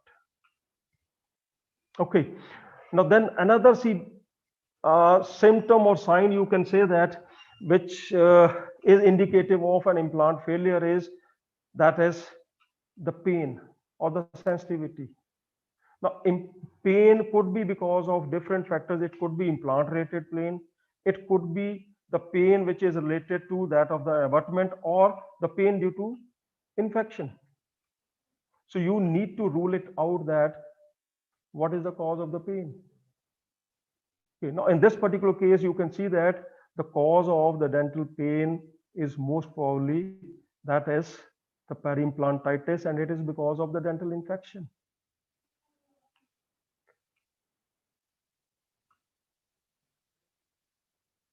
While in this particular case, you can see that there is a loose connection between the implant and that of the restoration. Okay, now this loose abutment is hurting the tissues here. It has caused inflammation. So we need to manage this, and this can be done simply by excising these overgrown tissues here, which could either be done with the knife, or if you have a tissue punch, you can go in for a clean punch of the tissue surrounding the implants and replace the abutment because of the loose abutment. Then next thing is that, as I said earlier, that the two major factors which are responsible for the periimplantitis are the overloading and the infection. Now, overloading could be due to different reasons, but one of the reasons, if we talk in terms of the long-term stability of the dental implant, is change in the occlusion. Sometimes what happens is that the occlusion which you achieved at the first appointment when the restoration was placed in the patient's mouth, that occlusion may not be maintained after 3 years due to different factors. So at every maintenance visit, we must check the occlusion of the patients and try to locate whether there are any prematurities in the occlusion. If there is something wrong with the occlusion, we need to correct it. Now see, there could be some prosthesis related complications also with the dental implants. So that also we need to check at each implant maintenance visit. These complications could be something like the fractures of the restorations that you are given, okay, or there could be the fracture of the implant itself. So we people need to rule out that. And if there is anything wrong with the restorations, many times we need to change the restoration. See, I'm trying to just rush through since time is less. Now see, this is an important thing. I'll just spend 2 minutes here and then I'll move ahead. A radiographic evaluation. So far what we have discussed is the clinical evaluation. Now radiographic evaluation, see, this is a significant thing because implants are something which are there in the bone and we cannot see the condition of the implant and the peri-implant tissues as they are in the bone. The only means of having a look at the implants is through the radiographic means. So this is an important part of the maintenance phase, that whenever a patient visits your clinic for the maintenance phase, we should go in for complete radiographic evaluation of the implants. And the type of X-ray which I would suggest for assessing the implant and the peri-implant tissues is a vertical bite wing X-ray, which is the ideal one. IOPAs can be done, but they are not ideal, and even the OPGs are not ideal. Okay, now when to go in, when we should go in for X-rays. So what is advisable is that after placing the implants every 6 to 8 months,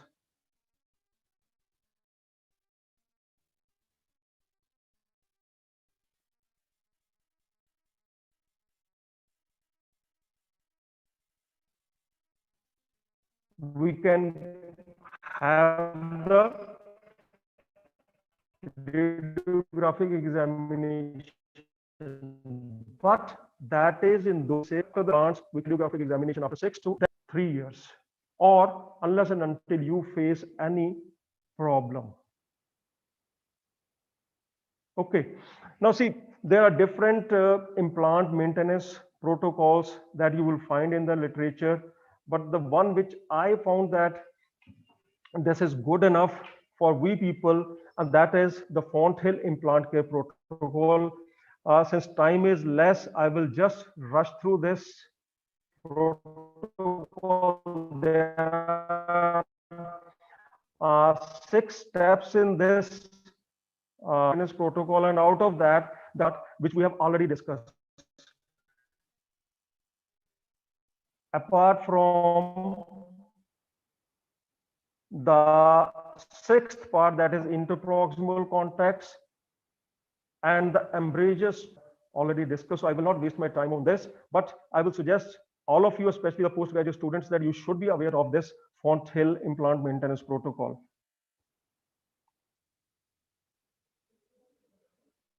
Okay, now how to diagnose the peri-implant diseases? I think Vikas, shall I skip this also? Yeah, sure. Sure, do it. Because I think students must be aware of this, and moreover, time is less. Okay, yeah. I'll just skip through these few slides, and then we will rush to the maintenance visit. Okay. Now, the frequently asked question is that sir, after how many months I should call my patient for the regular maintenance visits? And the answer to this is that after how many months normally for your periodontal maintenance visit you call your patient. And if you people remember that studies, they have shown that the formation of dental plaques, especially around peri-implant tissues, it takes around 3 months. As it is quoted here by this study, that is Zitzman et al., who reported that the peri-implant mucositis may exhibit apical progression only after 3 months of plaque buildup around dental implants. So that means the 3-month maintenance regime is the one which is ideal one within the first year of implant placement. Right?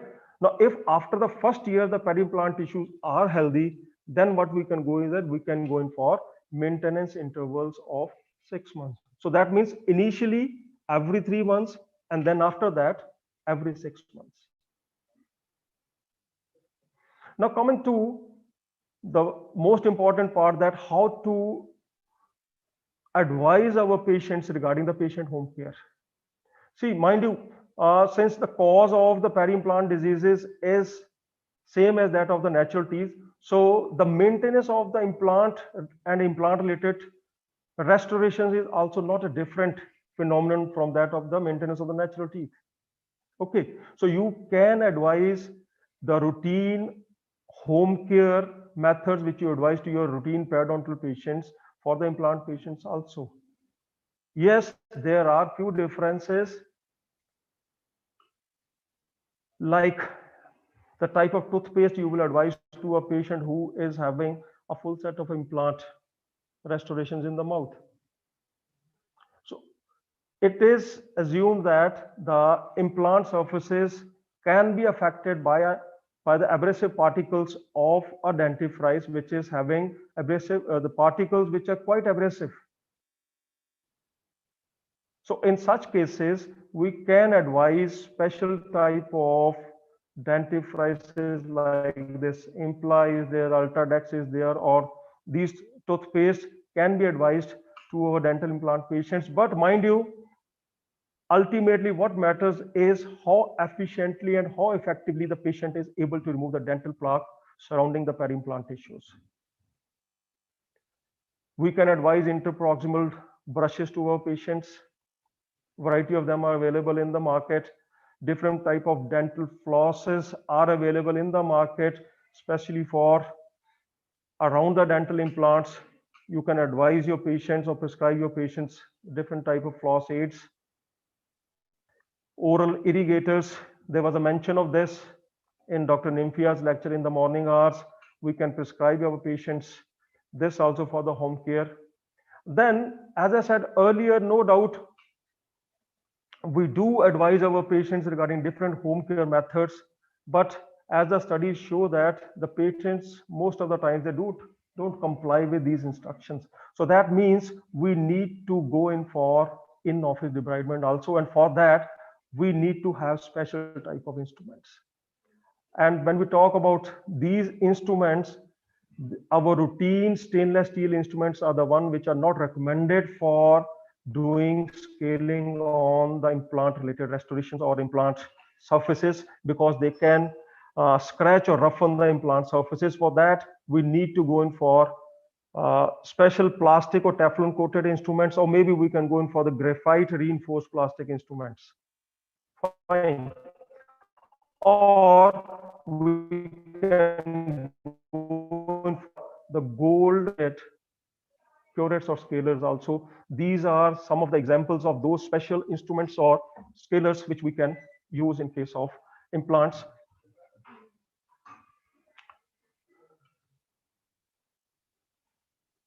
See, you can use your ultrasonic scalers also on the implants, but they need to be covered with a nylon or plastic sleeves are available. You can put them there over your regular tips, and you can use the ultrasonic scalers also. Or with some scaling systems, there are some special type of plastic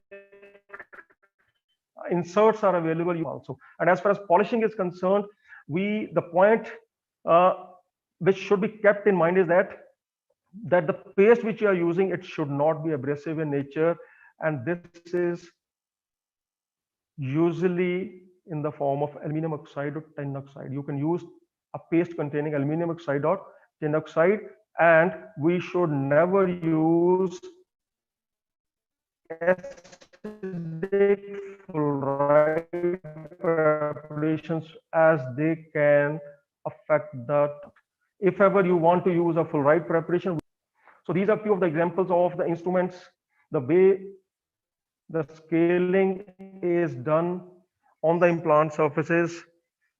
Here is an example of that ultrasonic scaler, which is the tips are covered with the protective sleeves. You can use them.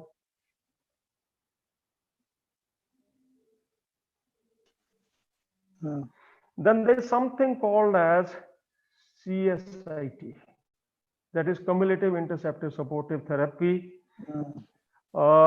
Time is less. I will just skip through this. I'll advise all my students and friends to go through this CIST therapy for the maintenance of implants. I'm extremely sorry, Vikas sir and all the teammates, that I could not cover some of the important aspects related to my presentation.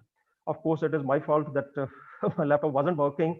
But I end up my presentation by saying that look at this so pleasing picture, isn't it? It's looking so beautiful, and you feel that you should kiss the hands of the person who has created this beautiful landscape. Thank you. Thank you, Dr. Bajisan.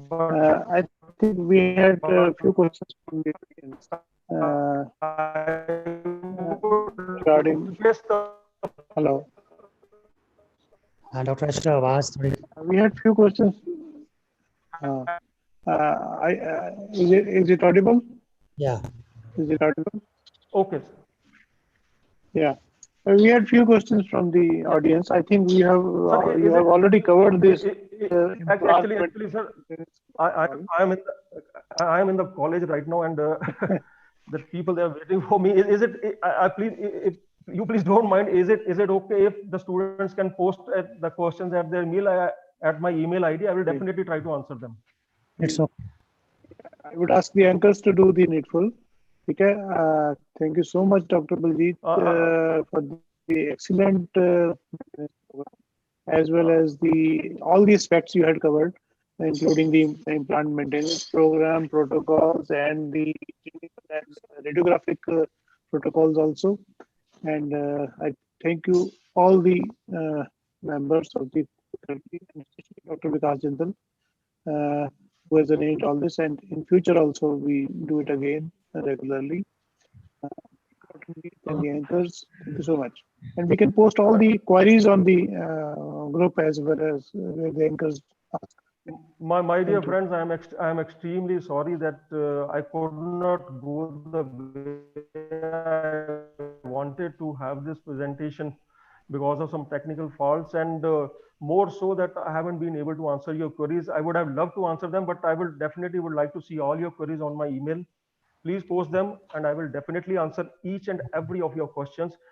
And I'm really thankful to Vikas sir and all the team members of this World Dental Congress for giving me a chance to speak at this important platform. Thank you so much. Love you all. Thank you, sir. God bless you all.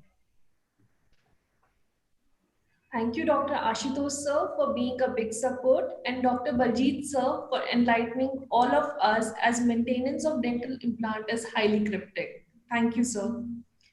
Coming over to the last and most important session of our congregation. It is said that educators have three loves: the love of learning, the love of learners, and love of bringing first two loves together. Who better to show us the path to success and passport to zenith of glory than our own respected Sir Dr. Vikas Jindal? Yatha chittam tatha vacho, yatha vachas tatha kriya, चित्ते वाची क्रियायाम च साधु नामे करूपता। अर्थात जैसा मन होता है वैसी वाणी होती है, जैसी वाणी होती है वैसे ही कार्य होता है। सज्जनों के मन, वाणी और कार्य में समानता होती है। We take this humbling opportunity and feel honored to welcome you, sir. Over to you, sir. Welcome to you all once again, and great thanks for joining us. As a small announcement, that we have got 6 CD points from Dental Council of India. You don't need to send it to the group.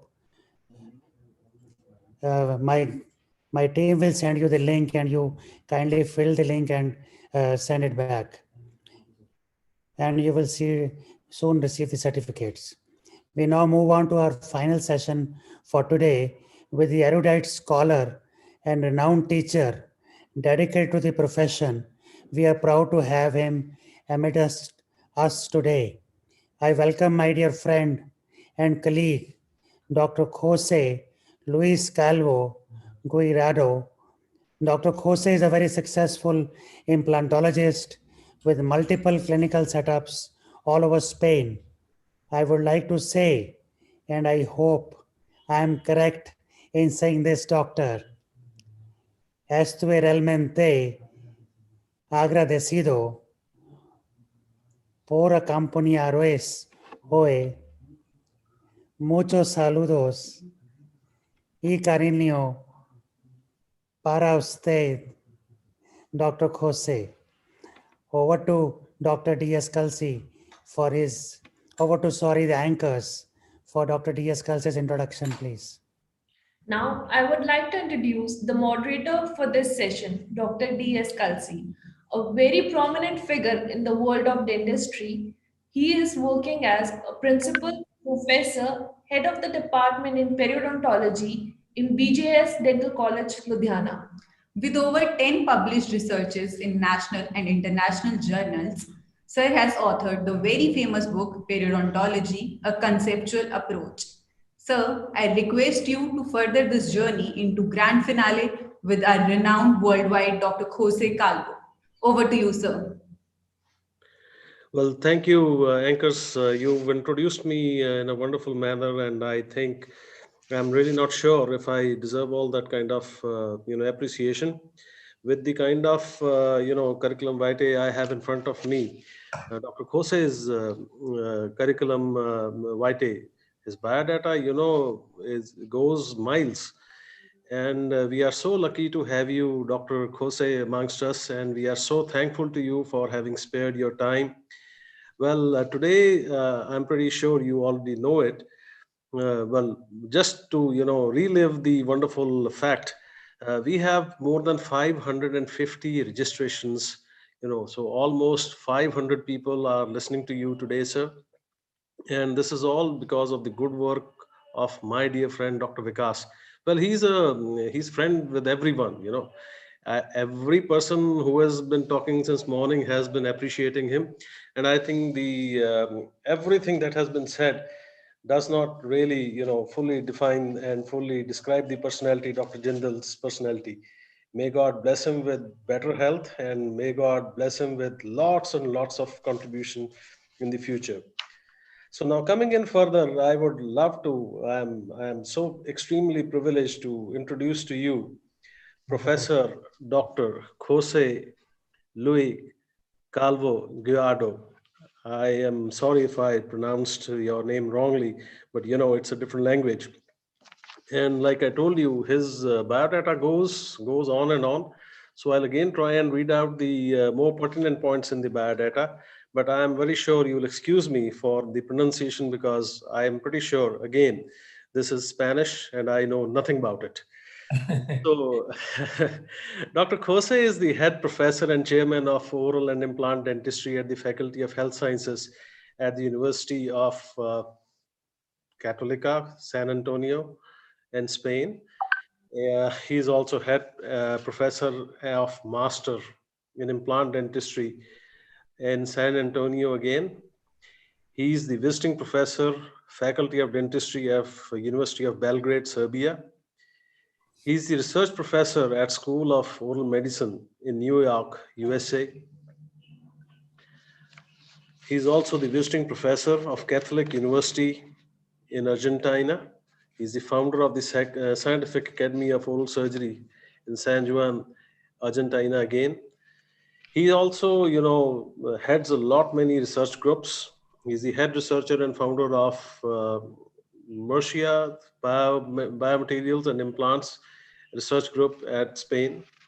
He's bio-doctor in dentistry and biomaterials bioengineering in University of Elche, Spain.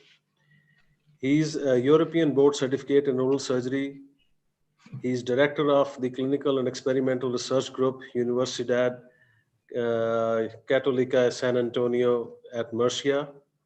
He's director of the International Dentistry Research Cathedra, University of Católica again.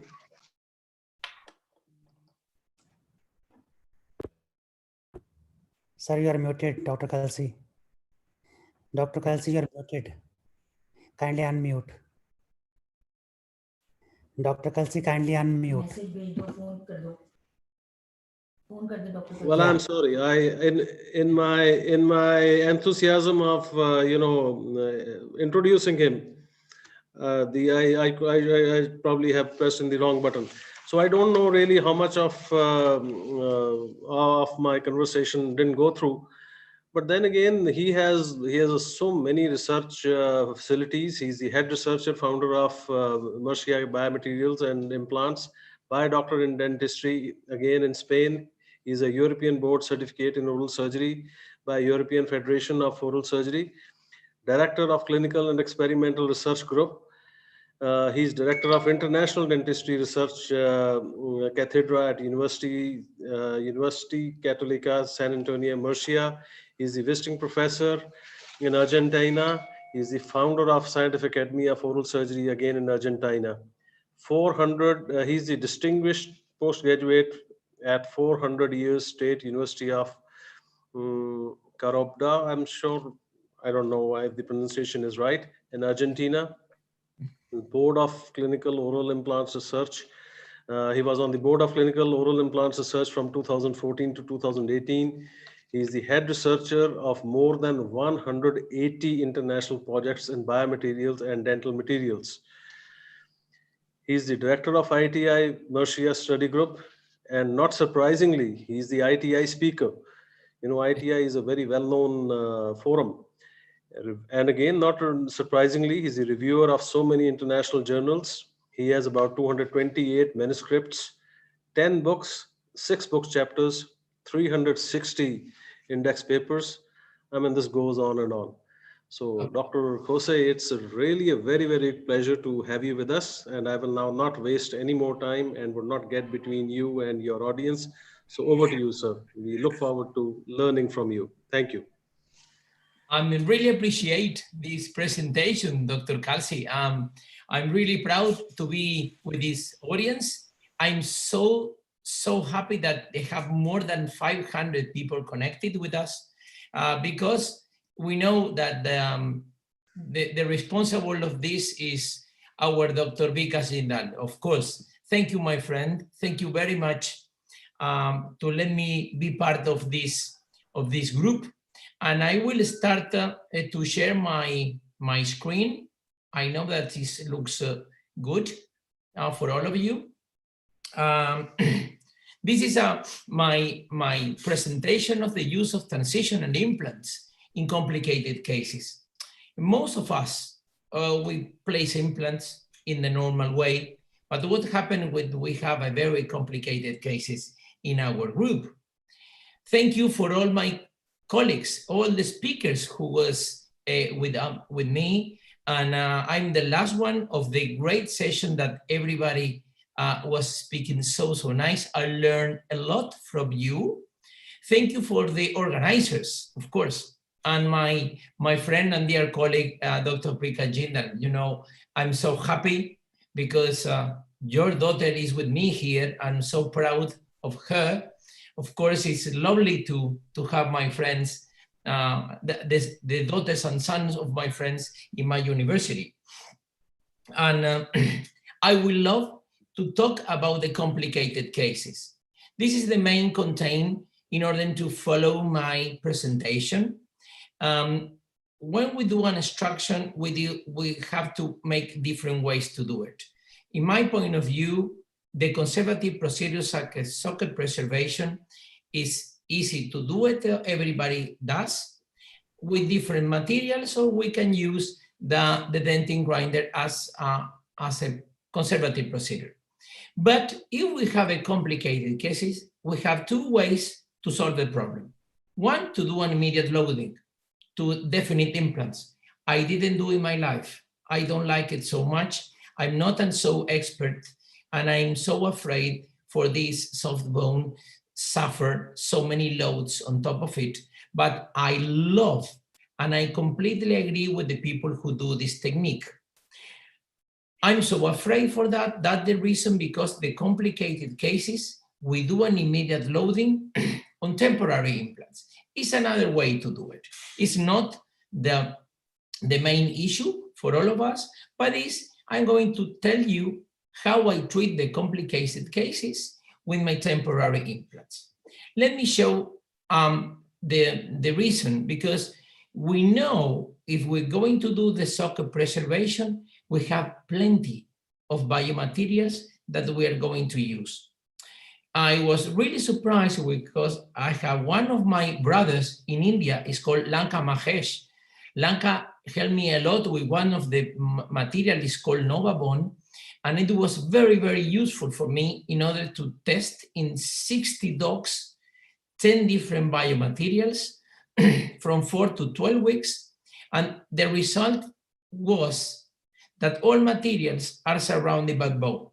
Most of them more new bone, such as the autologous Nova Bone and some osteosynth materials, but the other ones must be more osteoconductive materials with some biomaterials that we are going to find.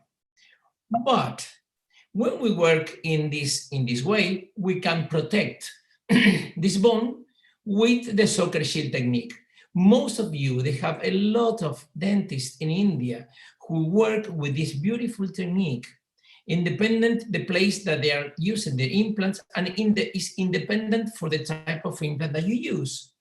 But this technique is called root T-belt. It's like a root, like a belt protecting by all the root. You must have at least more than 3 millimeters of thickness of this remaining tooth in order to protect the implant in the socket shield.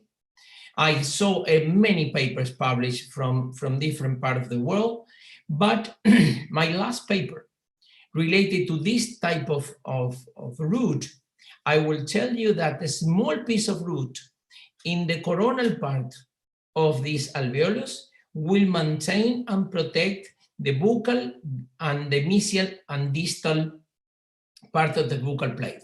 This is another way to protect or to do a socket preservation. But in my point of view, when you try to use different material, the dentin grinder will help us a lot in order to protect the bone. Because so easy to understand that the bone and the teeth are made up in the same way. Look at this. This is the enamel of the tooth, the dentin, the cement, and the pulp. This is a very nice slide sent by Dr. Hilde Morales, the daughter of the main genius of Bioneer. It's called David Morales Schwartz, that was in India many, many times. This socket preservation, the bone is exactly the same form as a dentin. You know, you have a 20% of water, 30% of organic material, and the mineral is close to the same. When we use this, it's in order to use into the alveolus, because they have a very nice osteoinductive properties. But if we're going to build up the complicated cases, we cut the crown and we use the crown alone, grind it in order to repositioning the bone on the buccal plate, because it will never be resolved. We published many, many papers that this material is very useful for socket preservation, for sinus leaf augmentation, and also especially for repairing the bone defect. But if we use this type of material, if we can mix the enamel and the dentin, also can be useful, but we not have a lot of surrounded bone. We will have more soft tissue, but we can get at least 72% of new bone that is going to be built up during the days, till 90 days of the dog is at least more than 6 months in the human beings. We will have 70% of new bone. But what is the key point of this? The key point is when you use this material in order to protect this socket preservation, you can have a very nice induction for this material when you have some different demineralization with ADTA. And you can have at least more than 50% of this particle with intra and extra porosity. This helps us to go and to let the blood vessels come into these surfaces, and then can be resolved as soon as possible. But this is only for socket preservation, but we are going to start in the complicated cases, especially with the temporary implants. This paper was published in 2018, and most of the people coming from the old-fashioned technique going to the transitional implants, because they can help us in order to protect the definite implants when you have some complicated bone and so on, some difficulties. Which are the indications for these temporary implants? They provide a fixed provisional prosthesis for this protecting on osteografted site. They protect and they provide stability of this surgical stent during the implant placement. And also they protect the aggressive loads or excessive loads on top of definite implants. They maintain the soft tissue. They maintain the mastocytory and aesthetic function. Also can be used as an orthodontic anchor, stabilize existing denture in senior patients, especially in people who are from 80 to 90 years old. And also is very, very useful for my young patients. They have congenitally missing lateral incisors, and you can place this implant. You can wait till the age is related to the prosthetic weight to place, and we can wait at least 3 to 4 years, and you can maintain the width of this buccal and lingual plate, and also the height. You can reduce the resorption, especially for the teenager, and you maintain the soft tissue. But they have some contraindication from this implant. When you have a bone splitting, because they have no any support, they having to move the bone from side to side, a very low pore density of bone when you have, especially in the back area of the maxilla, or when you decided to have a huge bone reconstructions in the maxilla or mandible. They have, these are the two temporary implants we are going to talk about. This called TR or TRMI, coming from Bionair, and they have no threads in the collar area, especially for the soft tissue integration. As the last speaker talked about, the most important thing, the differences in between the implant and the tooth, because the collagen membranes, the collagen fibers must go on top of the Polish collar. They have only one piece, titanium grade 5. They have a thick collar area. The pitch in between the threads is the 0.8. They have long threads in order to establish in the soft bone and try to support the loads on top of these implants. They have 2.7 millimeters. It's so thin. They have primary stability in all of them. The surfaces of the implants are treated like a Bionair dental system. It's called BioEdge.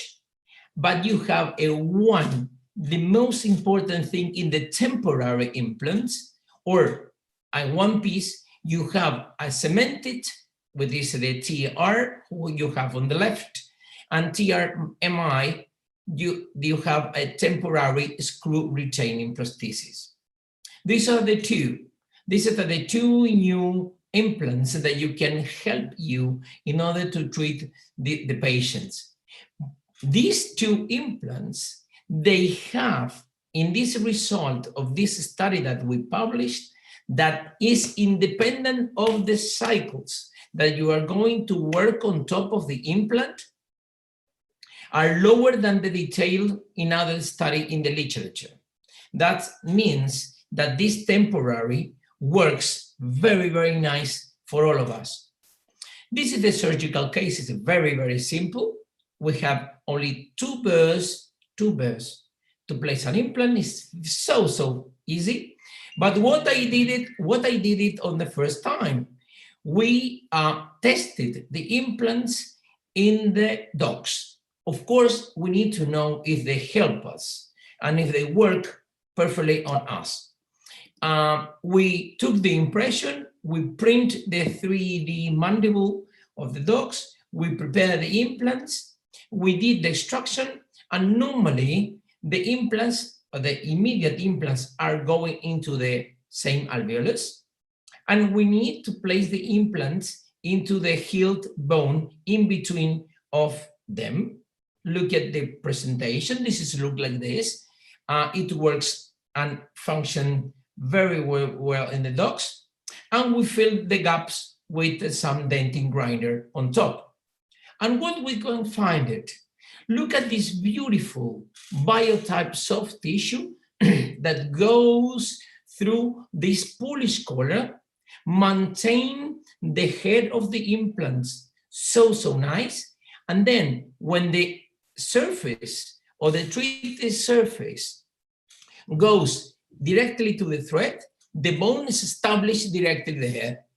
And another key point that we have with our dentin grinder is that the dentin grinder could help us in order to rebuild a little bit our crest, but if are formed by some collagen protein, they can mix into this beautiful soft tissue. Also, they protect them, and they also helps our implants in order to rebuild this bone. We're going to show you one clinical case in order to illustrate how is the way we work in this type of patients. This is a periodontal patient, a heavy smoker, and we are going to place the implants in the upper maxilla. This is the CBCT, and this implant is called an antenna implant. It's for the connection, for the Wi-Fi. You know, I don't understand which was the reason of this dentist to place one implant in the middle of the maxilla. It's like an antenna, especially for the Wi-Fi. And this is the situation that we have. It's so funny when the patient comes to me and say, Professor, what we are going to do with implants? We are going to connect with my Wi-Fi of my office in your implant, because it's so understandable which was the reason. But in my point of view, we decided to take all the teeth out. This is the lower jaw. We make a 3D printing upper jaw, and we decided to use the TR implant on the upper jaw. We take it out all the infected interproximal gums. We did the extraction of all the teeth and also the antenna for my Wi-Fi, and we prepare the teeth as in a tooth in a Cometa Bio machine. In the tooth grinder, we grind the teeth, we prepare, we clean it with this dental cleanser for 10 minutes. We use the ADTA for 2 minutes, only the partial demineralization in order to help the bone. And then we wash after 3 minutes with this. In 15 minutes, the graft was completely prepared. And this is the autogenous graft for all our patients. And you can mix, if you want, with some autogenous bone, and you can get a very, very, very amazing bone in order to rebuild this bone in this patient. And what is the amount of teeth that we are going to use? If you can take at least more than 10 teeth, 10 teeth is around 6 grams of particulate dentin graft. 6 grams are about more or less 18 cc. If 1 cc is 180 euros, 18 cc is at least more than 160 euros. You save this money, you help the patient, you reduce the cost, you can use as a biomaterial. In all the patients that you can only to help them, you can also use the dentin graft. For me, it's very important. And on the other hand, you must use a right implant in order to protect this more stability, especially 1 to 6 degree design, the soft collar, the long threads in order to establish in the soft bone.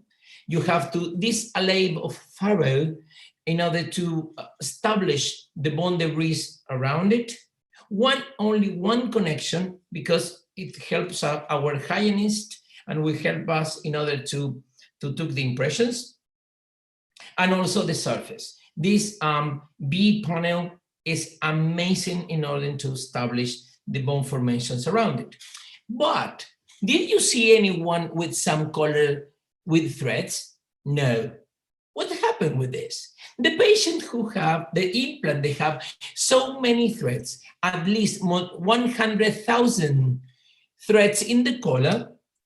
You know what happened? They have an irritation there and let you to take your type out and let the bacteria come in, and then this bacteria, the patient cannot degrind it. And what happened, at least, you lose bone. That's the reason you need an implant with a smooth collar. And then you must use a very nice and open abutment in order to establish the soft tissue. This paper that we published in 2015 explained that if you have a very nice wider profile abutment, we help and influence on the width and the orientation of the collagen fibers. This platform switching abutment stimulates the oblique and perpendicular collagen fibers, increasing the widthness of this soft tissue. That's the reason because you need to use this type of abutments if you have, and if not, you rebuild. We go back to the clinical case. We did the instructions. We take the antenna for my Wi-Fi, and we have a huge hole there. What we're going to do there, you make the hole of the 8 implants. Then we prepare with the second drill, with the pilot drill. And we finally placed our definite implant, our 8 implants in the upper jaw. This is the situation, 2 in the central, 1, 3, 6, 7, in order to protect the whole maxilla. And then this is our Bioner implant. This is a 5mm implant. Here you have all the 8 implants placed in the maxilla with a huge amount of defects surrounding them. We prepare the tooth grinder. We grafted this area. First of all, we control if all the implants are monitorized by our implement with the Ostel Mentor. And we decided to use our TR implants for this clinical case. We make the hole in the same way as the 10 definite implants, 6 different holes, 6 different beds in between our implants. We have at least more than 3 to 4 millimeters in between of them. We have enough space to put the temporary ones. And we use this F2 burr, and we place the temporary implants in between of them. Sometimes the bone is so tough, you can use the other device in order to place the implant. And you have to leave the Polish collar of these temporary implants out of the crest of the bone, and the definite implants 2 millimeters below the crest. These differences in between the red and the blue arrows let your implants, your definite implants, heals alone without any loads. This is the situation. This is the definite implant that you have on the left, and this is the temporary implant that you have on the right. You can see how is the position of the temporary implants in this area. We need to fill it up all these holes, all these gaps with our teeth. We are a protection area with all our dentin grinder, and you need also to compress the material, not so much, but if you compress this type of material, you can increase the amount of new bone formation surrounded all our implants. Also, how much is the the grams and the compression force that you must do it. The huge amount that you can also have in your hands is at least more than 200 grams. It's not so much, but it's enough to compress the material, to let the blood vessels comes into, and then they integrates your biomaterials in between.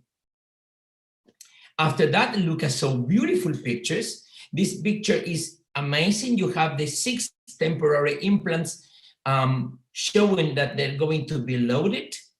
The whole bridge was completely filled with our teeth. This is the situation. You have 8 definite implants, top DM in the maxilla, and we have 6 temporary implants protecting them. We did the stitches, and after the stitches, we can put the rubber dam protecting the gum, and then after we check it, we use this splint, this stent, in order to create the temporary ones, and we put an extractor 3 or extractor premium, it's up to you. All the resins that you use is so easy to be done. We put it into the stent, and when you see the blood coming, it means that this resin is ready to be cleaned. You can clean it, you can take all the small piece of particles surrounding the teeth and leave the patient to the house. This will be the situation. You check the occlusion, and this is the final X-ray at the end of the surgery. You can place the 8 implants on the top, and you can put 6 temporary implants, which are supporting the loads on top of these temporary implants. Most of them, because these surfaces is very interesting, and also is the same like the definite implant, some of them get have an also integration. And what do? You cut only the head of these temporary implants, and you leave the threads inside the bone if you cannot take it away. But in my hands and in all hands, it's so easy. You can take this implant, you pull out after 3 months, because they are not so they're so thin for the load of the masticatory forces. The definite prosthesis made in zirconia for this patient is beautiful. My lab technician worked done on this, and then you can see this amazing thing. It's the beautiful prosthesis. Sorry, because I have to clean. I don't know what's happening with this. In my presentation, this line, I don't know what I did. Well, okay, we will follow. And this is the, okay, we can, sorry for this. And the final restoration is now beautiful to be placed. And you can see the contour of the gum, the protection of this gum is made up by our gum, and also made up our teeth grinded that we place on top of them.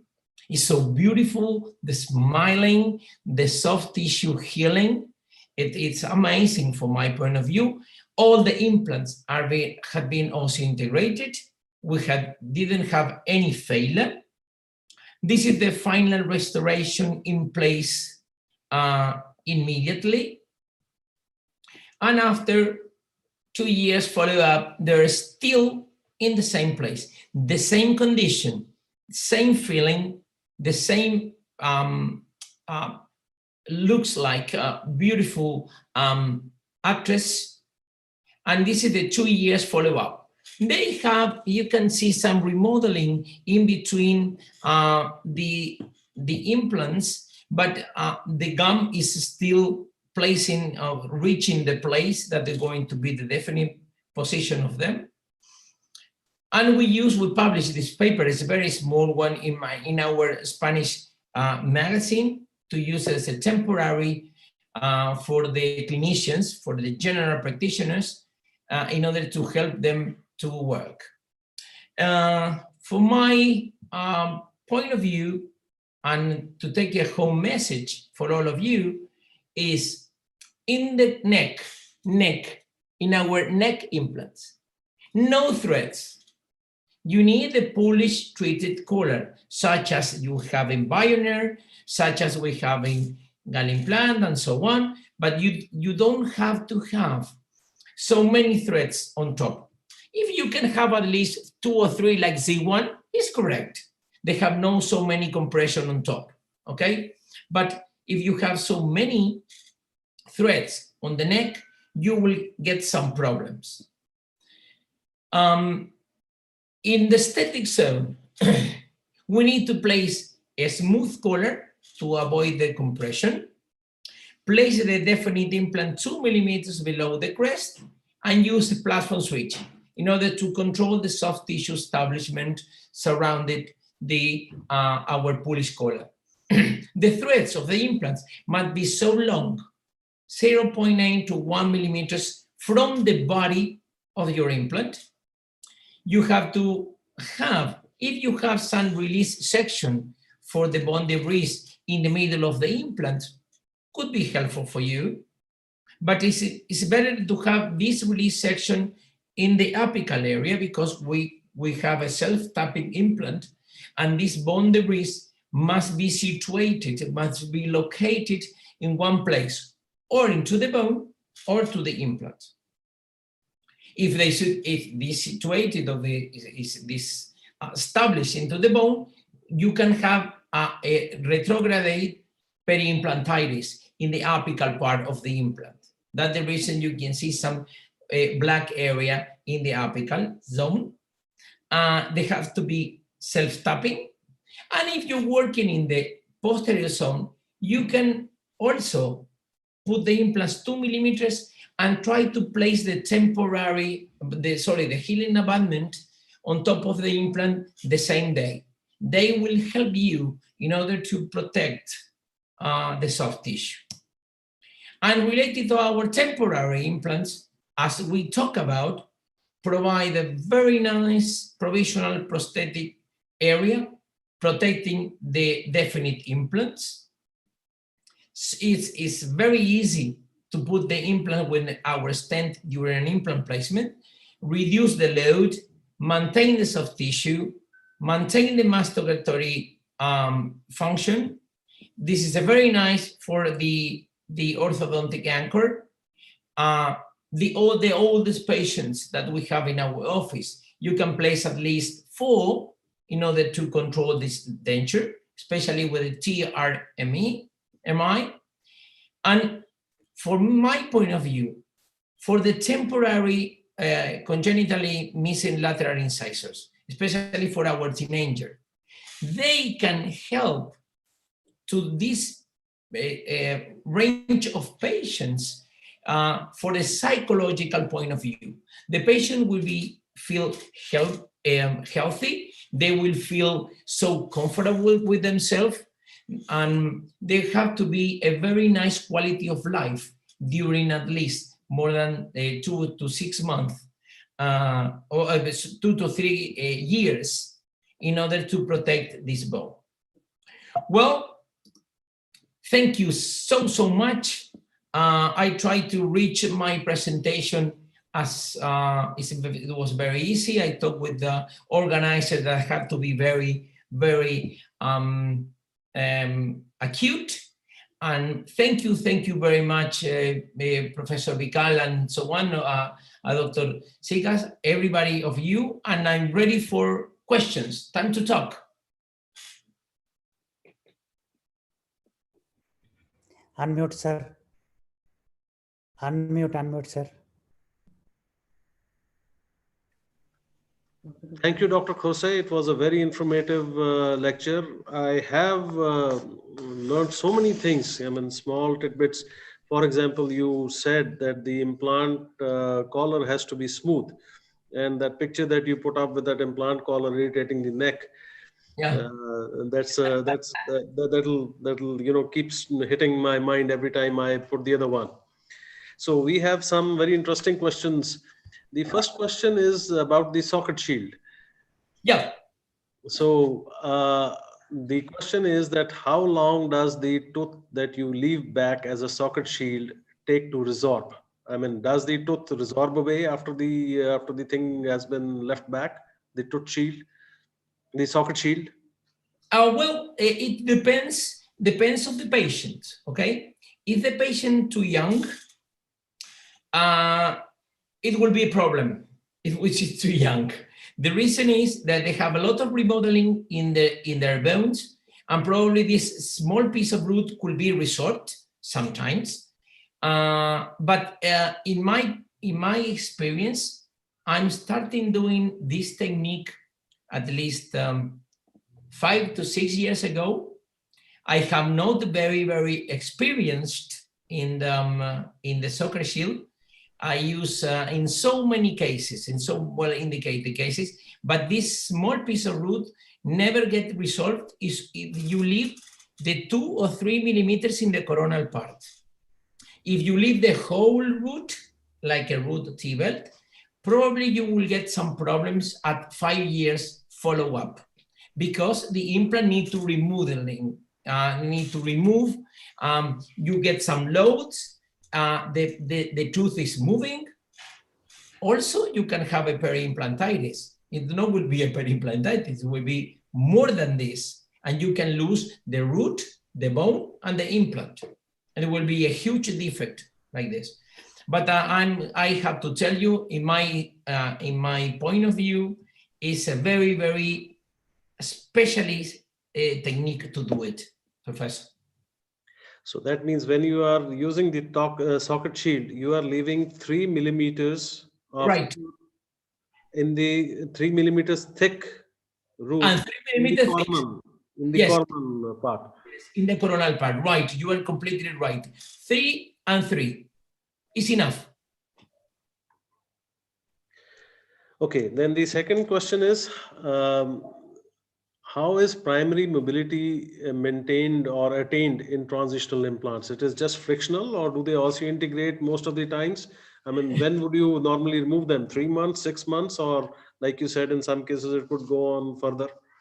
The temporary implants, it's like an emergency light. You know, after 3 months, they began to move. Most of them, especially when you place in the maxilla. But in the lower jaw, never move. You have to pull out. With different devices in order to take them away, because they osseointegrate. They have a partially osseointegration. But if in this case you cannot leave it, you can cut the crown, the Polish area of this abutment, and you leave the other part of the implant inside the bone. If the patient is so old. But what I pick it up a forceps and do an extraction. They have 2.7 millimeters, it's so thin, and you can move. It's very easy. This is not necessary to remove the bone. You can take it away. They have some collagen fiber that you can leave it, and it heals alone. Okay, the third question is an interesting one, and that is maybe a different concept. I know of so many people who would be using temporary prostheses over definitive implants. Yes. I mean, would you prefer to do that, or would you be given if you would be given a choice, you would always be using transitional implants? Why not a temporary prosthesis over well fixed implants with good torque? Oh, nice. It's a nice question. I'm very tricky, because most of the patients have their own dental, denture, their own denture. Some of the loads that you can go on top of the soft tissue might be very, very high. And sometimes if the implants are placed in very soft bone, this denture will be very harmful for this bone and you can lose the implant. I try to use it because they are not so expensive. They are so cheap, those implants. And you can put 2, 3, or 4 and you protect them. This is my point of view. In all my cases, I try to use it. Also, you have, for example, a lady, you lost 3 or 4 teeth in the upper jaw. I put 2 implants, 2 definite one, and put 1 in the middle with the bridge, for example. And you can leave the patient with teeth, only for smiling, not for eating. They're for landscaping, for rafting, for everything, but not for eating. It's only for smiling.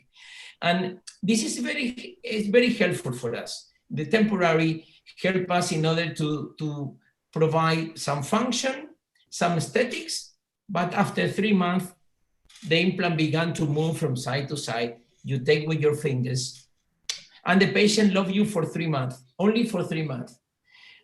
Then they will love you after you put the prosthesis. But I agree with all my fellows that they use a temporary denture for at least 2 or 3 months. Yeah, that was my next question. I was just also wondering, now let us suppose you put up a transitional implant and the transitional implants, they did not work, or for some reason you could not do it. Maybe it just is adding on to the cost. How confident would you be putting a temporary denture over definitive implants that you've just put and implants which have yet not osseointegrated? Oh, it's a very difficult question to answer. In my point of view, you can leave it the patient with a temporary one, with some tissue conditioning, soft tissue conditioning, and this is we have to pray every day after you leave it, and it's I don't know how to answer you like this, but in my point of view, I love to use the temporary ones. But most of my friends use completely dentures for them. And could you also share the experience of most of your friends? I mean, would they do they experience that the implant failure rate goes higher if you use a denture over a definitive implant that you've just put? I mean, is there an increased rate of or chance of losing the implant if you put in a denture? Yeah, yes, always increase. I have one friend of mine who put at least more than 800 implants per year, close to my office. We always share the knowledge in between. And when Bionair developed this temporary implant, he fell in love with them because he didn't know what happened when you use a denture for 3 months. Eating, especially men. The women are so responsible. They have 6 senses. Women are completely different than us. We are a little bit risky, The women are so straight. You don't have to eat. They do not eat. You don't have to do this. You don't do it. The women they are the best in the world. But we are so different, especially when you have a man who is a truck driver with a huge mandible like this and say, you have to use only the denture, only for smiling, only for driving, but not for eating. It will be the answer of this patient. Go and drink some coffee, My friend have at least more than 3% of the patient with a lot of failures, especially in the back area of the upper jaw. And he didn't know what happened. She say, I placed the implant, there was a lot of stability. He didn't monitorize with the hostel, but he said, it was so tight. Insertion torque 50, perfect, very good. But at least after 1 month, the patient, the implants comes away and fall down. And he didn't understand why. I tell you the truth, the load that is pushing you every day in the back sometimes push the bone to expulse the implant there. Yeah, that especially happens for the maxillary first molars. That is my experience. I agree with you completely, 100%. Yes, sir. And the last question that I have is, how long does the temporary processes that you put over the temporary implants, in your experience, last? Because many people find that even if they are using, top of the line, materials to do it, the temporary processes would fracture. And what do you do if you have to take it out? I mean, if the implants by 3 months are moving, so if the thing is fractured, and if you take it out, you may be actually pulling the transitional implant along with it. Yes, I How agree. often do you find that happening? Well, it's so common, especially when you place so many implants in the upper jaw. They fracture one of the side, always. And one of the implant began to move. What I do, I took this other part that is still in the mouth, I cut it by pieces to avoid the temporary implants move. I put the stent, the plastic stent again, and I made a new denture, a new temporary, for at least another 2 or 3 months, and said the patient, and tell the patient that this area you cannot eat. I put it like a cantilever, okay, a very small one, only 1 or 2 pieces, only for smiling, but it's enough.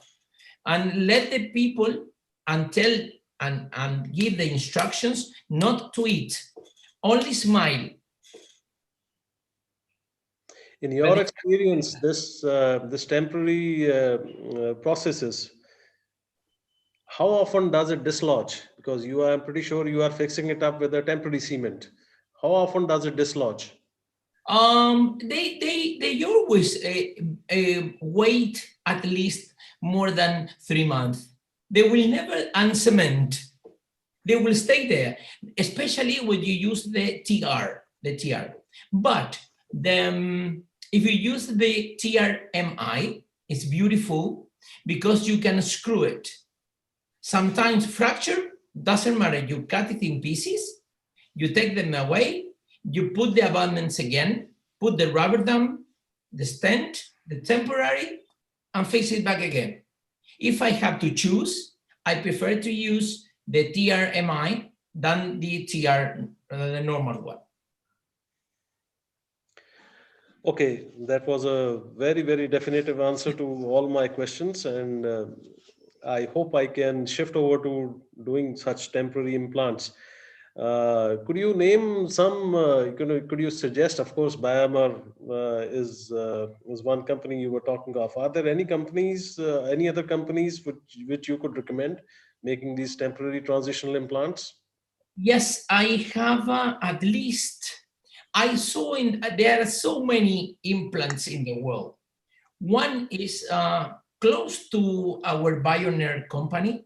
It is Bego. They developed, the German company Bego developed one of them. It's very nice. They have a it's a metal cap on top of the temporary ones. They have another company here in Spain. It's called Fiacom. I don't know it's the name. It's a new one. And they have so many others ones, but the other who developed this transitional implant, they have so many threads in the neck, okay? And I don't like the threads. I love to be my tie, it looks perfect in order to reduce the problem with my neck. But there are hundreds of temporary implants in the world. Not all works perfectly, but it's beautiful. Okay. So I think that that finishes and exhausts all my questions. It was wonderful, listening to you. It was excellent, discussing things with you, and it was great, attending to this entire session, which has been so painstakingly put together by our dear friend Dr. Vikas. So hats off to you, sir. It's a colossal effort. It is very difficult to get, like I was talking in the afternoon, it is very difficult to get so many people on the same platform. So it is only because of the respect that we have for our dear friend Vikas. Let me share a small fact with you. Me and Vikas are practically, class fellows. We've done our post graduation in the same institution under the same guide, and we are very, very close friends. He had been a great support to me too. And Lovely. I am fortunate. Dr. Vikas wrote the foreword for my book. Yes, I'm very fortunate. Thank you. Thank you to you also to be my coordinator. Thank you so much. God bless you. Thank you. God bless you too, sir. So over to the anchors, please. Thank you, Dr. Kalsi sir, for your gracious presence, and Dr. Jose Calvo sir for making this complicated subject so easy for all of us. Thank you so much, sir. Now, Thank you. Thank you. Thank you, sir. Now we would like to invite our worthy principal. Sorry. Now we would like to invite our worthy professor and organizing secretary of conference, Dr. Amit Goyal sir, to present the vote of thanks. Over to you, sir. Thank you, Dr. Parul and Dr. Ria. Well, good evening, one and all. Well, we had a very engrossing, academically oriented, and heartful presentation by eminent periodontist and implantologist, Dr. Ghose, Dr. Nymphia ma'am, Dr. Ashish Jain sir, Dr. Baljeet sir, and our own Dr. Divya Malhotra sir. I thank them all for sparing their time and sharing their views with us. I'm thankful and indebted to our moderators, Dr. Kalsi sir, Dr. H.S. Grover sir, Dr. Anil sir, Dr. Sanjeev Jain sir, Dr. Ashutosh Nirola sir for contributing to these presentations with full vigor. And I'm very thankful to the participants from various colleges from different parts of the country, and I do think they must have benefited from these presentations. Not to forget a word of appreciation for our management of SDC and Director Sir Dr. Anil Singla Sir, and Director Sir and Professor and HOD Dr. Vikas Jindal Sir, who is always full of vibrant ideas and also goes deep in thrashing out of details of every step involved. Also want to thank our worthy principal, Dr. Ranjan Malhotra Sir. He's the conference chairman. And I also want to thank to our co-organizing secretary, Dr. Shiva Chauhan and Dr. Malvika Thakur, and above all our PGs, because without them, this event can't be done so swiftly. Thank you all once again for being part of this virtual conference. Thank you. Thank you very much, everybody, for being on board.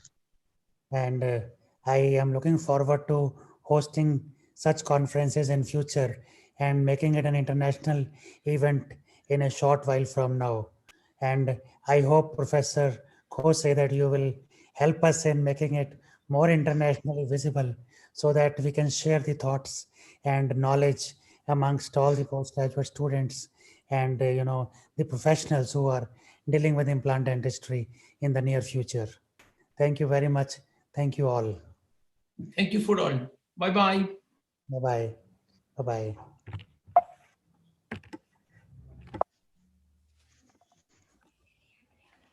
Thank you, Dr. Kalsi, for hosting this great session. Without you, I don't think this would have been possible. Sir, the pleasure is all mine. Anything that you do, मैंने अभी तो कहा ना कि जो भी आप करते हो वो आप पूरे दिल से करते हो और इतनी सिंसेरिटी और लगन से करते हो आप. I mean, success has to follow. Let me also now that we are amongst friends, our international guest has gone. Yeah. Let me also, tell you one thing. थोड़ी philosophy वाली गल है. I just said मेरे और विकास sir के guide same hand. He's Dr. and Dr. Baljeet's also, he's also done it under the same guy, Dr. A.S. Gill. So वो बड़ी बार वो ये कहते थे भी कोई भी काम आप जब साफ दिल से करते हो ना, तो भगवान ऑटोमेटिकली आपके रास्ता जो है वो साफ सुथरा और स्मूथ कर देता है. I mean, small mistakes and small things that could possibly be going wrong, I mean, they will go wrong certainly, but they are overlooked and they become so minor in face of the success that you achieve when you are working with a clean mind. And that is what has been proven today. That's great. छोटा सा effort है ये, कुछ भी नहीं है, मगर देखा जाए तो क्या है, we are just having a Zoom meeting, but look at the amount of knowledge that has been dispersed today. Look at how much knowledge has been gained today. छोटी छोटी बातें हैं. अब जैसे डॉक्टर दिव्या आज बात कर रहे थे, angled implants. Once you put in angled implants, people who start to practice implants, they are stuck up with things. So one fine day, one of the attendees would certainly be thinking in terms of pterygoid implants or zygomatic implants भी मैं भी कुछ करके देखूं, क्योंकि कोई कर रहा है, एक रोल मॉडल बन जाता है ना. So it's a huge and a humongous effort, Dr. Vikas. Good luck to you. Continue to work with the same zeal. Dr. Ranjan, Dr. Amit Goel, Dr. Shiva, everyone. The lectures today were just fantastic. Dr. Baljeet's lecture, there was a small glitch, but look at how much information he shared. Yeah. I mean, you put in the best implant in the world, you put in the best, grafts in the world, but if you are not maintaining them, you have problem on your hands.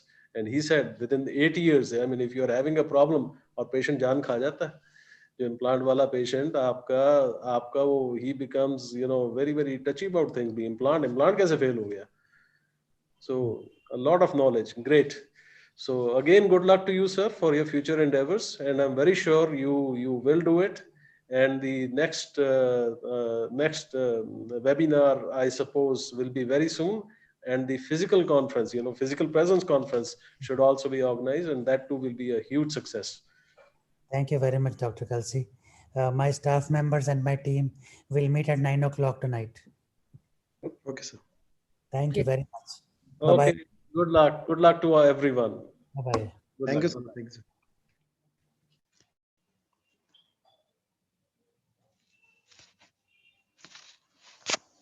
sir.